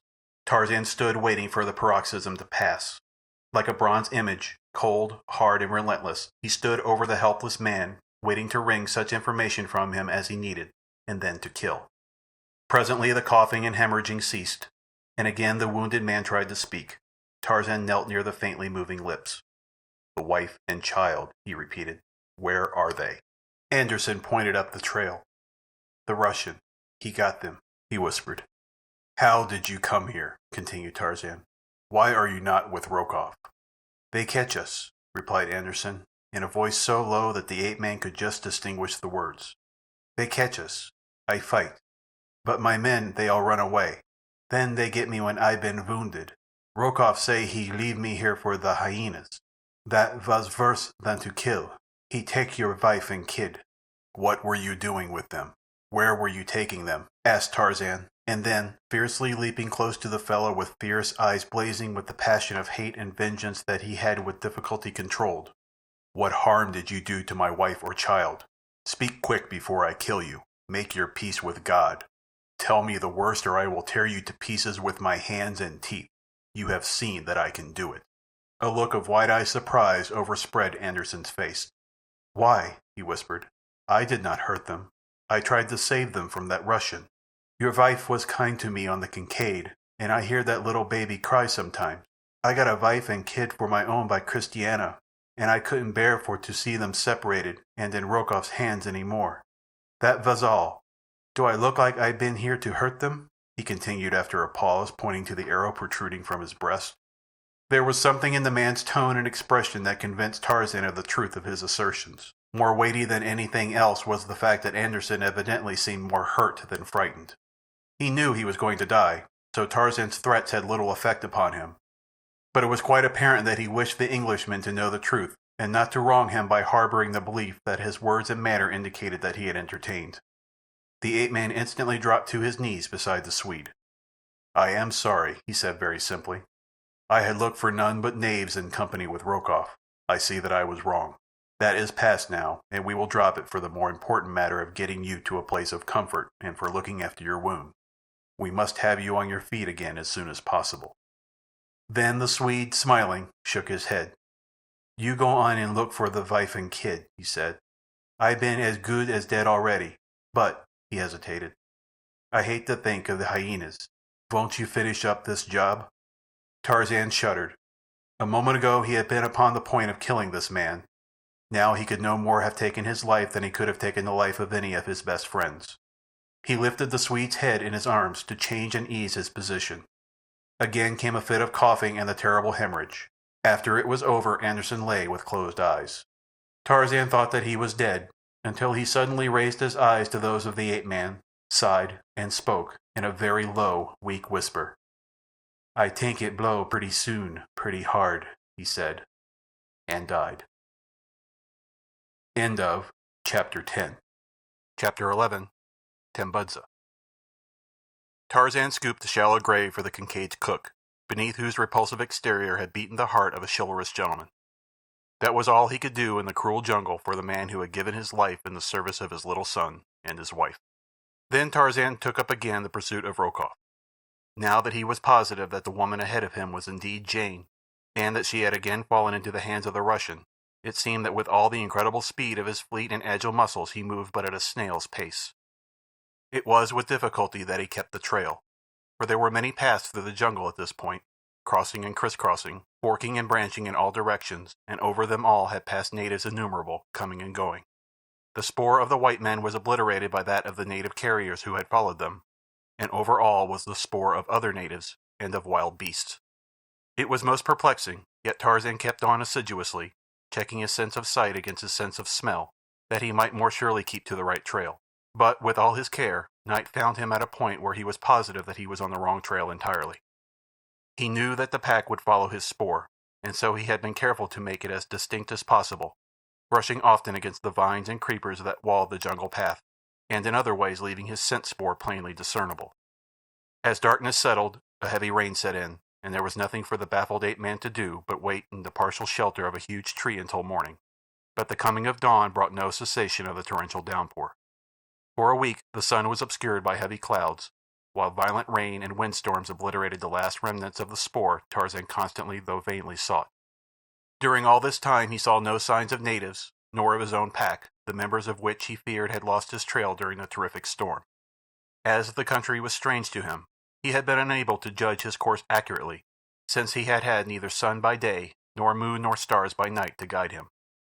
When the sun at last broke through the clouds in the forenoon of the 7th day, it looked down upon an almost frantic ape-man. For the first time in his life, Tarzan of the Apes had been lost in the jungle. That the experience should have befallen him at such a time seemed cruel beyond expression.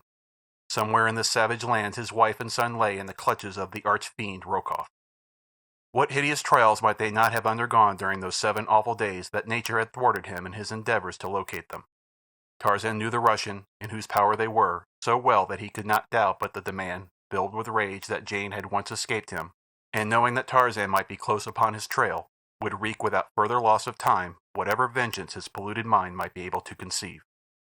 But, now that the sun shone once more, the ape-man was still at a loss as to what direction to take.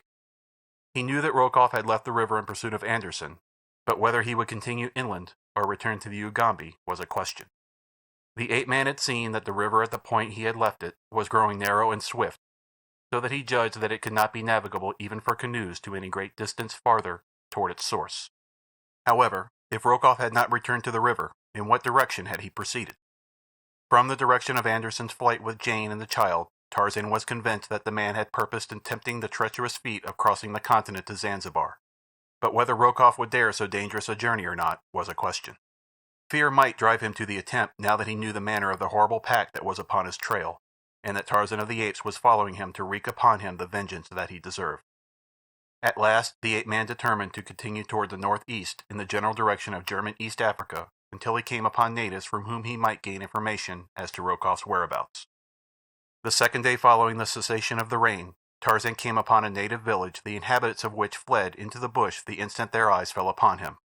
Tarzan, not to be thwarted in any such manner as this, pursued them, and after a brief chase caught up with a young warrior. The fellow was so badly frightened that he was unable to defend himself, dropping his weapons and falling upon the ground, wide-eyed and screaming as he gazed on his captor. It was with considerable difficulty that the ape-man quieted the fellow's fears sufficiently to obtain a coherent statement from him as to the cause of his uncalled-for terror. From him Tarzan learned, by dint of much coaxing, that a party of whites had passed through the village several days before. These men had told him of a terrible white devil that pursued them, warning the natives against it and the frightful pack of demons that accompanied it. The black had recognized Tarzan as the white devil from the description given by the whites and their black servants. Behind him he had expected to see a horde of demons disguised as apes and panthers. In this Tarzan saw the cunning hand of Rokoff. The Russian was attempting to make travel as difficult as possible for him by turning the natives against him in superstitious fear. The native further told Tarzan that the white man who had led the recent expedition had promised them a fabulous reward if they would kill the white devil. This they had fully intended doing should the opportunity present itself, but the moment they had seen Tarzan their blood had turned to water, as the porters of the white man had told them would be the case. Finding the ape-man had no attempt to harm him, the native at last recovered his grasp upon his courage, and, at Tarzan's suggestion, accompanied the white devil back to the village, calling as he went for his fellows to return also, as the white devil has promised to do you no harm if you come back right away and answer his question. One by one the blacks straggled into the village, but that their fears were not entirely allayed was evident from the amount of white that showed about the eyes of the majority of them, as they cast constant and apprehensive sidelong glances at the ape-man.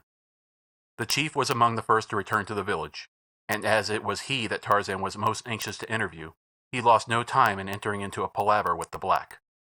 The fellow was short and stout, with an unusually low and degraded countenance and ape-like arms. His whole expression denoted deceitfulness. Only the superstitious terror engendered in him by the stories poured into his ears by the whites and blacks of the Russians' party kept him from leaping upon Tarzan with his warriors and slaying him forthwith, for he and his people were inveterate man-eaters.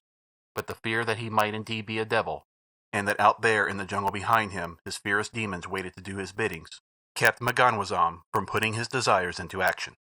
Tarzan questioned the fellow closely, and by comparing his statements with those of the young warrior he had first talked with, he learned that Rokoff and his safari were in terror-stricken retreat in the direction of the far east coast. Many of the Russians' porters had already deserted him. In that very village he had hanged 5 for theft and attempted desertion. Judging, however, from what the M'ganwazam had learned from those of the Russians' blacks who were not too far gone in terror of the brutal Rokoff to fear even to speak of their plans, it was apparent that he would not travel any great distance before the last of his porters, cooks, tent boys, gun-bearers, askari, and even his headmen would have turned back into the bush, leaving him to the mercy of the merciless jungle. M'ganwazam denied that there had been any white woman or child with the party of whites, but even as he spoke, Tarzan was convinced that he lied. Several times the ape-man approached the subject from different angles, but never was he successful in surprising the wily cannibal into a direct contradiction of his original statement that there had been no woman or children with the party. Tarzan demanded food of the chief, and after considerable haggling on the part of the monarch, succeeded in obtaining a meal. He then tried to draw at others of the tribe, especially the young man whom he had captured in the bush, but M'ganwazam's presence sealed their lips. At last, convinced that these people knew a great deal more than they had told him concerning the whereabouts of the Russian and the fate of Jane and the child, Tarzan determined to remain overnight among them in hopes of discovering something further of importance. When he had stated his decision to the chief, he was rather surprised to note the sudden change in the fellow's attitude toward him. From apparent dislike and suspicion, M'ganwazam became a most eager and solicitous host. Nothing would do but that the ape-man should occupy the best hut in the village, from which M'ganwazam's oldest wife was forthwith summarily ejected, while the chief took up his temporary abode in the hut of one of his younger consorts. Had Tarzan chanced to recall the fact that a princely reward had been offered the blacks if they should succeed in killing him, he might have more quickly interpreted M'ganwazam's sudden change in front. To have the white giant sleeping peacefully in one of his own huts would greatly facilitate the matter of earning the reward, and so the chief was urgent in his suggestions that Tarzan, doubtless being very much fatigued after his travels, should retire early to the comforts of anything but inviting palace. As much as the ape-man detested the thought of sleeping within a native hut, he had determined to do so this night, on the chance that he might be able to induce one of the younger men to sit and chat with him before the fire that burned in the center of the smoke-filled dwelling, and from him draw the truths he sought. So Tarzan accepted the invitation of old M'ganwazam, insisting, however, that he much preferred sharing a hut with some of the younger men rather than driving the chief's old wife out in the cold. The toothless old hag grinned her appreciation of this suggestion, and as the plan still better suited the chief's scheme, in that it would permit him to surround Tarzan with a gang of picked assassins, he readily assented, so that presently Tarzan had been installed in a hut close to the village gate. As there was to be a dance that night in honor of a band of recently returned hunters, Tarzan was left alone in the hut, the young men, as M'ganwazam explained, having to take part in the festivities. As soon as the ape-man was safely installed in the trap, M'ganwazam called about him the young warriors whom he had selected to spend the night with the White Devil. None of them was overly enthusiastic about the plan, since deep in their superstitious hearts lay an exaggerated fear of the strange white giant, but the word of M'ganwazam was law among his people, so not one dared to refuse the duty he was called upon to perform. As M'ganwazam unfolded his plan in whispers to the savages squatting about him, the old toothless hag to whom Tarzan had saved her hut for the night hovered about the conspirators, ostensibly to replenish the supply of firewood for the blaze about which the men sat, but really to drink in as much of their conversation as possible. Tarzan had slept for perhaps an hour or two despite the savage din of the revelers when his keen senses came suddenly alert to a suspicious stealthy movement in the hut in which he lay. The fire had died down to a heap of glowing embers, which accentuated rather than relieved the darkness that shrouded the interior of the evil-smelling dwelling. Yet the trained senses of the ape-man warned him of another presence creeping almost silently toward him through the gloom. He doubted that it was one of his hut-mates returning from the festivities, for he still heard the wild cries of the dancers and the din of the tom-toms in the village street without. Who could it be that took such pains to conceal his approach? As the presence came within reach of him, the ape-man bounded lightly to the opposite side of the hut, his spear poised ready at his side. "Who is it," he asked, "that creeps upon Tarzan of the Apes like a hungry lion out of the darkness?" "Silence, Bwana," replied an old crackle voice. "It is Tambudza, she whose hut you would not take, and thus drive an old woman out into the cold night." "What does Tambudza want of Tarzan of the Apes?" asked the ape-man. "You were kind to me, to whom none is now kind, and I have come to warn you in payment of your kindness," answered the old hag. "Warn me of what?" "M'ganwazam has chosen the young men who are to sleep in the hut with you," replied Tambudza. "I was near as he talked with them, and heard him issuing his instructions to them. When the dances run well into the morning, they are to come to the hut. If you are awake, they are to pretend that they have come to sleep. But if you sleep, it is M'ganwazam's command that you be killed. If you are not then asleep, they will wait quietly beside you until you do sleep, and then they will fall upon you together and slay you. M'ganwazam is determined to win the reward the white man has offered." "I had forgotten the reward," said Tarzan half to himself, and then he added, "How may M'ganwazam hope to collect the reward now that the white men who are my enemies have left his country, and gone he knows not where?" "Oh, they have not gone far," replied Tambudza. "M'ganwazam knows where they camp. His runners could quickly overtake them. They move slowly." "Where are they?" asked Tarzan. "Do you wish to come to them?" asked Tambudza in way of reply. Tarzan nodded. "I cannot tell you where they lie so that you could come to the place yourself, but I could lead you to them, Bwana." In their interest in the conversation, neither of the speakers had noticed a little figure which crept into the darkness of the hut behind them, nor did they see it when it slunk noiselessly out again. It was little Bualu, the chief's son by one of his younger wives, a vindictive, degenerate little rascal who hated Tambudza, and was ever seeking opportunities to spy upon her and report her slightest breach of custom to his father. "Come then," said Tarzan quickly, "let us be on our way." This Bulew did not hear, for he was already legging it up the village street to where his hideous sire guzzled native beer, and watching the evolutions of the frantic dancers leaping high in the air and cavorting wildly in their hysterical capers. So it happened that as Tarzan and Tambudza sneaked warily from the village and melted into the Stygian darkness of the jungle, two lithe runners took their way in the same direction, though by another trail. When they had come sufficiently far from the village to make it safe for them to speak above a whisper, Tarzan asked the old woman if she had seen aught of a white woman and a little child. "Yes, Bwana," replied Tambudza. "There was a woman with them and a little child, a little white pickaninny. It died here in our village of the fever, and they buried it." End of Chapter 11. Chapter 12. A Black Scoundrel. When Jane Clayton regained consciousness, she saw Anderson standing over her, holding the baby in his arms. As her eyes rested upon them, an expression of misery and horror overspread her countenance.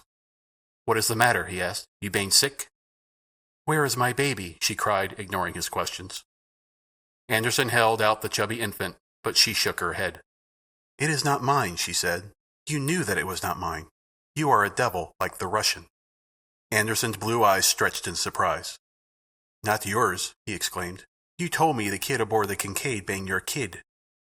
"Not this one," replied Jane dully. "The other. Where is the other? There must have been two. I did not know about this one." "There wasn't no other kid. I think this bane yours. I am very sorry." Anderson fidgeted about, standing first on one foot and then upon the other.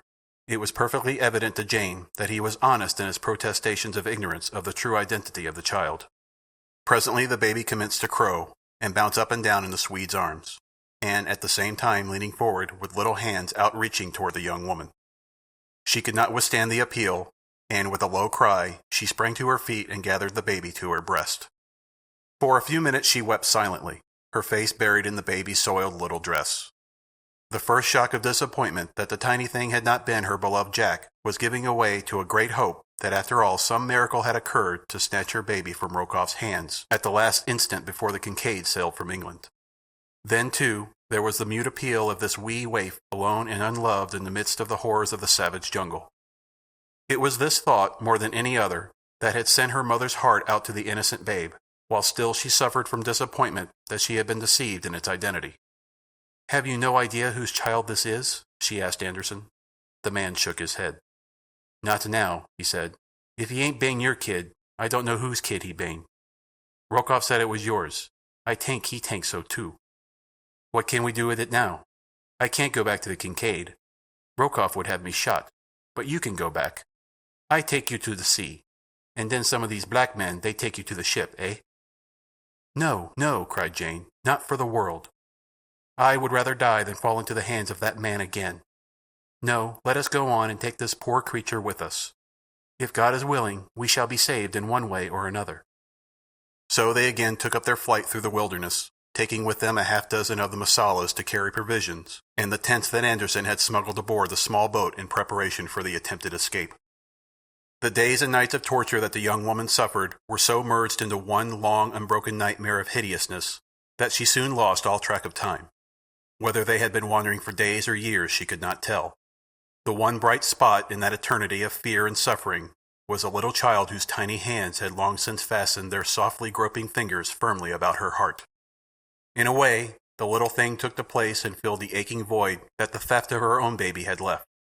It could never be the same, of course, but yet, day by day, she found her mother love enveloping the waif more closely, until sometimes she sat with closed eyes lost in a sweet imagining that the little bundle of humanity at her breast was truly her own.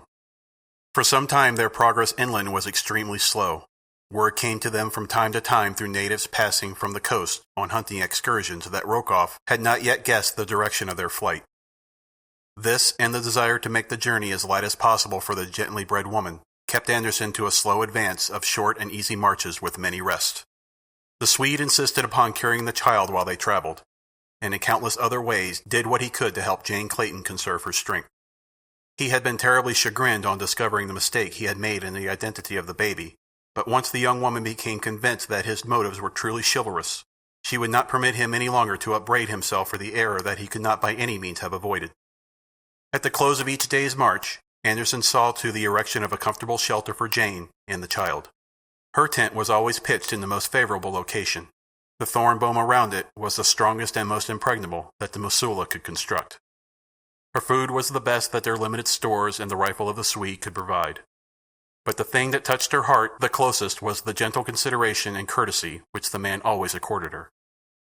That such nobility of character could lie beneath so repulsive an exterior never ceased to be a source of wonder and amazement to her, until at last the innate chivalry of the man and his unfailing kindness and sympathy transformed his appearance in so far as Jane was concerned, until she saw only the sweetness of his character mirrored in his countenance. They had commenced to make a little better progress when word reached them that Rokoff was but a few marches behind them, and that he had at last discovered the direction of their flight. It was then that Anderson took to the river, purchasing a canoe from a chief whose village lay a short distance from the Ugambi upon the bank of a tributary. Thereafter the little party of fugitives fled up the broad Ugambi, and so rapid had their flight become that they no longer received word of their pursuers. At the end of canoe navigation upon the river, they abandoned their canoe and took to the jungle. Here progress became at once arduous, slow, and dangerous. The second day after leaving the Ugambi, the baby fell ill with fever. Anderson knew what the outcome must be, but he had not the heart to tell Jane Clayton the truth, for he had seen that the young woman had come to love the child almost as passionately as though it had been her own flesh and blood. As the baby's condition precluded farther advance, Anderson withdrew a little from the main trail he had been following and built a camp in a natural clearing on the bank of a little river. Here Jane devoted her every moment to caring for the tiny sufferer. As though her sorrow and anxiety were not all that she could bear, a further blow came with the sudden announcement of one of the Musula porters, who had been foraging in the jungle adjacent, that Rokoff and his party were camped quite close to them, and were evidently upon their trail to this little nook, which all had thought so excellent a hiding place. This information could mean but one thing, and that they must break camp and fly onward regardless of the baby's condition. Jane Clayton knew the traits of the Russian well enough to be positive that he would separate her from the child the moment that he recaptured them, and she knew that separation would mean the immediate death of the baby. As they stumbled forward through the tangled vegetation along an old and almost overgrown game trail, the Musula porters deserted them one by one. The men had been staunch enough in their devotion and loyalty as long as they were in no danger of being overtaken by the Russian and his party. They had heard, however, so much of the atrocious disposition of Rokoff that they had grown to hold him in mortal terror, and now that they knew he was close upon them, their timid hearts would fortify them no longer, and as quickly as possible they deserted the three whites. Yet on and on went Anderson and the girl. The Swede went ahead, to hew a way through the brush where the path was entirely overgrown, so that on this march it was necessary that the young woman carry the child. All day they marched. Late in the afternoon they realized that they had failed. Close behind them they heard the noise of a large safari advancing along the trail, which they had cleared for their pursuers. When it became quite evident that they must be overtaken in a short time, Anderson hid Jane behind a large tree, covering her and the child with brush. "There is a village about a mile further on," he said to her. "The Mosula told me its location before they deserted us. I try to lead the Russian off your trail. Then you go on to the village. I think the chief been friendly to white men. The Mosula tell me he had been.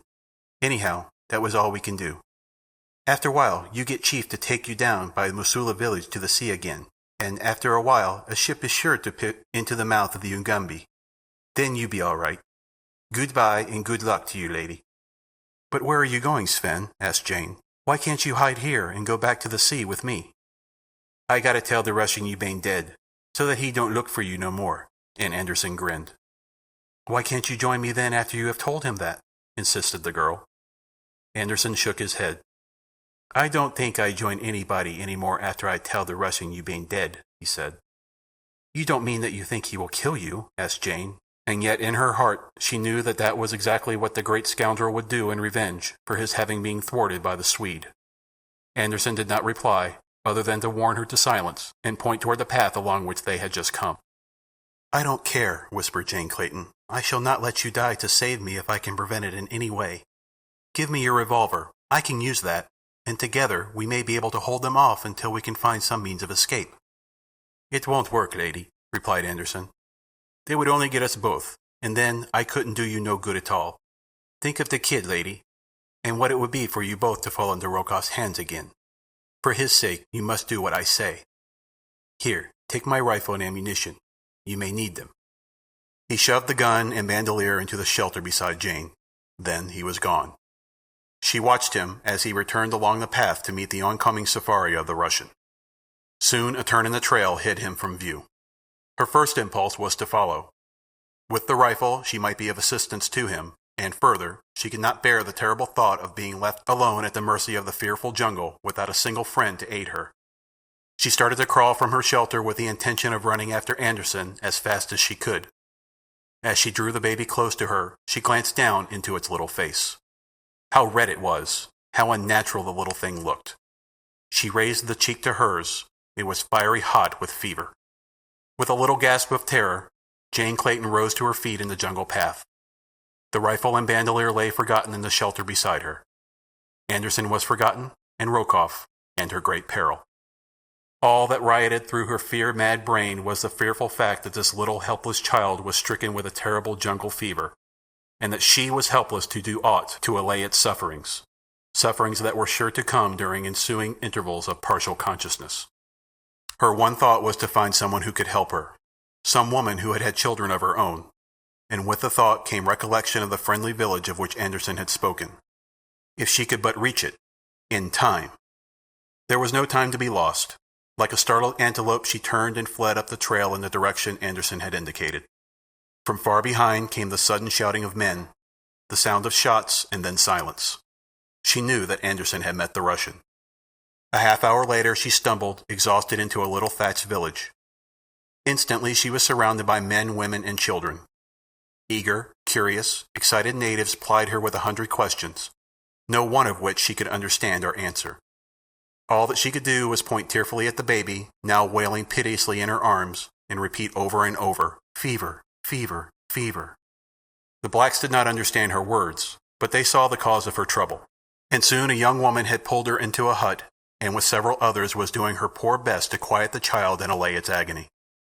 The witch doctor came in and built a little fire before the infant, upon which he boiled some strange concoction in a small earthen pot, making weird passes above it and mumbling strange, monotonous chants. Presently he dipped the zebra's tail into the brew, and with further mutterings and incantations sprinkled a few drops of the liquid over the baby's face. After he had gone, the women sat about and moaned and wailed until Jane thought that she should go mad. But, knowing that they were doing it all out of the kindness of their hearts, she endured the frightful waking nightmare of those awful hours in dumb and patient suffering. It must have been well toward midnight that she became conscious of a sudden commotion in the village. She heard the voices of the natives raised in controversy, but she could not understand the words. Presently she heard footsteps approaching the hut in which she squatted before a bright fire, with the baby on her lap.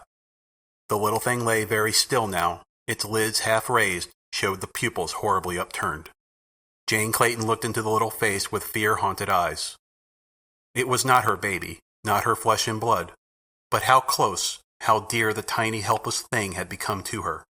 Her heart, bereft of its own, had gone out to this poor little nameless waif, and lavished upon it all the love that had been denied her during the long bitter weeks of her captivity aboard the Kincaid. She saw that the end was near, and though she was terrified at contemplation of her loss, still she hoped that it would come quickly now, and in the suffering of the little victim. The footsteps she had heard without the hut now halted before the door. There was a whispered colloquy, and a moment later M'ganwazam, chief of the tribe, entered. She had seen but little of him, as the women had taken her in hand almost as soon as she entered the village. M'ganwazam, she now saw, was an evil-appearing savage, with every mark of brutal degeneracy writ large upon his bestial countenance. To Jane Clayton he looked more gorilla than human. He tried to converse with her, but without success, and finally he called to someone without. In answer to his summons another Negro entered, a man of a very different appearance from M'ganwazam, so different, in fact, that Jane Clayton immediately decided that he was of another tribe. The man acted as interpreter, and almost from the first question that M'ganwazam put to her, Jane felt an intuitive conviction that the savage was attempting to draw information from her for some ulterior motive. She thought it strange that the fellow should so suddenly have become interested in her plans, and especially in her intended destination when her journey had been interrupted at his village. Seeing no reason for withholding the information, she told him the truth. But when he asked if she expected to meet her husband at the end of the trip, she shook her head negatively. Then he told her the purpose of his visit, talking through the interpreter. "I have just learned," he said, "from some men who live by the side of the great water, that your husband followed you up the Ugambi for several marches, when he was at last set upon by natives and killed. Therefore I have told you this, that you might not waste your time in a long journey, if you expected to meet your husband at the end of it, but instead could turn and retrace your steps to the coast." Jane thanked M'ganwazam for his kindness, though her heart was numb with suffering at this new blow. She who had suffered so much was at last beyond reach of the keenest of misery's pangs, for her senses were numbed and calloused. With bowed head she sat staring with unseeing eyes upon the face of the baby in her lap. M'ganwazam had left the hut. Some time later she heard a noise at the entrance. Another had entered. One of the women, sitting opposite her, threw a faggot upon the dying embers of the fire between them. With a sudden flare, it burst into renewed flame, lighting up the hut's interior as though by magic. The flame disclosed to Jane Clayton's horrified gaze that the baby was quite dead. How long it had been so, she could not guess. A choking lump rose to her throat. Her head dropped in silent misery upon the little bundle that she had caught suddenly to her breast. For a moment, the silence of the hut was unbroken. Then the native woman broke into a hideous wail. A man coughed close before Jane Clayton and spoke her name. With a start, she raised her eyes to look into the sardonic countenance of Nicholas Rokoff. End of Chapter 12. Chapter 13. Escape. For a moment, Rokoff stood sneering down upon Jane Clayton. Then his eyes fell to the little bundle in her lap. Jane had drawn one corner of the blanket over the child's face, so that to one who did not know the truth it seemed to be but sleeping. "You have gone to a great deal of unnecessary trouble," said Rokoff, "to bring the child to this village. If you had attended to your own affairs, I should have brought it here myself.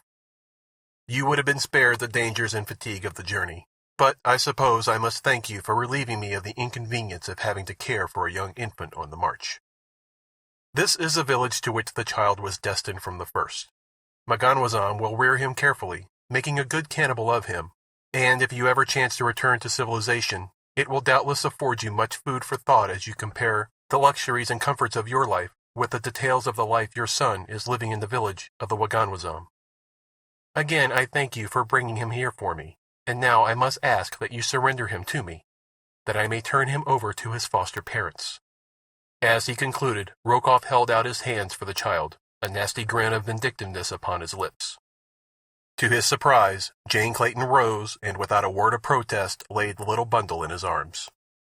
"Here is the child," she said. "Thank God he is beyond your power to harm." Grasping the import of her words, Rokoff snatched the blanket from the child's face to seek confirmation of his fears. Jane Clayton watched his expression closely. She had been puzzled for days for an answer to the question of Rokoff's knowledge of the child's identity. If she had been in doubt before, the last shred of that doubt was wiped away as she witnessed the terrible anger of the Russian as he looked upon the dead face of the baby, and realized that at the last moment his dearest wish for vengeance had been thwarted by a higher power.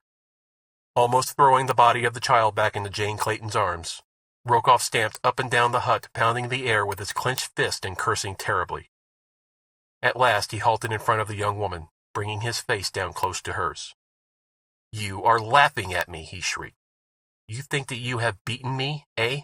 I'll show you, as I have shown the miserable ape you call husband, what it means to interfere with the plans of Nicholas Rokoff.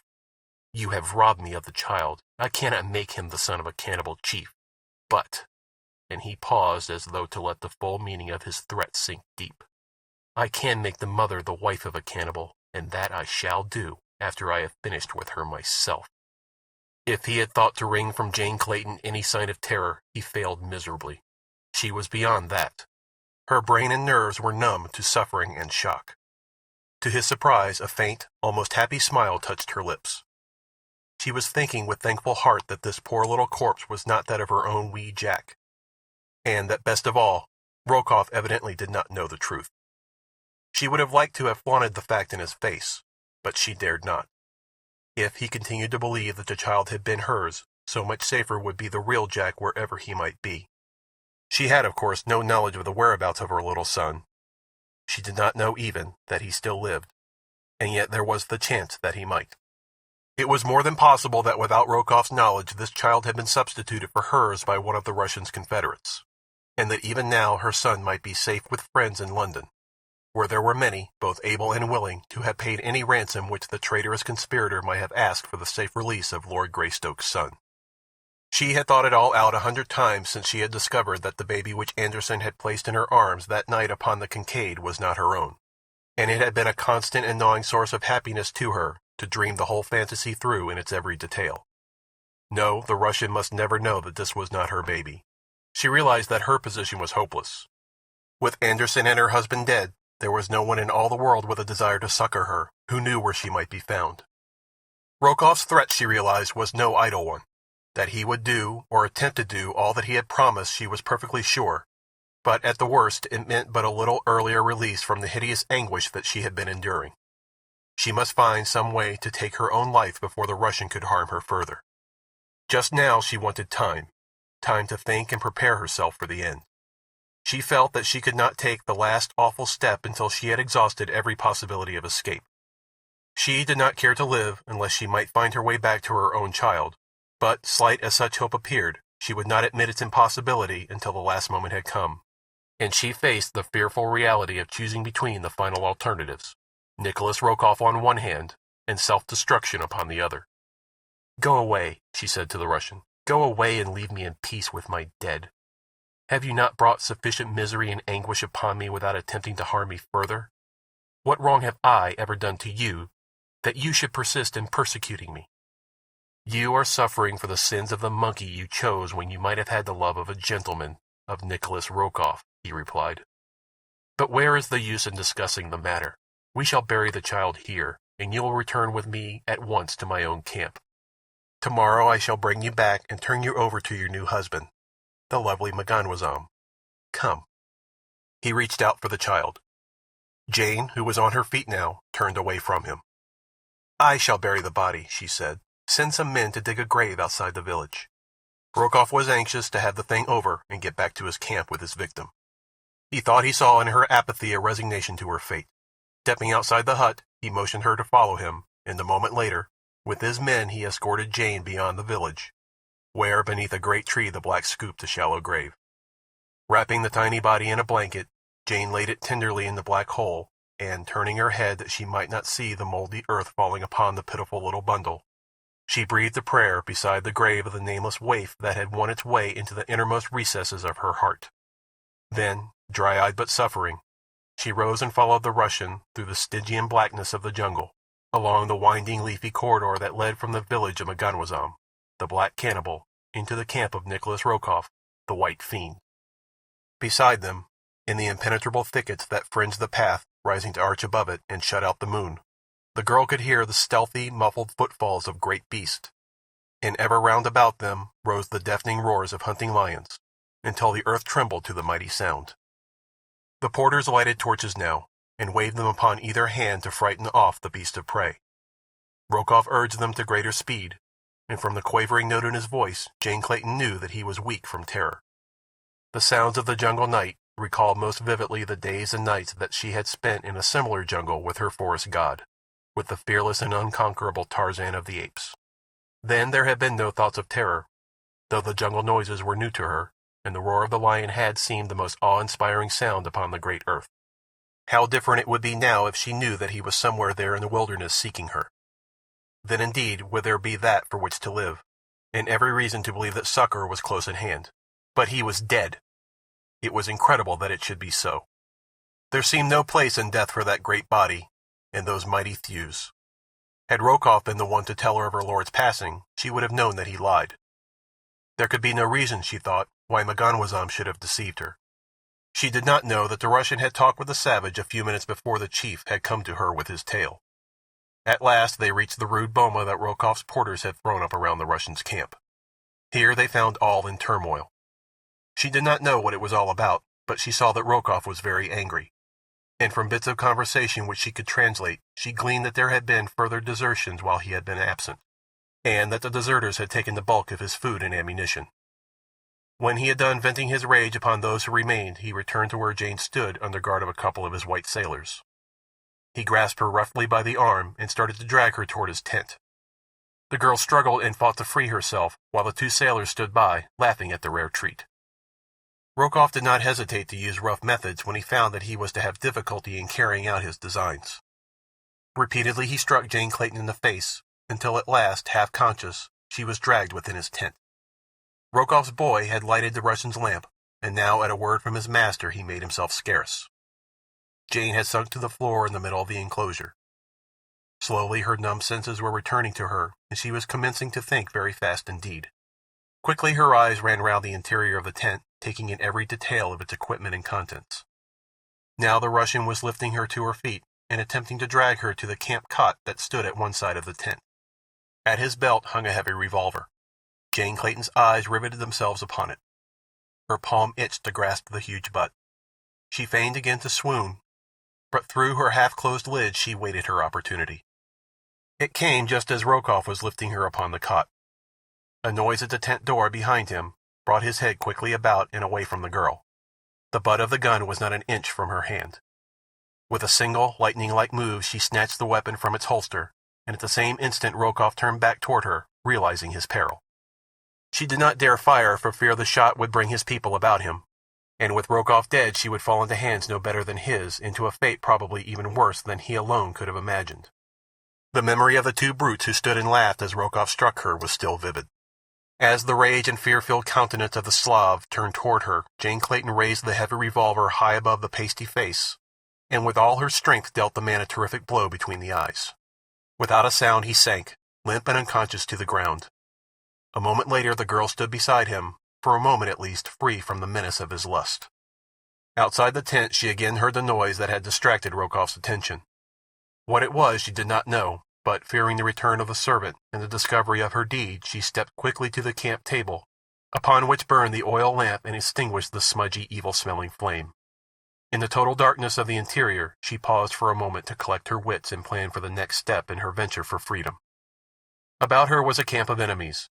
Beyond those foes the black wilderness of savage jungle peopled by hideous beasts of prey, and still more hideous human beasts. There was little or no chance that she could survive even a few days of the constant dangers that would confront her there, but the knowledge that she had already passed through so many perils unscathed, and that somewhere out in the faraway world a little child was doubtless at that very moment crying for her, filled her with the determination to make the effort to accomplish the seemingly impossible, and cross that awful land of horror in search of the sea and the remote chance of succor that she might find there. Rokoff's tent stood almost exactly in the center of the boma. Surrounding it were the tents and shelters of his white companions and the natives of his safari. To pass through these and find egress through the boma seemed a task too fraught with insurmountable obstacles to warrant even the slightest consideration, and yet there was no other way. To remain in the tent until she should be discovered would be to set at naught all that she had risked to gain her freedom. And so with stealthy step and every sense alert she approached the back of the tent to set out upon the first stage of her adventure. Groping along the rear of the canvas wall, she found that there was no opening there. Quickly she returned to the side of the unconscious Russian. In his belt her groping fingers came upon the hilt of a long hunting knife, and with this she cut a hole in the back wall of the tent. Silently she stepped without. To her immense relief she saw that the camp was apparently asleep. In the dim and flickering light of the dying fire she saw but a single sentry, and he was dozing upon his haunches at the opposite side of the enclosure. Keeping the tent between him and herself, she crossed between the small shelters of the native porters to the boma wall beyond. Outside, in the darkness of the tangled jungle, she could hear the roaring of lions, the laughing of hyenas, and the countless nameless noises of the midnight jungle. For a moment she hesitated, trembling. The thought of the prowling beast out there in the darkness was appalling. Then, with a sudden brave toss of her head, she attacked the thorny boma wall with her delicate hands. Torn and bleeding though they were, she worked on breathlessly until she had made an opening through which she could worm her body, and then at last she stood outside the enclosure. Behind her lay a fate worse than death, at the hands of human beings. Before her lay an almost certain fate, but it was only death, sudden, merciful, and honorable death. Without a tremor and without regard she darted away from the camp, and a moment later the mysterious jungle had closed about her. End of Chapter 13. Chapter 14. Alone in the Jungle. Tambudza, leading Tarzan of the Apes toward the camp of the Russian, moved very slowly along the winding jungle path, for she was old and her legs stiff with rheumatism. So it was that the runners dispatched by M'ganwazam to warn Rokoff that the white giant was in his village, and that he would be slain that night reached the Russian's camp before Tarzan and his ancient guide had covered half the distance. The guides found the white man's camp in a turmoil. Rokoff had that morning been discovered stunned and bleeding within his tent. When he had recovered his senses and realized that Jane Clayton had escaped, his rage was boundless. Rushing about the camp with his rifle, he had sought to shoot down the native sentries who had allowed the young woman to elude their vigilance. But several of the other whites, realizing that they were already in a precarious position, owing to the numerous desertions that Rokoff's cruelty had brought about, seized and disarmed him. Then came the messengers from M'ganwazam, but scarcely had they told their story, and Rokoff was preparing to depart with them for their village, when other runners, panting from their exertions of their swift flight through the jungle, rushed breathless into the firelight, crying that the white giant had escaped from M'ganwazam, and was already on his way to wreak vengeance against his enemies. Instantly, confusion reigned within the encircling boma. The blacks belonging to Rokoff's safari were terror-stricken at the thought of the proximity of the white giant, who hunted through the jungle with a fierce pack of apes and panthers at his heels. Before the whites realized what had happened, the superstitious fears of the natives had sent them scurrying into the bush, their own carriers as well as the messengers from M'ganwazam. But even in their haste, they had not neglected to take with them every article of value upon which they could lay their hands. Thus Rokoff and the 7 white sailors found themselves deserted and robbed in the midst of a wilderness. The Russian, following his usual custom, berated his companions, laying all the blame upon their shoulders for the events which had led up to the almost hopeless condition in which they now found themselves. But the sailors were in no mood to brook his insults and his cursing. In the midst of this tirade, one of them drew a revolver and fired point-blank at the Russian. The fellow's aim was poor, but his act so terrified Rokoff that he turned and fled for his tent. As he ran, his eyes chanced to pass beyond the boma to the edge of the forest, and there he caught a glimpse of that which sent his craven heart cold with a fear that almost expunged his terror of the 7 men at his back, who by this time were all firing in hate and revenge at his retreating figure. What he saw was the giant figure of an almost naked white man emerging from the bush. Darting into his tent, the Russian did not halt in his flight, but kept right on through the rear wall, taking advantage of the long slit that Jane Clayton had made the night before. The terror-stricken Muscovite scurried like a hunted rabbit through the hole that still gaped in the boma's wall at the point where his own prey had escaped, and as Tarzan approached the camp upon the opposite side, Rokoff disappeared into the jungle in the wake of Jane Clayton. As the ape-man entered the boma with old Tambudza at his elbow, the 7 sailors, recognizing him, turned and fled in the opposite direction. Tarzan saw that Rokoff was not among them, and so he let them go their way. His business was with the Russian, whom he expected to find in his tent. As to the sailors, He was sure that the jungle would exact from them expiation for their villainies, nor doubtless was he wrong, for his were the last white man's eyes to rest upon any of them. Finding Rokoff's tent empty, Tarzan was about to set out in search of the Russian when Tambudza suggested to him that the departure of the white man could only have resulted from word reaching him from Maganwazam that Tarzan was in his village. "He has doubtless hasted there," argued the old woman. "If you would find him, let us return at once." Tarzan himself thought that this would probably prove to be the fact, and so he did not waste time in an endeavor to locate the Russian's trail, but instead set out briskly for the village of Maganwazam, leaving Tambudza to plod slowly in his wake. His one hope was that Jane was still safe and with Rokoff. If this was the case, it would be but a matter of an hour or more before he should be able to wrest her from the Russian. He knew now that Maganwazam was treacherous, and that he might have to fight to regain possession of his wife. He wished that Mugambi, Sheeta, Akut, and the balance of the pack were with him, for he realized that single-handed it would be no child's play to bring Jane safely from the clutches of two such scoundrels as Rokoff and the wily Maganwazam. To his surprise, he found no sign of either Rokoff or Jane in the village, and as he could not trust the word of the chief, he wasted no time in futile inquiry. So sudden and unexpected had been his return, and so quickly had he vanished into the jungle after learning that those he sought were not among the Maganwazam, that old Maganwazam had no time to prevent his going. Swinging through the trees, he hastened back to the deserted camp he had so recently left, for here he knew was the logical place to take up the trail of Rokoff and Jane. Arrived at the boma, he circled carefully about the outside of the enclosure until, opposite a break in the thorny wall, he came to indications that something had recently passed into the jungle. His acute sense of smell told him that both of those he sought had fled from the camp in this direction, and a moment later he had taken up the trail and was following the faint spoor. Far ahead of him, a terror-stricken young woman was slinking along a narrow game trail, fearful that the next moment would bring her face to face with some savage beast or equally savage man. As she ran on, hoping against hope that she had hit upon the direction that would lead her eventually to the great river, she came suddenly upon a familiar spot. At one side of the trail, beneath a giant tree, lay a little heap of loosely piled brush. To her dying day, that little spot of jungle would be indelibly impressed upon her memory. It was where Anderson had hidden her, where he had given up his life in the vain effort to save her from Rokoff. At sight of it, she recalled the rifle and ammunition that the man had thrust upon her at the last moment.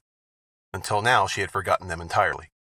Still clutched in her hand was the revolver she had snatched from Rokoff's belt, but that could contain at most not over 6 cartridges, not enough to furnish her with food and protection both on the long journey to the sea. With bated breath she groped beneath the little mound, scarce daring to hope that the treasure remained where she had left it. But to her infinite relief and joy, her hand came at once upon the barrel of the heavy weapon, and then upon the bandolier of cartridges. As she threw the latter about her shoulder and felt the weight of the big game gun in her hand, a sudden sense of security suffused her. It was with new hope and a feeling of almost assured success that she again set forward upon her journey. That night she slept in the crotch of a tree, as Tarzan had so often told her he was accustomed to doing, and early the next morning was upon her way again. Late in the afternoon, as she was about to cross a little clearing, she was startled at the sight of a huge ape coming from the jungle upon the opposite side. The wind was blowing directly across the clearing between them, and Jane lost no time in putting herself downwind from the huge creature. Then she hid in a clump of heavy bush, and watched, holding the rifle ready for instant use. To her consternation, she saw that the apes were pausing in the center of the clearing. They came together in a little knot, where they stood looking backward, as though in expectation of the coming of others of their tribe. Jane wished they would go on, for she knew that at any moment some little eddying gust of wind might carry her scent down to their nostrils, and then what would the protection of her rifle amount to in the face of those gigantic muscles and mighty fangs? Her eyes moved back and forth between the apes and the edge of the jungle toward which they were gazing, until at last she perceived the object of their halt and the thing that they awaited. They were being stalked. Of this she was positive, as she saw the lithe, sinewy form of a panther glide noiselessly from the jungle at the point at which the apes had emerged but a moment before. Quickly the beast trotted across the clearing toward the anthropoids. Jane wondered at their apparent apathy, and a moment later her wonder turned to amazement as she saw the great cat come quite close to the apes, who, apparently entirely unconcerned by its presence, and squatting down in their midst, fell assiduously to the business of preening, which occupies most of the waking hours of the cat family. If the young woman was surprised by the sight of these natural enemies fraternizing, it was with emotions little short of fear for her own sanity that she presently saw a tall, muscular warrior enter the clearing and joined the group of savage beasts assembled there. At first sight of the man, she had been positive that he would be torn to pieces, and she had half risen from her shelter, raising her rifle to her shoulder to do what she could to avert the man's terrible fate. Now she saw that he seemed actually conversing with the beast, issuing orders to them. Presently the entire company filed on across the clearing and disappeared into the jungle upon the opposite side. With a gasp of mingled incredulity and relief, Jane Clayton staggered to her feet and fled on away from the terrible horde that had just passed her, while half a mile behind her another individual, following the same trail as she, lay frozen with terror behind an anthill as the hideous band passed quite close to him. This one was Rokoff, but he had recognized the members of the awful aggregation as allies of Tarzan of the Apes. No sooner, therefore, had the beast passed him, than he rose and raced through the jungle as fast as he could go, in order that he might put as much distance as possible between himself and these frightful beasts. So it happened that as Jane Clayton came to the bank of the river, down which she hoped to float to the ocean and eventual rescue, Nicholas Rokoff was but a short distance in her rear. Upon the bank the girl saw a great dugout drawn halfway from the water and tied securely to a nearby tree. This, she felt, would solve the question of transportation to the sea, could she but launch the huge unwieldy craft. Unfastening the rope that had moored it to the tree, Jane pushed frantically upon the bow of the heavy canoe, but for all the results that were apparent, she might as well have been attempting to shove the earth out of its orbit. She was about winded when it occurred to her to try working the dugout into the stream by loading the stern with ballast and then rocking the bow back and forth along the bank until the craft eventually worked itself into the river. There were no stones or rocks available, but along the shore she found quantities of driftwood deposited by the river at a slightly higher stage. These she gathered and piled far into the stern of the boat, until at last, to her immense relief, she saw the bow rise gently from the mud of the bank, and the stern drift slowly with the current until it again lodged a few feet farther downstream. Jane found that by running back and forth between the bow and the stern, she could alternately raise and lower each end of the boat as she shifted her weight from one end to the other, with the result that each time she leaped to the stern, the canoe moved a few inches farther into the river. As the success of her plan approached more closely to fruition, she became so wrapped in her efforts that she failed to note the figure of a man standing beneath a huge tree at the edge of the jungle from which he had just emerged. He watched her and her labors with a cruel and malicious grin upon his swarthy countenance. The boat at last became so nearly free of the retarding mud and of the bank that Jane felt positive that she could pull it off into deeper water with one of the paddles which lay in the bottom of the rude craft. With this end in view, she seized upon one of these implements, and had just plunged it into the river bottom close to the shore when her eyes happened to rise to the edge of the jungle. As her gaze fell upon the figure of the man, a little cry of terror rose to her lips. It was Rokoff. He was running toward her now, and shouting to her to wait or he would shoot. Though he was entirely unarmed, it was difficult to discover just how he intended making good his threat. Jane Clayton knew nothing of the various misfortunes that had befallen the Russian since he had escaped from his tent, so she believed that his followers must be close at hand. However, she had no intention of falling again into the man's clutches. She would rather die at once than that that should happen to her. Another minute and the boat would be free. Once in the current of the river, she would be beyond Rokoff's power to stop her, for there was no other boat upon the shore, and no man, certainly not the cowardly Rokoff, would dare to attempt to swim the crocodile-infested waters in an effort to overtake her. Rokoff, on his part, was bent more upon escape than aught else. He would gladly have forgone any designs he might have had upon Jane Clayton, would she but permit him to share this means of escape that she had discovered. He would promise anything if she would let him come aboard the dugout, but he did not think that it was necessary to do so. He saw that he could easily reach the bow of the boat before it cleared the shore, and then it would not be necessary to make promises of any sort. Not that Rokoff would have felt the slightest compunction in ignoring any promises he might have made the girl, but he disliked the idea of having to sue for favor with one who had so recently assaulted and escaped him. Already he was gloating over the days and nights of revenge that would be his while the heavy dugout drifted its slow way to the ocean. Jane Clayton, working furiously to shove the boat beyond his reach, suddenly realized that she was to be successful, for with a little lurch the dugout swung quickly into the current, just as the Russian reached out to place his hand upon the bow. His fingers did not miss their goal by a half-dozen inches. The girl almost collapsed with the reaction from the terrific mental, physical, and nervous strain under which she had been laboring for the past few minutes. But, thank heaven, at last she was safe. Even as she breathed a silent prayer of thanksgiving, she saw a sudden expression of triumph lighten the features of the cursing Russian, and at the same instant he dropped suddenly to the ground, grasping firmly upon something which wriggled through the mud toward the water. Jane Clayton crouched, wide-eyed and horror-stricken in the bottom of the boat as she realized at the last instant success had been turned to failure, and that she was indeed again in the power of the malignant Rokoff. For the thing the man had seen and grasped was the end of the trailing rope with which the dugout had been moored to the tree. End of Chapter 14. Chapter 15. Down the Ugambi. Halfway between the Ugambi and the village of the Waganwazam, Tarzan came upon the pack moving slowly along his old spoor. Mugambi could scarce believe that the trail of the Russian and the mate of his savage master had passed so close to that of the pack. It seemed incredible that two human beings should have come so close to them without having been detected by some of the marvelously keen and alert beasts. But Tarzan pointed out the spoor of the two he trailed, and at certain points the black could see that the man and the woman must have been hiding as the pack passed them, watching every move of the ferocious creatures. It had been apparent to Tarzan from the first that Jane and Rokoff were not traveling together.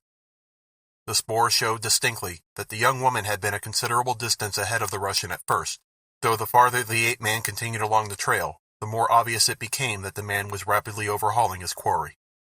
At first, there had been the spoor of wild beast over the footprints of Jane Clayton, while upon the top of all Rokoff's spoor showed that he had passed over the trail after the animals had left their records upon the ground. But later, there were fewer and fewer animal imprints occurring between those of Jane's and the Russian's feet, until, as he approached the river, the ape-man became aware that Rokoff could not have been more than a few hundred yards behind the girl. He felt they must be close ahead of him now, and with a little thrill of expectation, he leaped rapidly forward ahead of the pack. Swinging swiftly through the trees, he came out upon the river bank at the very point at which Rokoff had overhauled Jane as she endeavored to launch the cumbersome dugout. In the mud along the bank, the ape-man saw footprints of the two he sought, but there was neither boat nor people there when he arrived, nor at first glance any sign of their whereabouts. It was plain that they had shoved off a native canoe and embarked upon the bosom of the stream, and as the ape-man's eye ran swiftly down the course of the river beneath the shadows of the overarching trees, he saw in the distance, just as it rounded a bend that shut it off from his view, a drifting dugout in the stern of which was the figure of a man. Just as the pack came in sight of the river, they saw their agile leader racing down the river's bank, leaping from hummock to hummock of the swampy ground that spread between them and a little promontory which rose just where the river curved inward from their sight.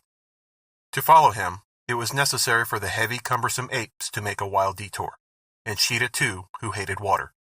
Mugambi followed after them as rapidly as he could in the wake of the great white master. A half-hour of rapid traveling across the swampy neck of land and over the rising promontory brought Tarzan, by a shortcut, to the inward bend of the winding river, and there before him upon the bosom of the stream he saw the dugout, and at its stern Nicholas Rokoff. Jane was not with the Russian. At sight of his enemy, the broad scar upon the ape-man's brow burned scarlet, and there rose to his lips the hideous bestial challenge of the bull ape. Rokoff shuddered as the weird and terrible alarm fell upon his ears. Cowering in the bottom of the boat, his teeth chattering in terror, he watched the man he feared above all other creatures upon the face of the earth as he ran quickly to the edge of the water. Even though the Russian knew that he was safe from his enemy, the very sight of him threw him into a frenzy of trembling cowardice, which became frantic hysteria as he saw the white giant dive fiercely into the forbidding waters of the tropical river. With steady, powerful strokes, the ape-man forged out into the stream toward the drifting dugout. Now Rokoff seized one of the paddles lying in the bottom of the craft, and, with terror-wide eyes still glued upon the living death that pursued him, struck out madly in an effort to augment the speed of the unwieldy canoe. And from the opposite bank, a sinister ripple, unseen by either man, moved steadily toward the half-naked swimmer. Tarzan had reached the stern of the craft at last. One hand upstretched grasped the gunwale. Rokoff sat frozen with fear, unable to move a hand or foot, his eyes riveted upon the face of his nemesis. Then, a sudden commotion in the water behind the swimmer caught his attention. He saw the ripple, and he knew what caused it. At the same instant, Tarzan felt mighty jaws close upon his right leg. He tried to struggle free and raise himself over the side of the boat. His efforts would have succeeded had not this unexpected interruption galvanized the malign brain of the Russian into instant action with its sudden promise of deliverance and revenge. Like a venomous snake, the man leaped toward the stern of the boat, and with a single swift blow struck Tarzan across the head with the heavy paddle. The ape-man's fingers slipped from their hold upon the gunwale. There was a short struggle at the surface, and then a swirl of waters, a little eddy, and then a burst of bubbles soon smoothed out by the flowing current, marked for the instant the spot where Tarzan of the Apes, lord of the jungle, disappeared from the sight of men beneath the gloomy waters of the dark and forbidding Ugambi. Weak from terror, Rokoff sank shuddering into the bottom of the dugout. For a moment he could not realize the good fortune that had befallen him. All that he could see was the figure of a silent, struggling white man disappearing beneath the surface of the river to unthinkable death in the slimy mud of the bottom. Slowly, all that it meant to him filtered into the mind of the Russian, and then a cruel smile of relief and triumph touched his lips. But it was short-lived, for just as he was congratulating himself that he was now completely safe to proceed upon his way to the coast unmolested, a mighty pandemonium rose from the river bank close by. As his eyes sought the authors of the frightful sound, he saw standing upon the shore, glaring at him with hate-filled eyes, a devil-faced panther surrounded by the hideous apes of a cut, and in the forefront of them a giant black warrior who shook his fist at him, threatening him with terrible death. The nightmare of that flight down the Ugambi, with the hideous horde racing after him by day and by night, now abreast of him, now lost in the mazes of the jungle far behind for hours and once for a whole day, only to reappear again upon his trail, grim, relentless, and terrible, reduced the Russian from a strong and robust man to an emaciated, white-haired, fear-gibbering thing, before ever the bay and the ocean broke upon his hopeless vision. Past populous villages he had fled. Time and again warriors had put out their canoes to intercept him, but each time the hideous horde had swept into view to send the terrified natives shrieking back to the shore to lose themselves in the jungle. Nowhere in his flight had he seen aught of Jane Clayton. Not once had his eyes rested upon her since that moment at the river's brim his hand had closed upon the rope attached to the bow of her dugout, and he had believed her safely in his power again, only to be thwarted an instant later as the girl snatched up a heavy express rifle from the bottom of the craft and leveled it full at his breast. Quickly he had dropped the rope then, and seen her float away beyond his reach. But a moment later he had been racing upstream toward a little tributary in the mouth of which was hidden the canoe in which he and his party had come thus far upon their journey, in pursuit of the girl and Anderson. What had become of her? There seemed little doubt in the Russian's mind, however, but that she had been captured by warriors from one of the several villages she would have been compelled to pass on her way down to the sea. Well, he was at least rid of most of his human enemies. But at that, he would gladly have had them all back in the land of the living, could he thus have been freed from the menace of the frightful creatures who pursued him with awful relentlessness, screaming and growling at him every time they came within sight of him.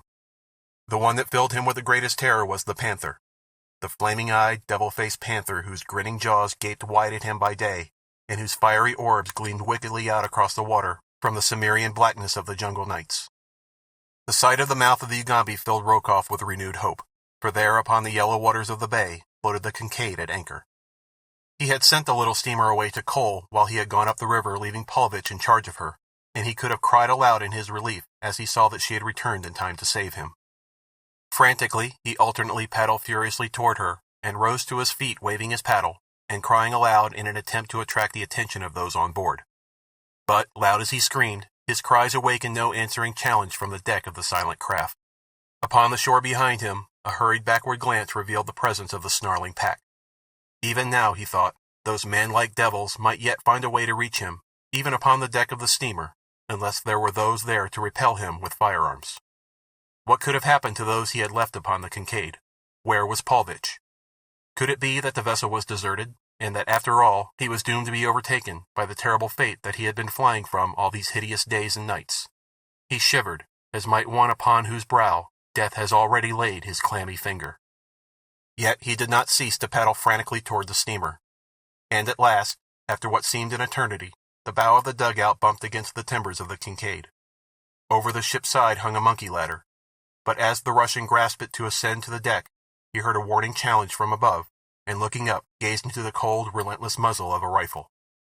After Jane Clayton, with rifle leveled at the breast of Rokoff, had succeeded in holding him off until the dugout in which she had taken refuge had drifted out upon the bosom of the Ugambi beyond the man's reach, she had lost no time in paddling to the swiftest sweep of the channel, nor did she for long days and weary nights cease to hold her craft to the most rapidly moving part of the river, except when during the hottest hours of the day she had been wont to drift as the current would take her, lying prone in the bottom of the canoe, her face sheltered from the sun with a great palm leaf. Thus only did she gain rest upon the voyage. At other times she continually sought to augment the movement of the craft by wielding the heavy paddle. Rokoff, on the other hand, had used little or no intelligence in his flight along the Ugambi, so that more often than not his craft had drifted into slow-moving eddies, for he habitually hugged the bank farthest from that along which the hideous horde pursued and menaced him. Thus it was that though he had put out upon the river but a short time subsequent to the girl, yet she had reached the bay fully 2 hours ahead of him. When she had first seen the anchored ship upon the quiet water, Jane Clayton's heart had beat fast with hope and thanksgiving, but as she drew closer to the craft and saw that it was the Kincaid, her pleasure gave place to the greatest misgivings. It was too late, however, to turn back, for the current that carried her toward the ship was much too strong for her muscles. She could not have forced the heavy dugout upstream against it, and all that was left her was to attempt either to make the shore without being seen by those upon the deck of the Kincaid, or to throw herself upon their mercy. Otherwise she must be swept out to sea. She knew that the shore held little hope of life for her, as she had no knowledge of the location of the friendly Masala village to which Anderson had taken her through the darkness of the night of their escape from the Kincaid. With Rokoff away from the steamer, it might be possible that by offering those in charge a large reward they could be induced to carry her to the nearest civilized port. It was worth risking, if she could make the steamer at all. The current was bearing her swiftly down the river, and she found that only by dint of the utmost exertion could she direct the awkward craft toward the vicinity of the Kincaid. Having reached the decision to board the steamer, she now looked to it for aid, but to her surprise the decks appeared to be empty, and she saw no sign of life aboard the ship. The dugout was drawing closer and closer to the bow of the vessel, and yet no hail came over the side from any lookout aboard. In a moment more, Jane realized, she would be swept beyond the steamer, and then, unless they lowered a boat to rescue her, she would be carried far out to sea by the current and the swift ebb tide that was running. The young woman called loudly for assistance, but there was no reply other than the shrill scream of some savage beast upon the jungle-shrouded shore. Frantically, Jane wielded the paddle in an effort to carry her craft close alongside the steamer. For a moment it seemed that she should miss her goal by but a few feet, but at the last moment the canoe swung close beneath the steamer's bow, and Jane barely managed to grasp the anchor chain.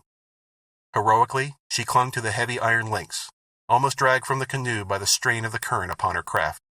Beyond her, she saw a monkey ladder dangling over the steamer's side. To release her hold upon the chain, and chance clambering to the ladder as her canoe was swept beneath it, seemed beyond the pale of possibility. Yet to remain clinging to the anchor chain appeared equally as futile. Finally, her glance chanced to fall upon the rope of the bow of the dugout, and making one end of this fast to the chain, she succeeded in drifting the canoe slowly down until it lay directly beneath the ladder. A moment later, her rifle slung about her shoulders, she had clambered safely back to the deserted deck.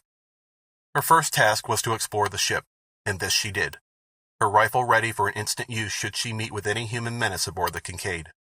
She was not long in discovering the cause of the apparently deserted condition of the steamer, for in the forecastle she found the sailors, who had evidently been left to guard the ship, deep in drunken slumber. With a shudder of disgust, she clambered above, and to the best of her ability closed and made fast the hatch above the heads of the sleeping guard. Next, she sought the galley for food, and, having appeased her hunger, she took her place on deck, determined that none should board the Kincaid without first having agreed to her demands. For an hour or so, nothing appeared upon the surface of the river to cause her alarm, but then, about a bend upstream, she saw a canoe appear in which sat a single figure. It had not proceeded far in her direction before she recognized the occupant as Rokoff, and when the fellow attempted to board, he found a rifle staring him in the face. When the Russian discovered who it was that repelled his advance, he became furious, cursing and threatening in the most horrible manner. But, finding that these tactics failed to frighten or move the girl, he at last fell to pleading and promising. Jane had but a single reply for his every proposition, and that was that nothing could ever persuade her to permit Rokoff upon the same vessel with her. That she would put her threats into action and shoot him, should he persist in his endeavors to board the ship, he was convinced. So, as there was no other alternative, the great coward dropped back into his dugout, and, at imminent risk of being swept to sea, finally succeeded in making the shore far down the bay and upon the opposite side from that on which the horde of beasts stood snarling and roaring. Jane Clayton knew that the fellow could not alone and unaided bring his heavy craft back upstream to the Kincaid, and so she had no further fear of an attack by him. The hideous crew upon the shore she thought she recognized as the same that passed her in the jungle far up the Ugambi several days before, for it seemed quite beyond reason that there should be more than one such a strangely assorted pack. But what had brought them downstream to the mouth of the river, she could not imagine. Toward the day's close, the girl was suddenly alarmed by the shouting of the Russian from the opposite bank of the stream, and a moment later, following the direction of his gaze, she was terrified to see a ship's boat approaching from upstream, in which, she felt assured, there could only be members of the Kincaid's missing crew. Only heartless ruffians and enemies. End of Chapter 15. Chapter 16. In the Darkness of Night. When Tarzan of the Apes realized that he was in the grip of the great jaws of a crocodile, he did not, as an ordinary man might have done, give up all hope and resign himself to his fate. Instead, he filled his lungs with air before the huge reptile dragged him beneath the surface, and then, with all the might of his great muscles, fought bitterly for freedom. But out of his native element, the ape-man was too greatly handicapped to do more than excite the monster to greater speed, as it dragged its prey swiftly through the water. Tarzan's lungs were bursting for a breath of pure, fresh air. He knew that he could survive but a moment more, and in the last paroxysm of his suffering he did what he could to avenge his own death. His body trailed out beside the slimy carcass of his captor, and into the tough armor the ape-man attempted to plunge his stone knife as he was borne to the creature's horrid den. His efforts but served to accelerate the speed of the crocodile, and just as the ape-man realized that he had reached the limit of his endurance, he felt his body dragged to a muddy bed, and his nostrils rise above the water's surface. All about him was the blackness of the pit, the silence of the grave. For a moment, Tarzan of the Apes lay gasping for breath upon the slimy, evil-smelling bed to which the animal had borne him. Close at his side he could feel the cold, hard plates of the creature's coat rising and falling as though with spasmodic efforts to breathe. For several minutes the two lay thus, and then a sudden convulsion of the giant carcass at the man's side, a tremor, and a stiffening brought Tarzan to his knees beside the crocodile. To his utter amazement, he found that the beast was dead. The slim knife had found the vulnerable spot in the scaly armor. He realized that he was in the creature's hidden nest far under the bank of the stream, and that doubtless the only means of ingress or egress lay through the submerged opening through which the crocodile had brought him. His first thought, of course, was of escape, but that he could make his way to the surface of the river beyond and then to the shore seemed highly improbable. There might be turns and windings in the neck of the passage, or, most to be feared, he might meet another of the slimy inhabitants of the retreat upon his journey outward.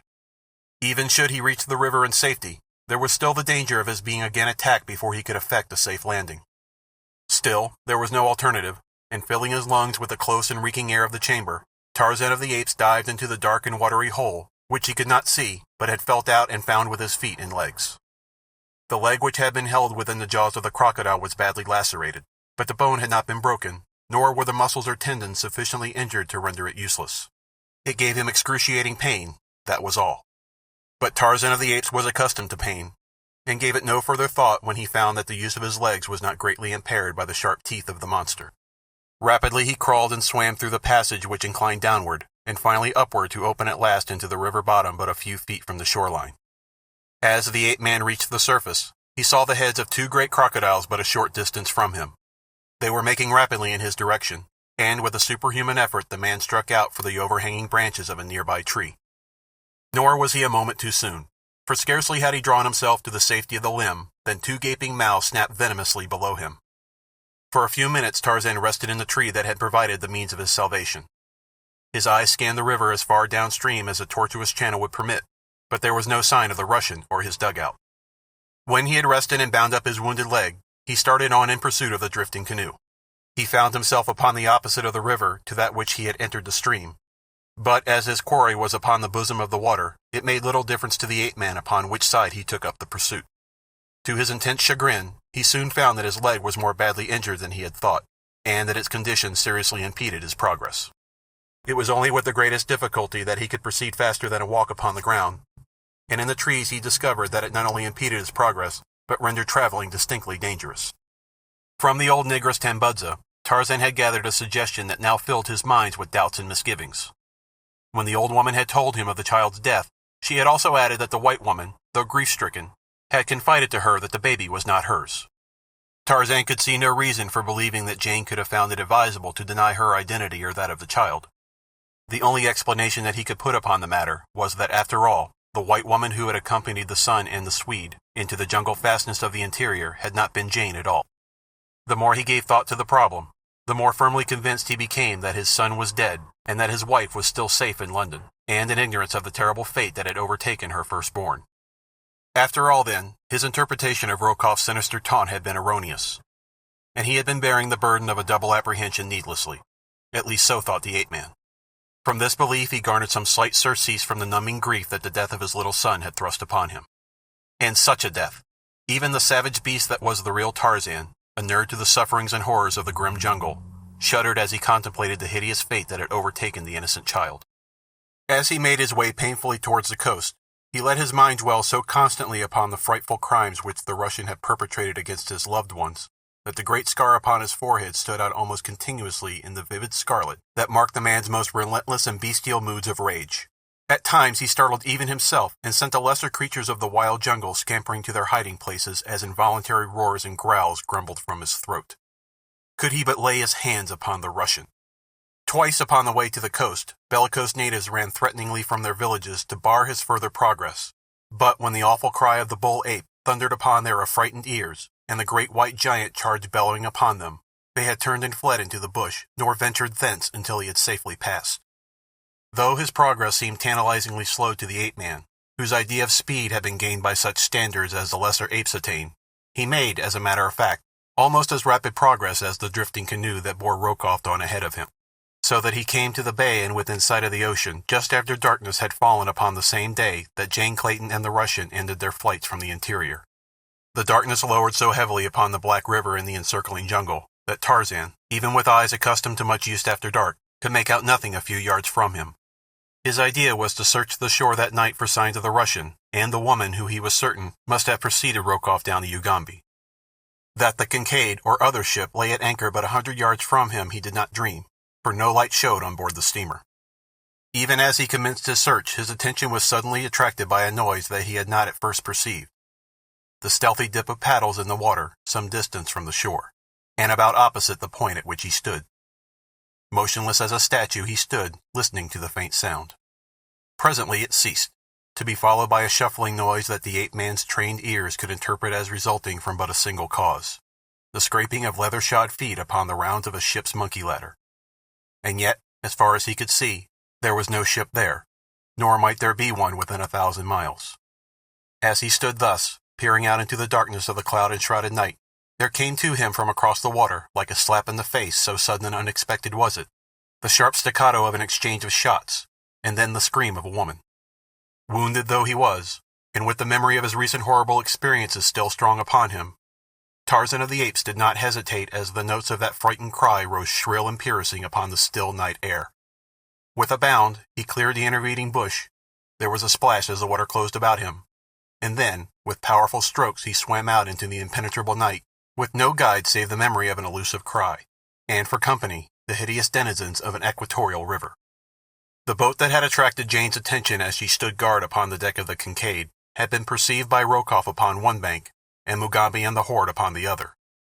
The cries of the Russian had brought the dugout first to him, and then, after a conference, it had been turned toward the Kincaid, but before ever it covered half the distance between the shore and the steamer, a rifle had spoken from the latter's deck, and one of the sailors in the bow of the canoe had crumpled and fallen into the water. After that they went more slowly, and presently, when Jane's rifle found another member of the party, the canoe withdrew to the shore, where it lay as long as daylight lasted. The savage snarling pack upon the opposite shore had been directed in their pursuit by the black warrior Mugambi, chief of the Wagambi. Only he knew which might be foe and which friend of their lost master. Could they have reached either the canoe or the Kincaid, they would have made short work of any whom they found there. But the gulf of black water intervening shut them off from further advance as effectively as though it had been the broad ocean that separated them from their prey. Mugambi knew something of the occurrences which had led up to the landing of Tarzan upon Jungle Island and the pursuit of the whites up the Ugambi. He knew that his savage master sought his wife and child, who had been stolen by the wicked white man whom they had followed far into the interior and now back to the sea.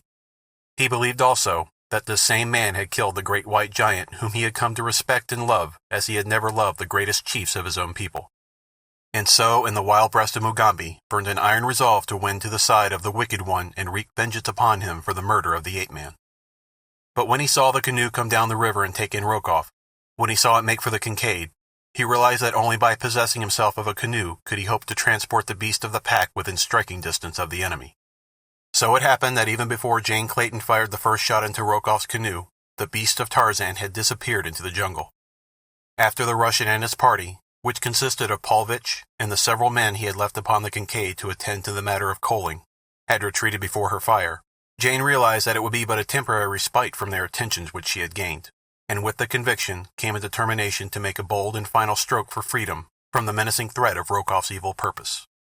With this idea in view, she opened negotiations with the 2 sailors she had imprisoned in the forecastle, and having forced their consent to her plans, upon pain of death should they attempt disloyalty, she released them just as darkness closed about the ship.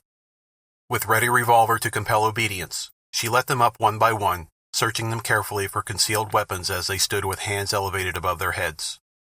Once satisfied that they were unarmed, she set them to work cutting the cable which held the Kincaid to her anchorage, for her bold plan was nothing less than to set the steamer adrift and float with her out to the open sea, there to trust to the mercy of the elements, which she was confident would be no more merciless than Nicholas Rokoff should he again capture her. There was, too, the chance that the Kincaid might be sighted by some passing ship, and as she was well stocked with provisions and water, the men had assured her of this fact, and as the season of storm was well over, she had every reason to hope for the eventual success of her plan. The night was deeply overcast, heavy clouds riding low above the jungle and the water. Only to the west, where the broad ocean spread beyond the river's mouth, was there a suggestion of lessening gloom. It was a perfect night for the purposes of the work in hand. Her enemies could not see the activity aboard the ship, nor mark her course as the swift current bore her outward into the ocean. Before daylight broke, the ebb tide would have carried the Kincaid well into the Bengala current which flows northward along the coast of Africa, and as a south wind was prevailing, Jane hoped to be out of sight of the mouth of the Ugambi before Rokoff could become aware of the departure of the steamer. Standing over the laboring seamen, the young woman breathed a sigh of relief as the last strand of cable parted, and she knew that the vessel was on its way out of the maw of the savage Ugambi. With her 2 prisoners still beneath the coercing influence of her rifle, she ordered them upon deck with the intention of again imprisoning them in the forecastle, but at length she permitted herself to be influenced by their promises of loyalty, and the arguments which they put forth that they could be of service to her, and permitted them to remain above. For a few minutes the Kincaid drifted rapidly with the current, and then, with a grinding jar, she stopped in midstream. The ship had run upon a low-lying bar that splits the channel about a quarter of a mile from the sea. For a moment she hung there, and then, swinging round to her bow pointed toward the shore, she broke adrift once more. At the same instant, just as Jane Clayton was congratulating herself that the ship was once more free, there fell upon her ears from a point up the river about where the Kincaid had been anchored the rattle of musketry and a woman's scream, shrill, piercing, fear-laden. The sailors heard the shots with certain conviction that they announced the coming of their employer, and as they had no relish for the plan that would consign them to the deck of a drifting derelict, they whispered together a hurried plan to overcome the young woman and hail Rokoff and their companions to their rescue. It seemed that fate would play into their hands, for, with the reports of the guns, Jane Clayton's attention had been distracted from her unwilling assistants, and instead of keeping one eye upon them as she had intended doing, she ran to the bow of the Kincaid to peer through the darkness toward the source of the disturbance upon the river's bosom. Seeing that she was off her guard, the 2 sailors crept stealthily upon her from behind. The scraping upon the deck of the shoes of one of them startled the girl into a sudden apprehension of her danger, but the warning had come too late. As she turned, both men leaped upon her and bore her to the deck, and as she went down beneath them she saw, outlined against the lesser gloom of the ocean, the figure of another man clamber over the side of the Kincaid. After all her pains, her heroic struggle for freedom had failed. With a stifled sob, she gave up the unequal battle. End of Chapter 16. Chapter 17. On the Deck of the Kincaid. When Mugambi had turned back into the jungle with the pack, he had a definite purpose in view. It was to obtain a dugout wherewith to transport the Beast of Tarzan to the side of the Kincaid. Nor was he long in coming upon the object which he sought. Just at dusk, he found a canoe moored to the bank of a small tributary of the Ugambi at a point where he had felt certain that he should find one. Without loss of time, he plied his hideous fellows into the craft and shoved out into the stream. So quickly had they taken possession of the canoe that the warrior had not noticed that it was already occupied. The huddled figures sleeping in the bottom had entirely escaped his observation in the darkness of the night that had now fallen. But no sooner were they afloat than a savage growling from one of the apes directly ahead of him in the dugout attracted his attention to a shivering and cowering figure that trembled between him and the great anthropoid. To Mugambi's astonishment, he saw that it was a native woman. With difficulty he kept the ape from her throat, and after a time succeeded in quelling her fears. It seemed that she had been fleeing from marriage with an old man she loathed, and had taken refuge for the night in the canoe she had found upon the river's edge. Mugambi did not wish her presence, but there she was, and rather than lose time by returning her to the shore, the black permitted her to remain on board the canoe. As quickly as his awkward companions could paddle the dugout downstream toward the Ugambi and the Kincaid, they moved through the darkness. It was with difficulty that Mugambi could make out the shadowy form of the steamer, but as he had it between himself and the ocean, it was much more apparent than to one upon either shore of the river. As he approached it, he was amazed to note that it seemed to be receding from him, and finally he was convinced that the vessel was moving downstream. Just as he was about to urge his creatures to renewed efforts to overtake the steamer, the outline of another canoe burst suddenly into view not 3 yards from the bow of his own craft. At the same instant, the occupants of the stranger discovered the proximity of Mugambi's horde, but they did not at first recognize the nature of the fearful crew.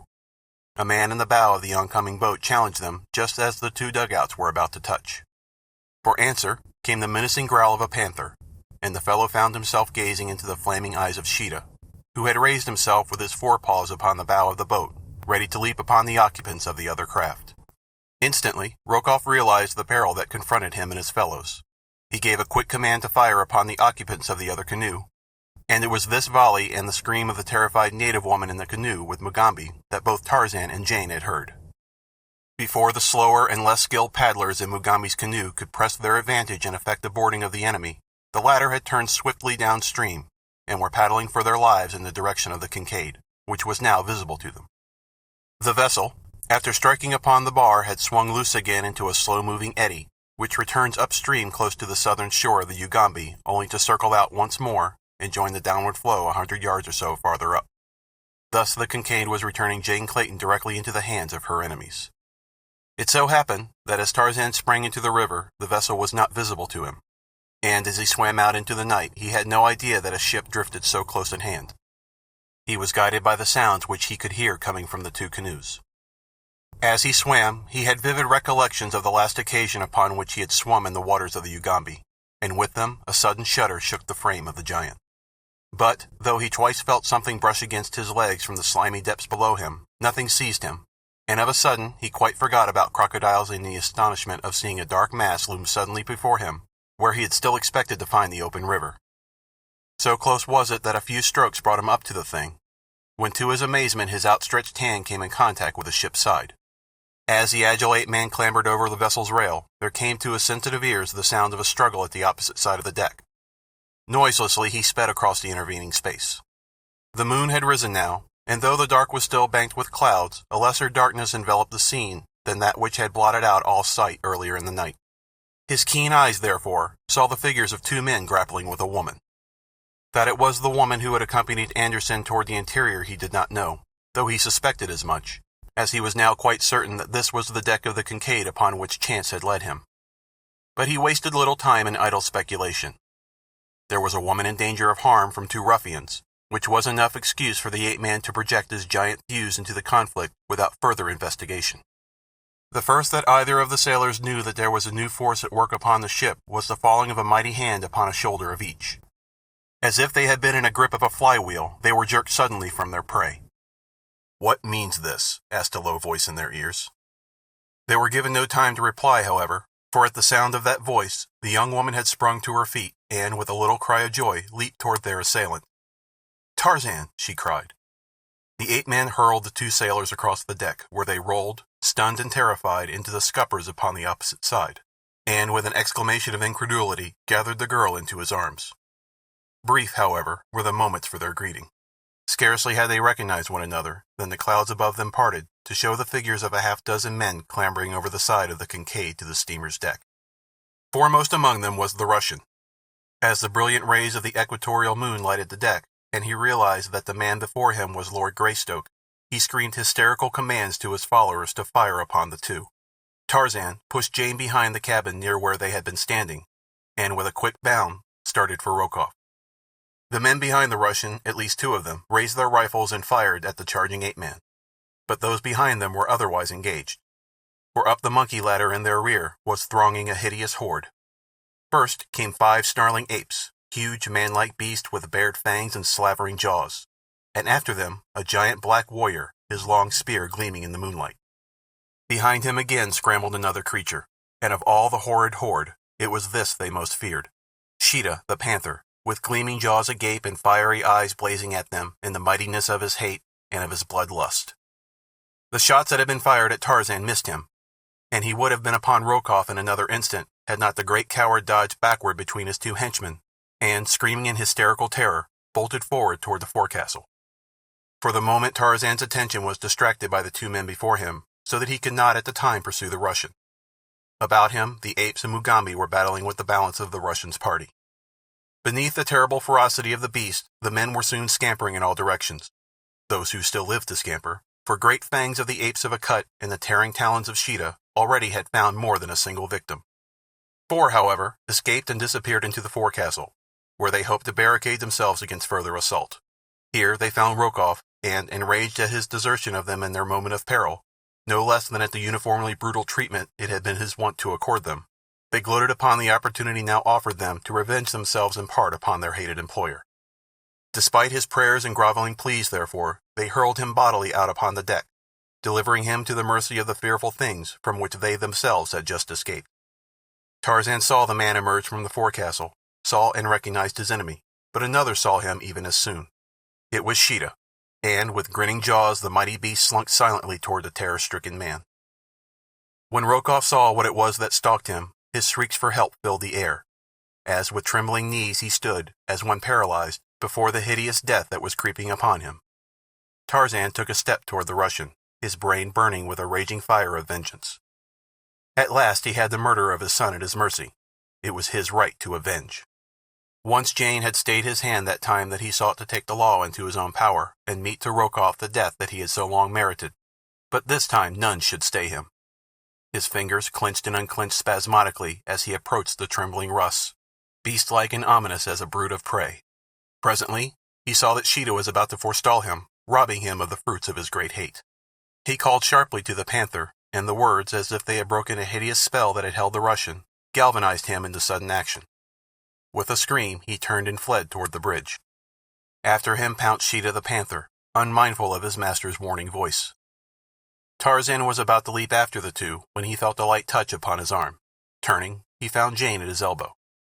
"Do not leave me," she whispered. "I am afraid." Tarzan glanced behind her. All about were the hideous apes of Akut. Some even were approaching the young woman with bared fangs and menacing guttural warnings. The ape-man warned them back. He had forgotten for the moment that these were but beasts, unable to differentiate his friends and his foes.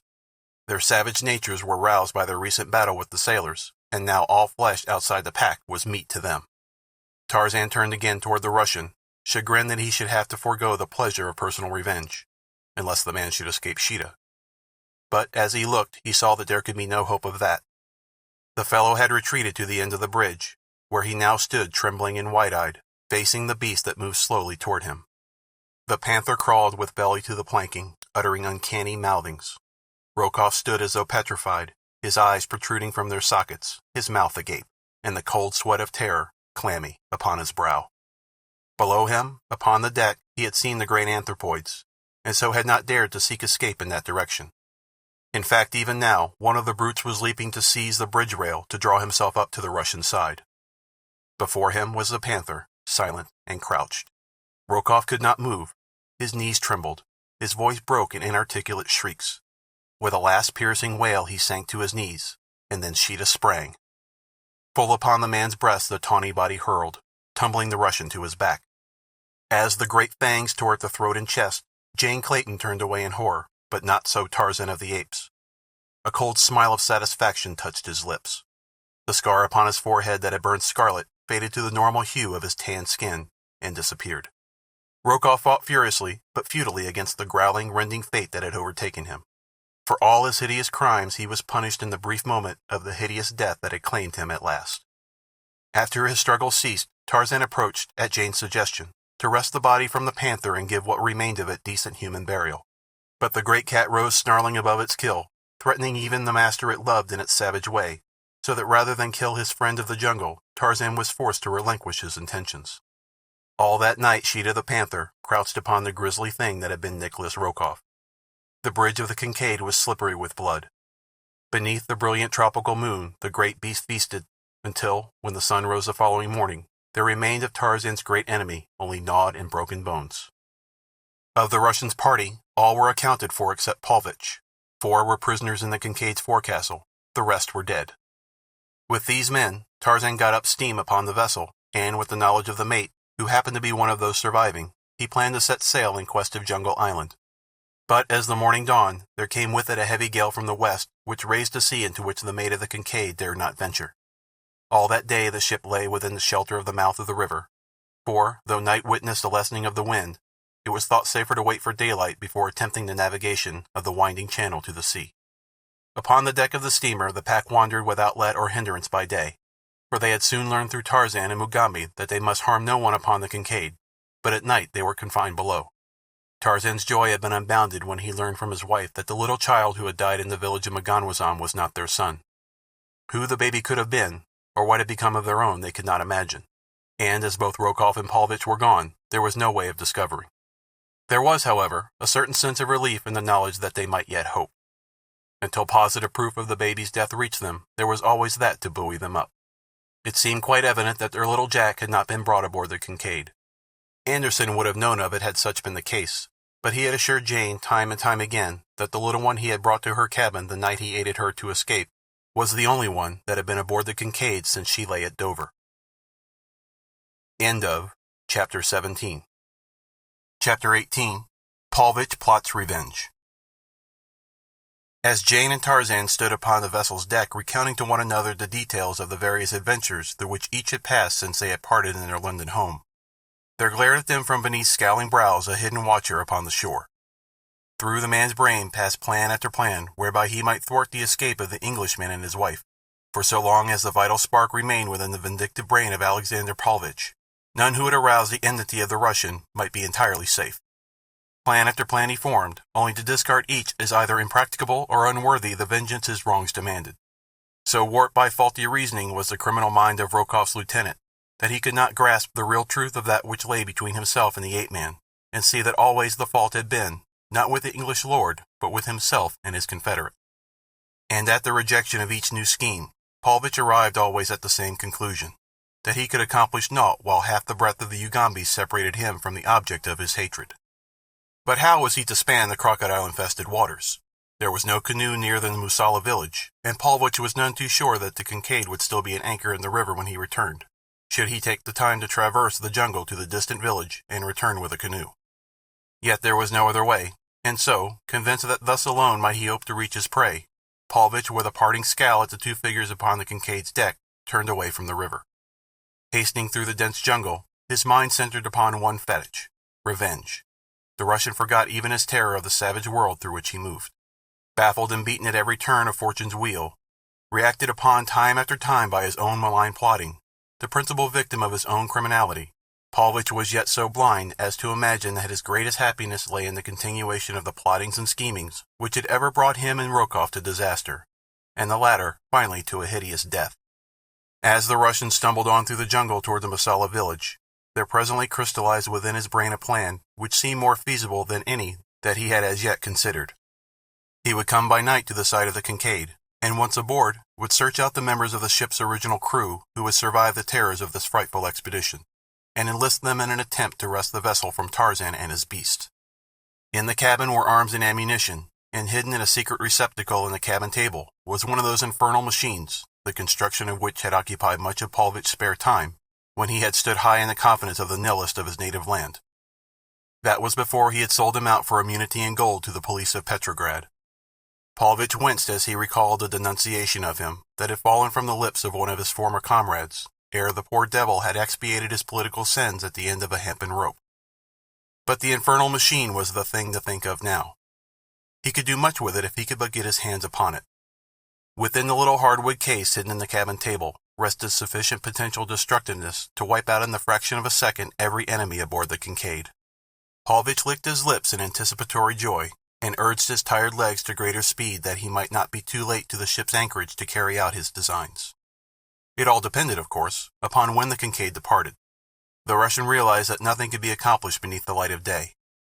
Darkness must shroud his approach to the ship's side, for should he be sighted by Tarzan or Lady Greystoke, he would have no chance to board the vessel.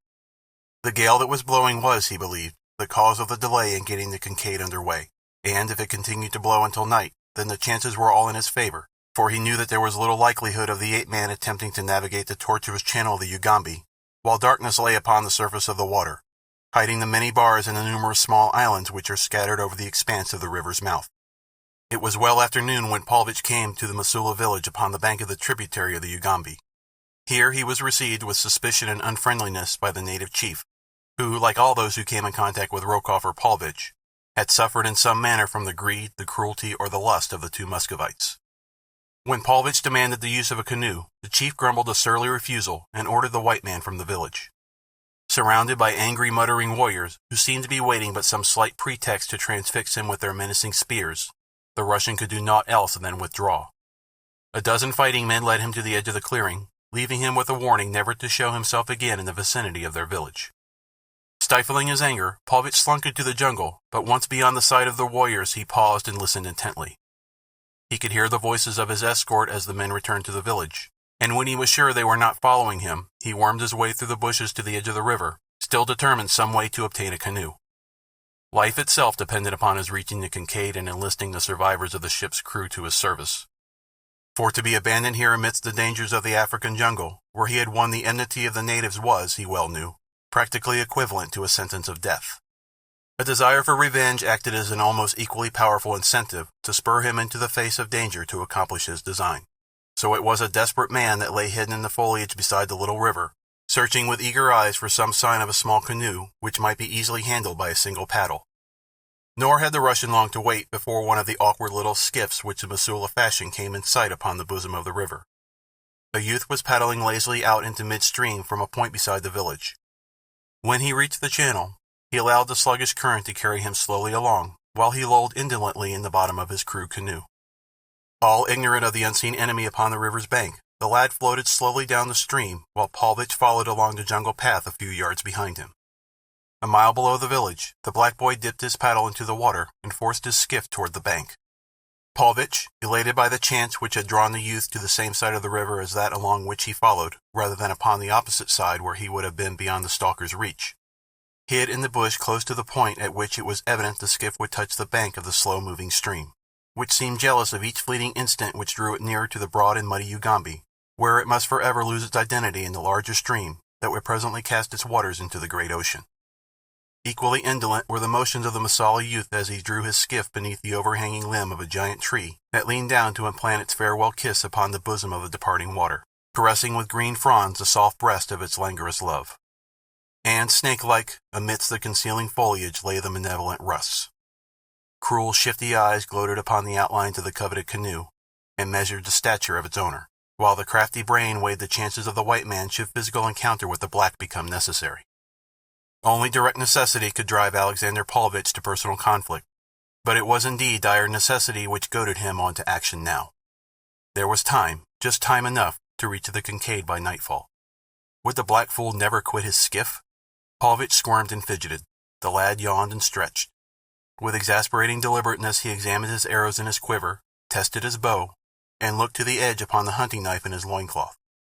Again he stretched and yawned, glanced up at the river bank, shrugged his shoulders, and lay down in the bottom of his canoe for a little nap, before he plunged into the jungle after the prey he had come forth to hunt. Paulvitch half rose, and with tense muscles stood glaring down upon his unsuspecting victim. The boy's lips drooped and closed. Presently his breast rose and fell to the deep breaths of slumber. The time had come. The Russian crept stealthily nearer. A branch rustled beneath his weight, and the lad stirred in his sleep. Paulvitch drew his revolver and leveled it upon the black. For a moment he remained in rigid quiet, and then again the youth relapsed into an undisturbed slumber. The white man crept closer. He could not chance a shot until there was no risk of missing. Presently he leaned close above the Mosala, the cold steel of the revolver in his hand insinuating itself nearer and nearer to the breast of the unconscious lad. Now it stopped but a few inches above the strongly beating heart. But the pressure of a finger lay between the harmless boy and eternity. The soft bloom of youth still lay upon the brown cheek. A smile half parted the beardless lips. Did any qualm of consciousness point its disquieting finger of reproach at the murderer? To all such was Alexander Paulvitch immune. A sneer curled his bearded lips as his forefinger closed upon the trigger of his revolver. There was a loud report. A little hole appeared above the heart of the sleeping boy, a little hole about which lay a blackened rim of powder-burned flesh. The youthful body half rose to a sitting posture, the smiling lips tensed to the nervous shock of a momentary agony which the conscious mind never apprehended, and then the dead sank limply back into that deepest of slumbers from which there is no awakening. The killer dropped quickly to the skiff beside the killed. Ruthless hands seized the dead boy heartlessly and raised him to the low gunwale. A little shove, a splash, some widening ripples broken by a sudden surge of a dark, hidden body from the slimy depths, and the coveted canoe was in the sole possession of the white man, more savage than the youth whose life he had taken. Casting off the tie rope and seizing the paddle, Paulvitch bent fervently to the task of driving the skiff downward toward the Ugambi at top speed. Night had fallen when the prow of the blood-stained craft shot out into the current of the larger stream. Constantly the Russian strained his eyes into the increasing darkness ahead, in vain endeavor to pierce the black shadows which lay between him and the anchorage of the Kincaid. Was the ship still riding there upon the waters of the Ugambi, or had the ape-man at last persuaded himself of the safety of venturing forth into the abating storm? As Paulvitch forged ahead with the current, he asked himself these questions and many more beside, not the least disquieting of which were those which related to his future, should it chance that the Kincaid had already steamed away, leaving him to the merciless horrors of the savage wilderness.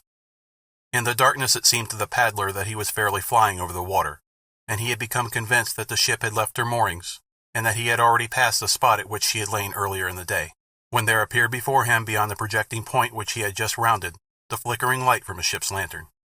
Alexander Paulvitch could scarce restrain an exclamation of triumph.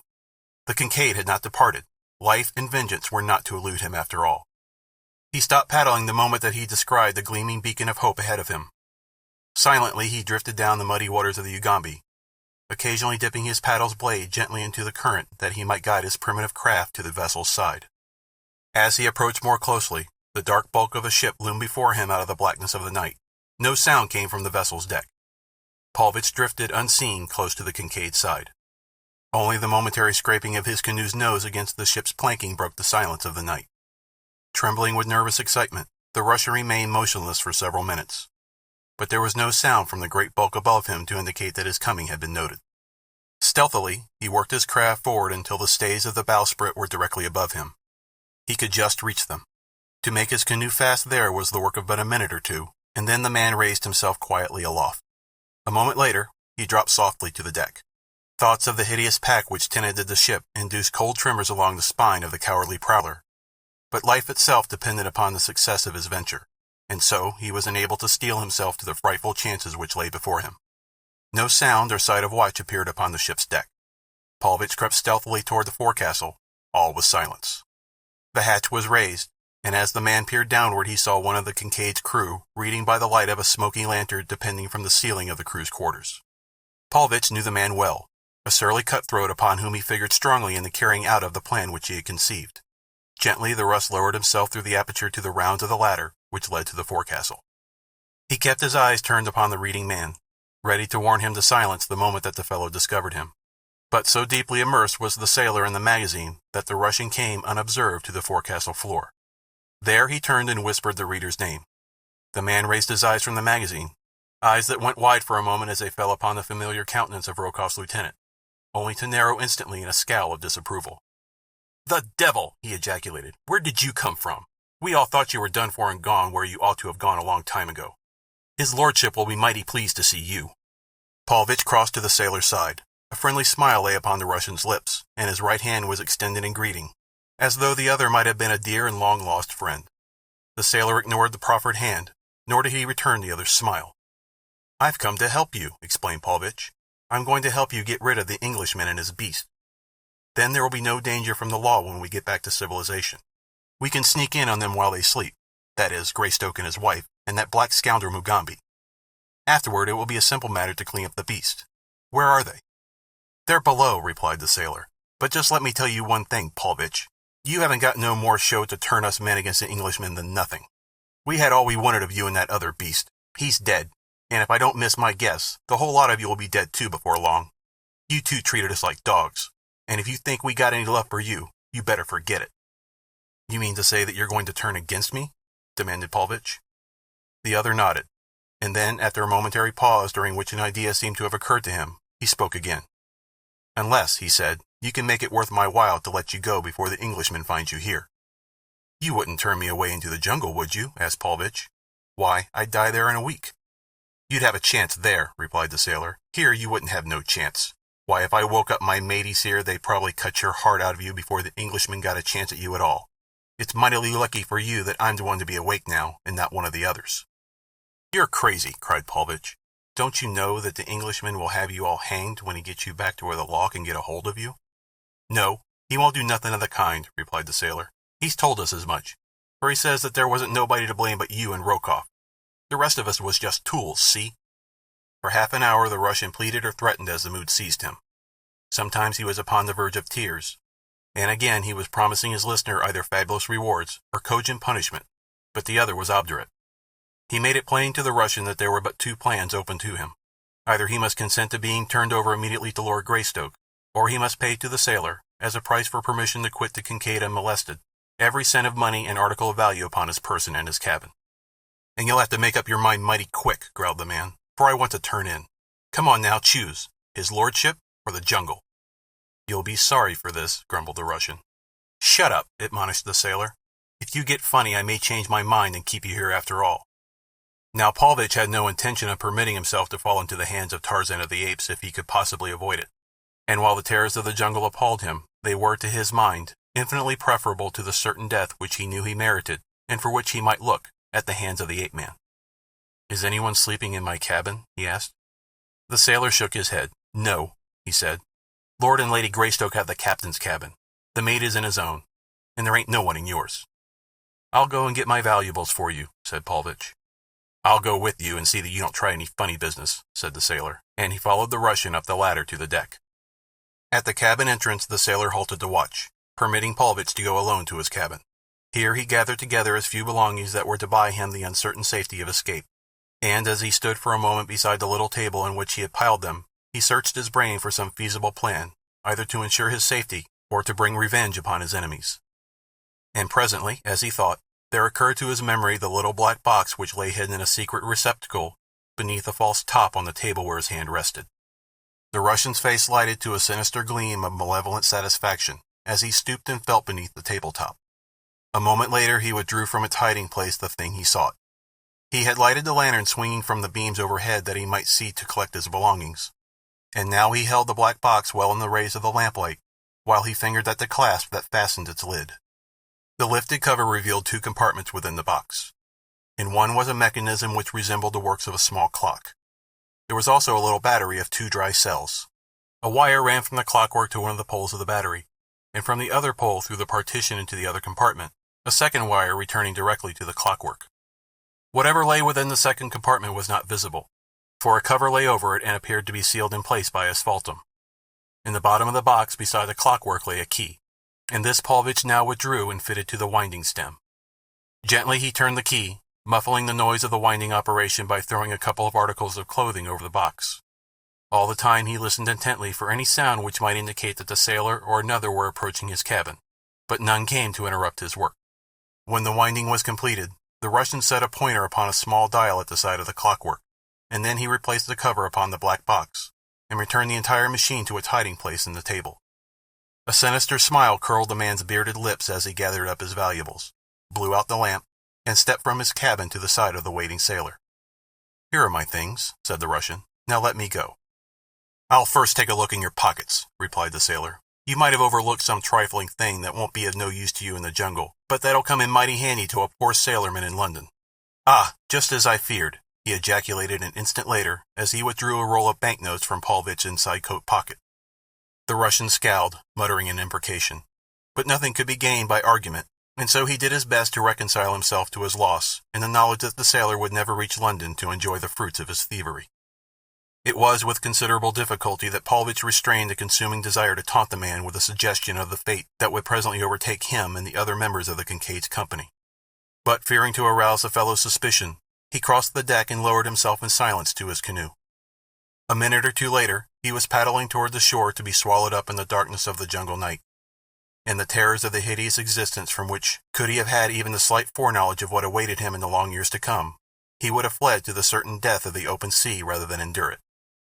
The sailor, having made sure that Paulvitch had departed, returned to the forecastle, where he hid away his booty and returned to his bunk, while in the cabin that belonged to the Russian there ticked on and on through the silence of the night the little mechanism in the small black box, which held the unconscious sleepers upon the ill-starred Kincaid the coming vengeance of the thwarted Russian.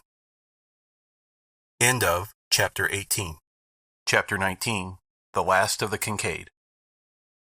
Shortly after the break of day, Tarzan was on deck noting the condition of the weather. The wind had abated. The sky was cloudless. Every condition seemed ideal for the commencement of the return voyage to Jungle Island, where the beasts were to be left, and then home. The ape-man aroused the mate and gave instructions that the Kincaid sail at the earliest possible moment. The remaining members of the crew, safe in Lord Greystoke's assurance that they would not be prosecuted for their share in the villainies of the two Russians, hastened with cheerful alacrity to their several duties. The beasts, liberated from the confinement of the hold, wandered about the deck, not a little to the discomfiture of the crew, in whose minds there remained the still vivid picture of the savagery of the beast in conflict with those who had gone to their deaths beneath the fangs and talons, which even now seemed itching for the soft flesh of further prey. Beneath the watchful eyes of Tarzan and Mugambi, however, Sheeta and the apes of Akut curbed their desires, so that the men worked about the deck amongst them in far greater security than they imagined. At last the Kincaid slipped down the Ugambi and ran out upon the shimmering waters of the Atlantic. Tarzan and John Clayton watched the verdure-clad shore receding in the ship's wake, and for once the ape-man left his native soil without one single pang of regret. No ship that sailed the seven seas could have borne him away from Africa to resume his search for his lost boy with half the speed that the Englishman could have desired, and the slow-moving Kincaid seemed scarce to move at all to the impatient mind of the bereaved father. Yet the vessel made progress even when she seemed to be standing still, and presently the low hills of Jungle Island became distinctly visible upon the western horizon ahead. In the cabin of Alexander Paulvitch, the thing within the black box ticked, ticked, ticked, with apparently unending monotony. But yet, second by second, a little arm which protruded from the periphery of one of its wheels came nearer and nearer to another little arm, which projected from the hand which Paulvitch had set at a certain point upon the dial beside the clockwork. When these two arms touched one another, the ticking of the mechanism would cease, forever. Jane and Tarzan stood upon the bridge looking out toward Jungle Island. The men were forward, also watching the land grow upward out of the ocean.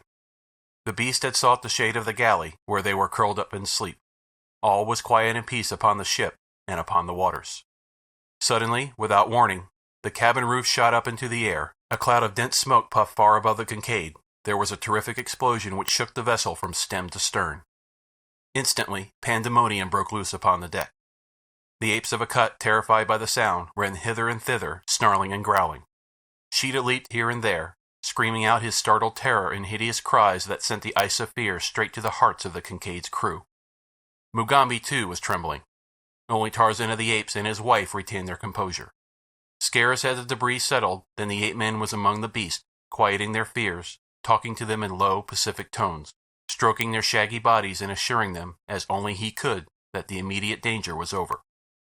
An examination of the wreckage showed that their greatest danger now lay in fire, for the flames were licking hungrily at the splintered wood of the wrecked cabin, and had already found a foothold upon the lower deck through a great jagged hole which the explosion had opened. By a miracle, no member of the ship's company had been injured by the blast, the origin of which remained forever a total mystery to all but one, the sailor who knew that Paulvitch had been aboard the Kincaid and in his cabin the previous night.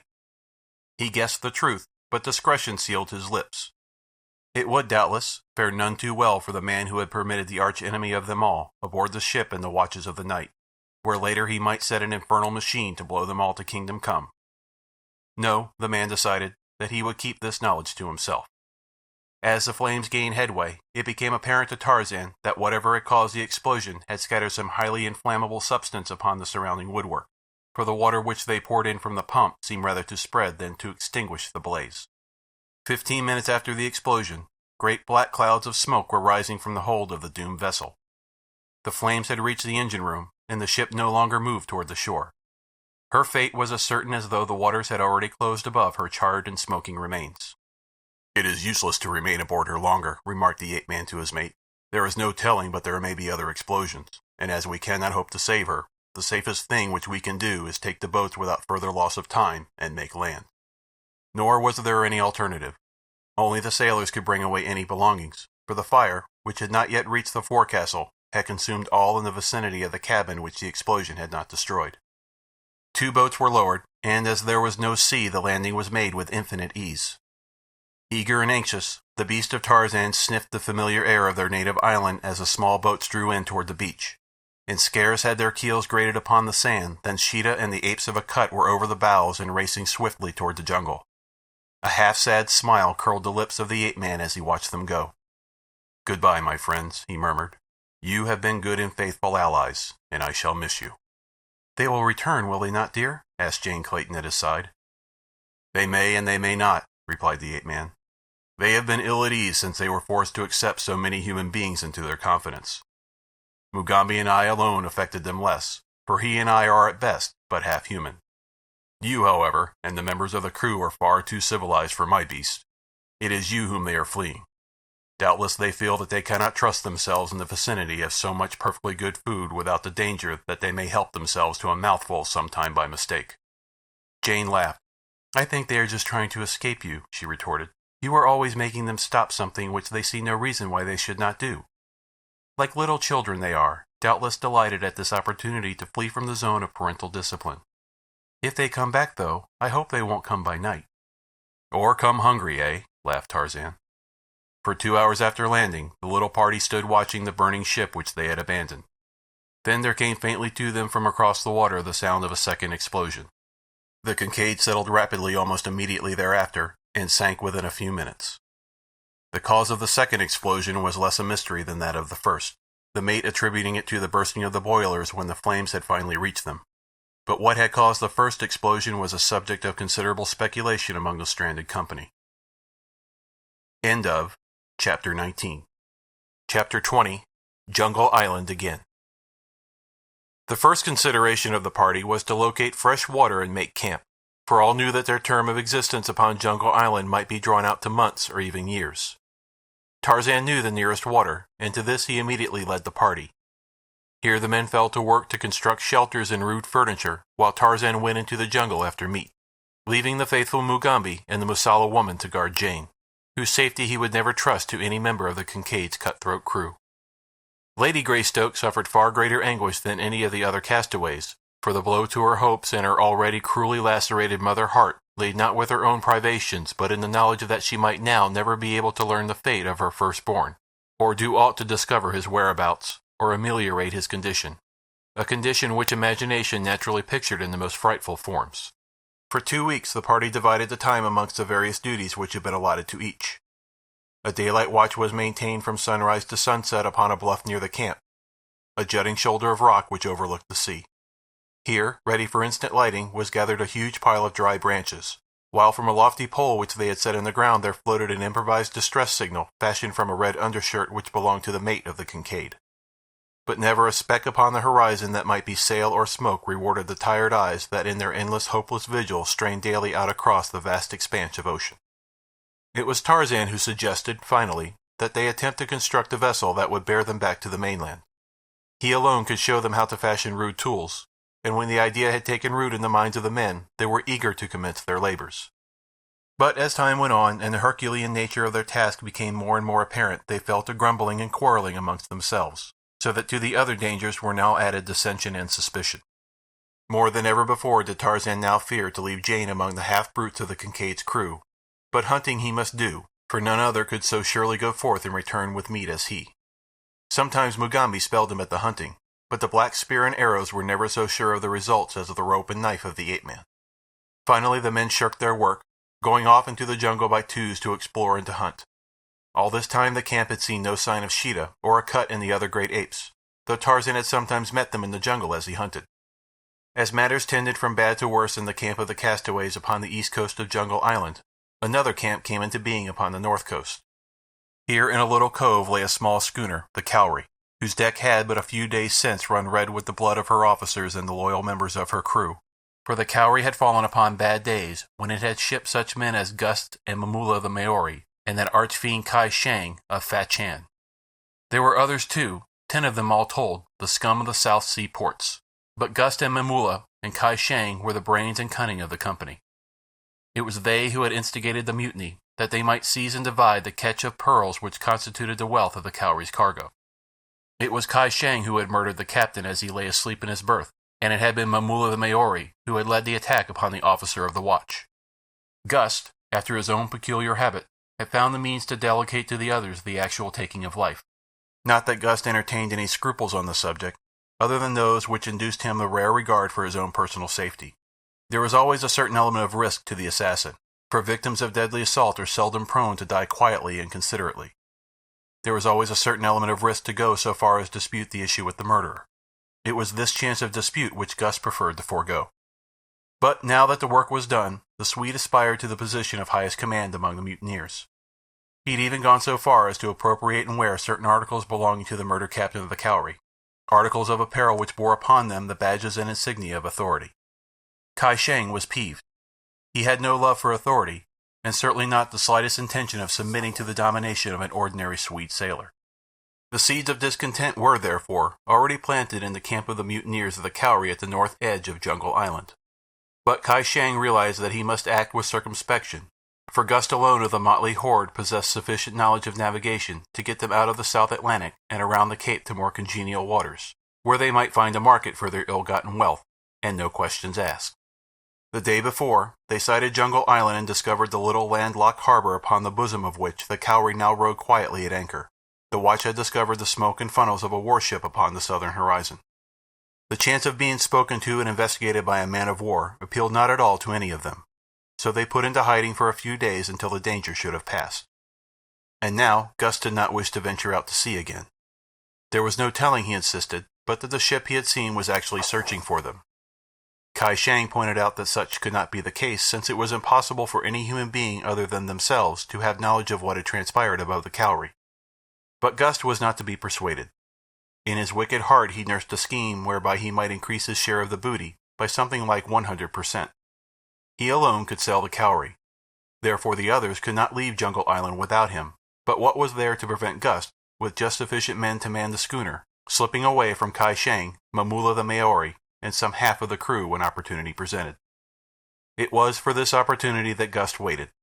Some day there would come a moment when Kai Shang, Mamula, and 3 or 4 of the others would be absent from the camp, exploring or hunting. The Swede racked his brain for some plan whereby he might successfully lure from the sight of the anchored ship those whom he had determined to abandon. To this end he organized hunting party after hunting party, but always the devil of perversity seemed to enter the soul of Kai Shang, so that wily Celestial would never hunt except in the company of Gust himself. One day, Kai Shang spoke secretly with Mamuli the Maori, pouring into the brown ear of his companion the suspicions which he harbored concerning the Swede. Mamula was for going immediately and running a long knife through the heart of the traitor. It is true that Kai Shang had no other evidence than the natural cunning of his own knavish soul, but he imagined in the intentions of Gust what he himself would have been glad to accomplish had the means lain at hand. But he dared not let Mamula slay the Swede, upon whom they depended to guide them to their destination. They decided, however, that it would do no harm to attempt to frighten Gust into acceding to their demands, and with this purpose in mind, the Maori sought out the self-constituted commander of the party. When he broached the subject of immediate departure, Gust again raised the former objection, that the warship might very probably be patrolling the sea directly in their southern path, waiting for them to make the attempt to reach other waters. Mamula scoffed at the fears of his fellow, pointing out that as no one aboard any warship knew of their mutiny, there could be no reason why they should be suspected. "Ah," exclaimed Gust, "there is where you are wrong. There is where you are lucky that you have an educated man like me to tell you what to do. You are an ignorant savage, Mamula, and so you know nothing of wireless." The Maori leaped to his feet and laid his hand upon the hilt of his knife. "I am no savage," he shouted. "I was only joking," the Swede hesitated to explain. "We are old friends, Mamula. We cannot afford to quarrel, at least not while old Kai Shang is plotting to steal all the pearls from us. If he could find a man to navigate the Cowrie, he would leave us in a minute. All this talk about getting away from here is just because he has some scheme in his head to get rid of us." "But the wireless?" asked Mamula. "What has the wireless to do with our remaining here?" "Oh, yes," replied Gust, scratching his head. He was wondering if the Maori were really so ignorant as to believe the preposterous lie he was about to unload upon him. "Oh, yes. You see, every warship is equipped with what they call a wireless apparatus. It lets them talk to other ships hundreds of miles away, and lets them listen to all that is said on those other ships. Now, you see, when you fellows were shooting up the Cowrie, you did a whole lot of loud talking, and there isn't any doubt but that warship was a layin' off the south of us listening to all of it. Of course, they may not have learned the name of the ship, but they heard enough to know that the crew of some ship was mutinying and killing her officers. So you see, they'll be waiting to search every ship in sight for a long time to come, and they may not be far away now." When he had ceased speaking, the Swede strove to assume an air of composure, that his listener might not have his suspicions aroused as to the truth of the statements that had just been made. Momulla sat for some time in silence, eyeing Gust. At last he rose. "You are a great liar," said he. "If you don't get us on our way by tomorrow, you'll never have another chance to lie. For I heard 2 of the men saying that they'd like to run a knife into you, and that if you kept them in this hole any longer, they'd do it." "Go and ask Kai Shang if there is not a wireless," replied Gust. "He will tell you that there is such a thing, and that vessels can talk to one another across hundreds of miles of water. Then say to the 2 men who wish to kill me that if they do so, they will never live to spend their share of the swag, for only I can get you safely to any port." So Momulla went to Kai Shang and asked him if there was such an apparatus as a wireless, by means of which ships could talk to each other at great distances, and Kai Shang told him that there was. Momulla was puzzled, but he still wished to leave the island, and was willing to take his chances upon the open sea rather than to remain longer in the monotony of the camp. "If only we had someone else who could navigate a ship," wailed Kai Wang. That afternoon, Momulla went hunting with 2 other Maoris. They hunted toward the south, and had not gone far from camp when they were surprised by the sound of voices ahead of them in the jungle. They knew that none of their own men had preceded them, and as all were convinced that the island was uninhabited, they were inclined to flee in terror on the hypothesis that the place was haunted, possibly by the ghost of the murdered officers and men of the cavalry. But Momulla was even more curious than he was superstitious, and so he quelled his natural desire to flee from the supernatural. Motioning his companions to follow his example, he dropped to his hands and knees, crawling forward stealthily and with quakings of heart through the jungle in the direction from which came the voices of the unseen speakers. Presently, at the edge of a little clearing, he halted, and there he breathed a deep sigh of relief, for plainly before him he saw 2 flesh-and-blood men sitting upon a fallen log and talking earnestly together. One was Schneider, mate of the Kincaid, and the other was a seaman named Schmidt. "I think we can do it, Schmidt," Schneider was saying. "A good canoe wouldn't be hard to build, and 3 of us could paddle it to the mainland in a day if the wind was right and the sea reasonably calm.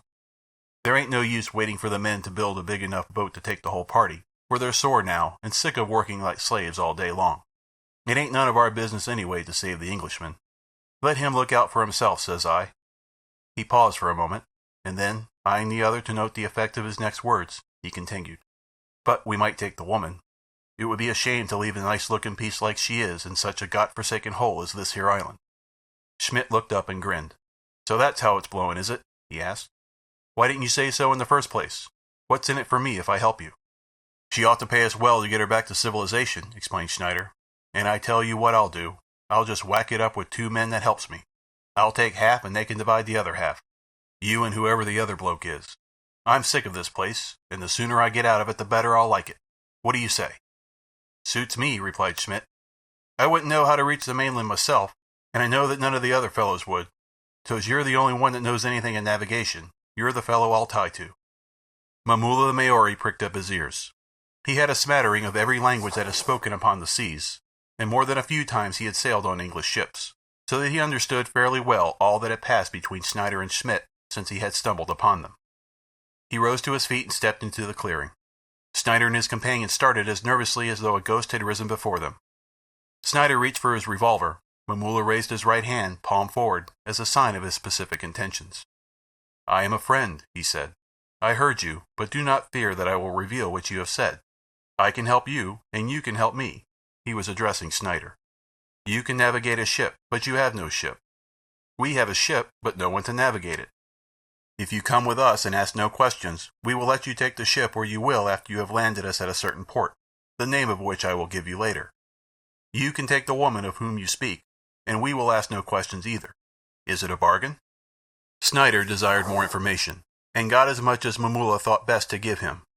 Then the Maori suggested that they speak with Kai Shang. The 2 members of the Kincaid's company followed Momulla and his fellows to a point in the jungle close by the camp of the mutineers. Here Momulla hid them while he went in search of Kai Shang, first admonishing his Maori companions to stand guard over the 2 sailors, lest they change their minds and attempt to escape. Schneider and Schmidt were virtually prisoners, though they did not know it. Presently Momulla returned with Kai Shang, to whom he had briefly narrated the details of the stroke of good fortune that had come to them.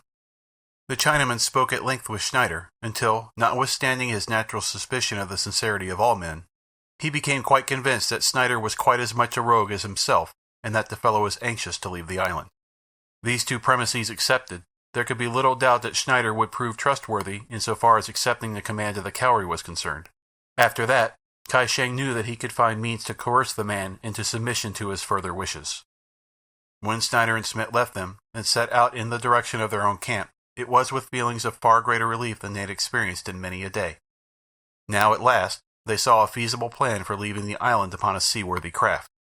There would be no more hard labor at shipbuilding, and no risking their lives upon a crudely built makeshift that would be quite as likely to go to the bottom as it would to reach the mainland. Also, they were to have assistance in capturing the woman, or rather, women, for when Mamula had learned that there was a black woman in the other camp, he had insisted that she be brought along as well as the white woman. As Kai Shang and Mamula entered their camp, it was with the realization that they no longer needed Gust. They marched straight to the tent in which they might expect to find him at that hour of the day. For though it would have been more comfortable for the entire party to remain aboard the ship, they had mutually decided that it would be safer for all concerned were they to pitch their camp ashore. Each knew that in the heart of the others was sufficient treachery to make it unsafe for any member of the party to go ashore, leaving the others in possession of the Cowrie. So, not more than 2 or 3 men at a time were ever permitted aboard the vessel unless all the balance of the company was there too. As the two crossed toward Gust's tent, the Maori felt the edge of his long knife with one grimy, calloused thumb. The Swede would have felt far from comfortable could he have seen this significant action, or read what was passing amid the convolutions of the brown man's cruel brain.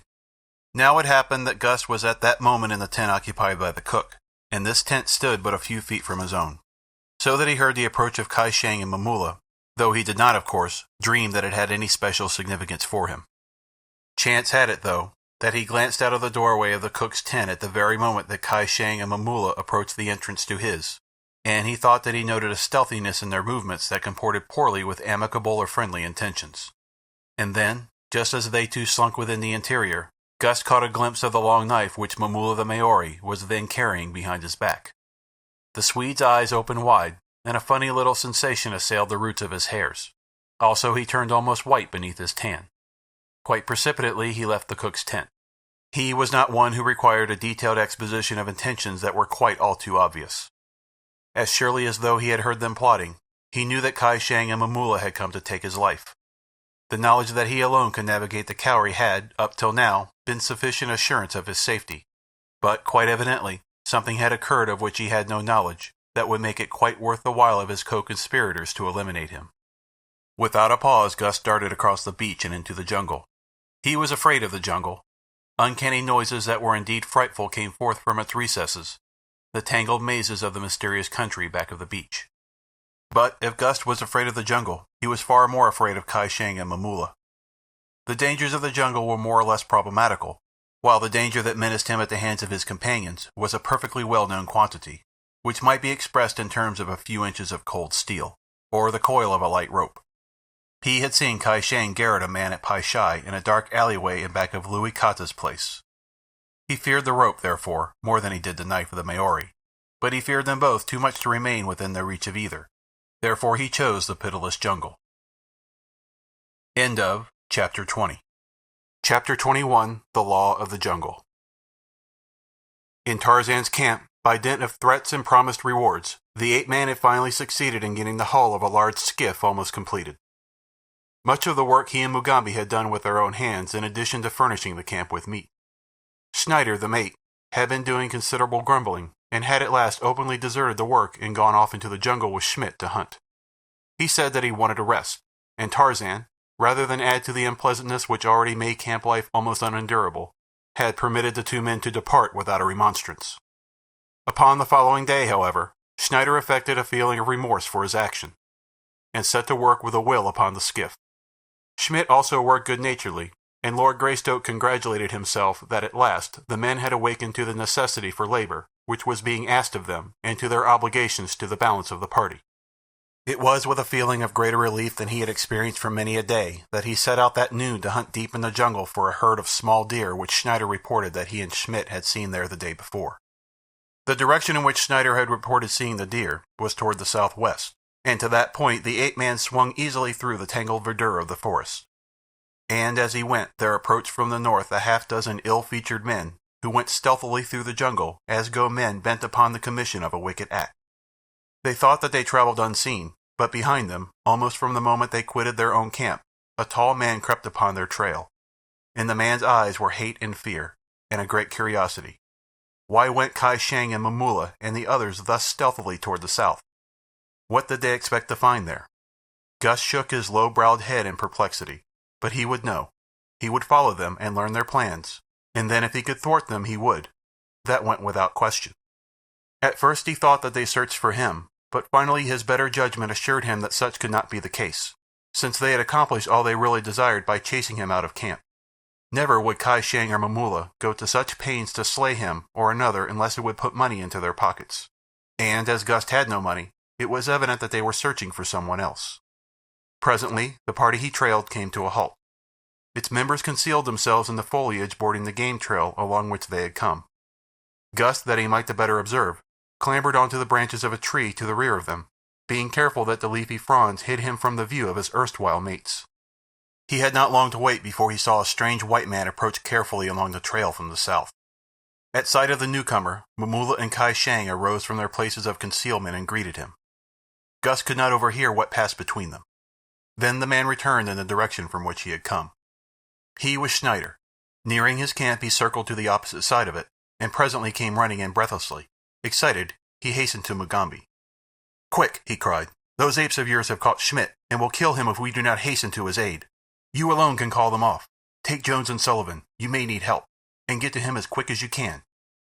Follow the game trail south for about a mile. I will remain here. I am too spent with running to go back with you." And the mate of the Kincaid threw himself upon the ground, panting as though he was almost done for.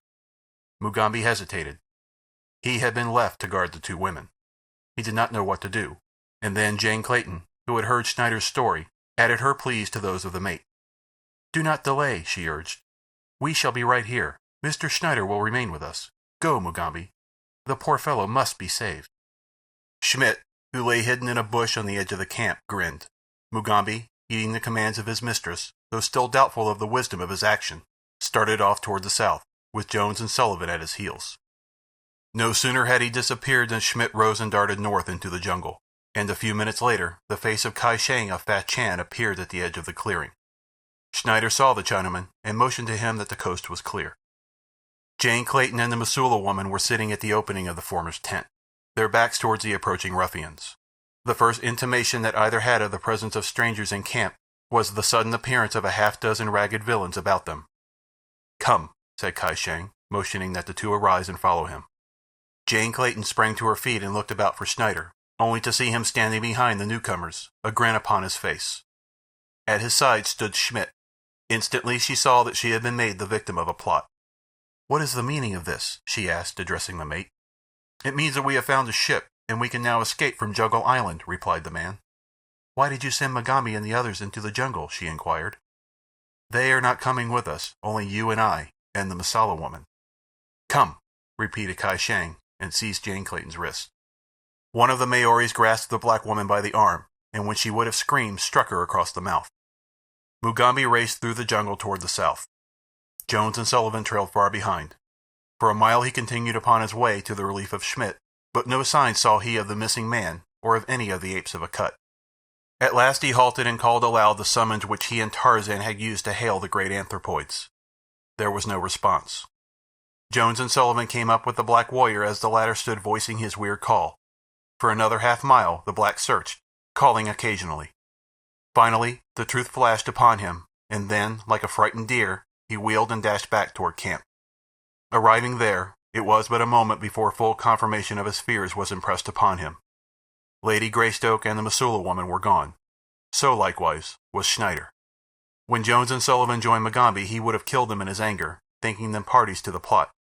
But they finally succeeded in partially convincing him that they had known nothing of it. As they stood speculating upon the probable whereabouts of the women and their abductor, and the purposes which Schneider had in mind in taking them from the camp, Tarzan of the Apes swung from the branches of a tree and crossed the clearing toward them. His keen eyes detected at once that something was radically wrong, and when he had heard Mugambi's story, His jaws clicked angrily together as he knitted his brows in thought.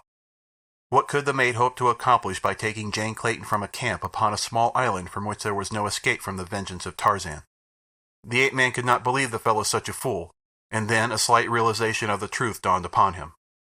Schneider would not have committed such an act unless he had been reasonably sure that there was a way by which he could quit Jungle Island with his prisoners. But why had he taken the black woman as well?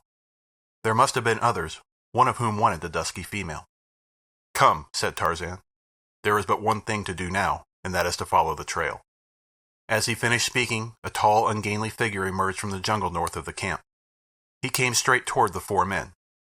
He was an entire stranger to all of them, not one of whom had dreamed that another human being than those in their own camp dwelt upon the unfriendly shores of Jungle Island. It was Gus. He came directly to the point. "Your women were stolen," he said. "If you ever want to see them again, come quickly and follow me. If we do not hurry, the Cowrie will be standing out to sea by the time we reach her anchorage." "Who are you?" asked Tarzan. "What do you know of the theft of my wife and the black woman?" "I heard Kai Shang and Mamula the Maori plot with 2 men of your camp. They had chased me from our camp and would have killed me. Now I will get even with them. Come." Gus led the 4 men of the Kincaid's camp at a rapid trot through the jungle toward the north. Would they come to the sea in time? But a few more minutes would answer the question. And when at last the little party did break through the last of the screening foliage and the harbor and the ocean lay before them, they realized that fate had been most cruelly unkind, for the Cowrie was already under sail and moving slowly out of the mouth of the harbor into the open sea. What were they to do? Tarzan's broad chest rose and fell with the force of his pent emotions. The last blow seemed to have fallen, and if ever in all his life Tarzan of the Apes had occasion to abandon hope, it was now that he saw the ship bearing his wife to some frightful fate moving gracefully over the rippling water, so very near and yet so hideously far away. In silence he stood watching the vessel. He saw it turn toward the east and finally disappear around a headland on its way he knew not whither. Then he dropped upon his haunches and buried his face in his hands. It was after dark that the 5 men returned to the camp on the east shore. The night was hot and sultry. No slightest breeze ruffled the foliage of the trees or rippled the mirror-like surface of the ocean. Only a gentle swell rolled softly in upon the beach. Never had Tarzan seen the great Atlantic so ominously at peace. He was standing at the edge of the beach gazing out to sea in the direction of the mainland, his mind filled with sorrow and hopelessness, when from the jungle close behind the camp came the uncanny wail of a panther. There was a familiar note in the weird cry, and almost mechanically Tarzan turned his head and answered. A moment later, the tawny figure of Sheeta slunk out into the half-light of the beach. There was no moon, but the sky was brilliant with stars. Silently the savage brute came to the side of the man.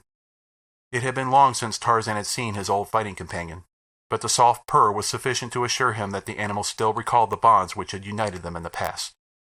The ape-man let his fingers fall upon the beast's coat, and as Sheeta pressed close against his leg, he caressed and fondled the wicked head while his eyes continued to search the blackness of the waters. Presently he started. What was that? He strained his eyes into the night. Then he turned and called aloud to the men smoking upon their blankets in the camp. They came running to his side, but Gus hesitated when he saw the nature of Tarzan's companion. "Look," cried Tarzan, "a light, a ship's light. It must be the Cowrie. They are becalmed." And then, with an exclamation of renewed hope, "We can reach them. The skiff will carry us easily." Gus demurred. "They are well armed," he warned. "We could not just take the ship, just 5 of us."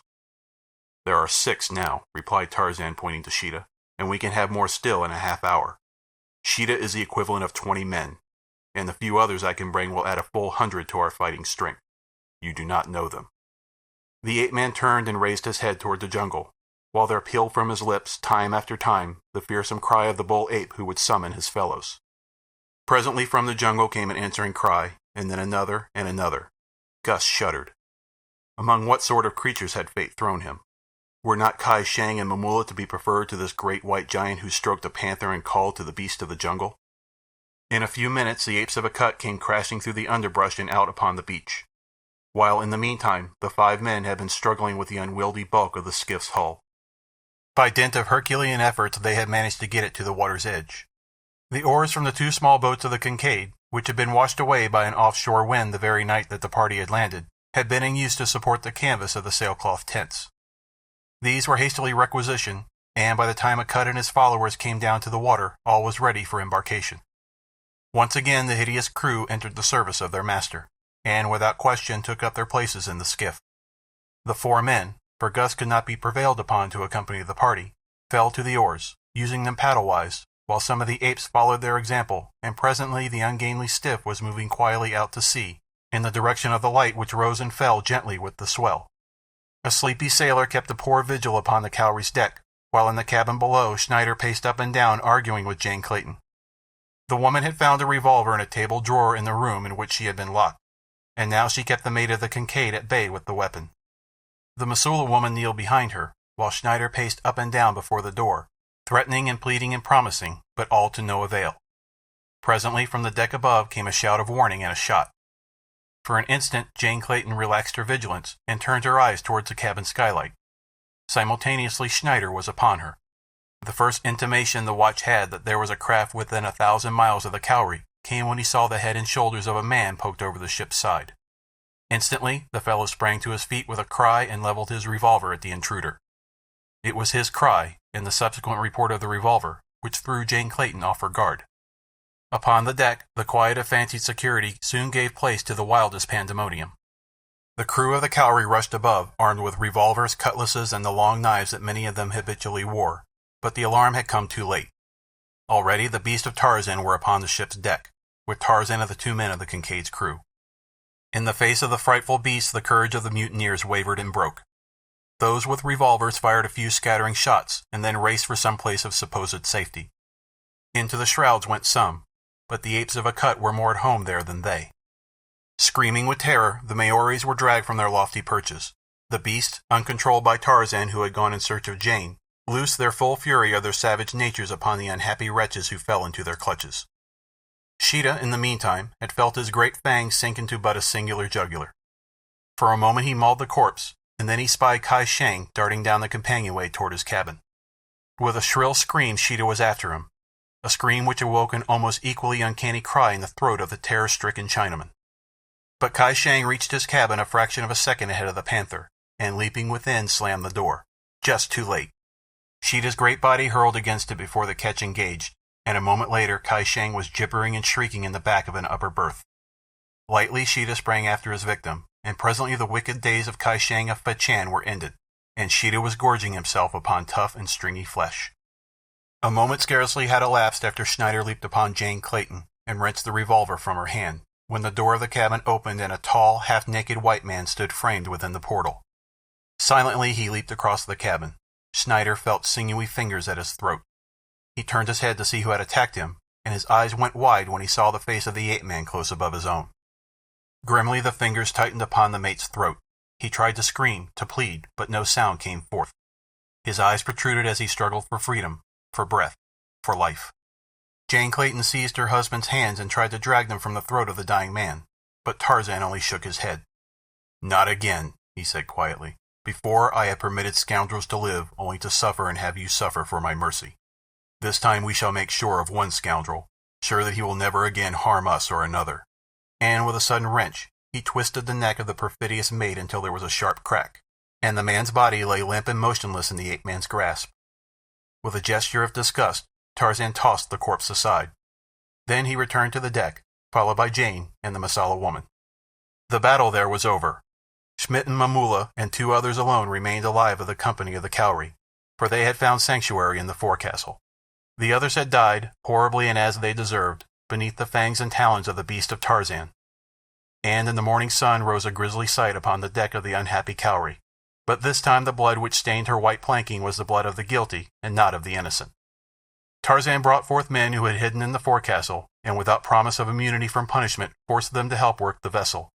The only alternative was immediate death. A stiff breeze had risen with the sun, and with canvas spread the Cowrie had set in towards Jungle Island, where, a few hours later, Tarzan picked up Gust and bid farewell to Sheeta and the apes of Akut. For here he set the beast ashore to pursue the wild and natural life they loved so well, nor did they lose a moment's time in disappearing into the cool depths of their beloved jungle. That they knew that Tarzan was to leave them may be doubted, except possibly in the case of the more intelligent Akut, who, alone of all the others, remained upon the beach as the small boat drew away towards the schooner, carrying his savage lord and master from him. As long as their eyes could span the distance, Jane and Tarzan, standing upon the deck, saw the lonely figure of the shaggy anthropoid motionless upon the surf-beaten sands of Jungle Island. It was 3 days later that the Cowrie fell in with His Majesty's sloop of war Shorewater, through whose wireless Lord Greystoke soon got in communication with London. Thus he learned that which filled his and his wife's heart with joy and thanksgiving. Little Jack was safe at Lord Greystoke's townhouse. It was not until they reached London that they learned the details of the remarkable chain of circumstances that had preserved the infant unharmed.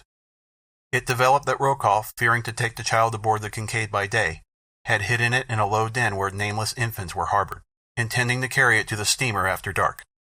His confederate and Chief Lieutenant Paulvitch, true to the long years of teaching of his wily master, had at last succumbed to the treachery and greed that had always marked his superior, and, lured by the thoughts of the immediate ransom he might win by returning the child unharmed, had divulged the secret of its parentage to the woman who maintained the foundling asylum.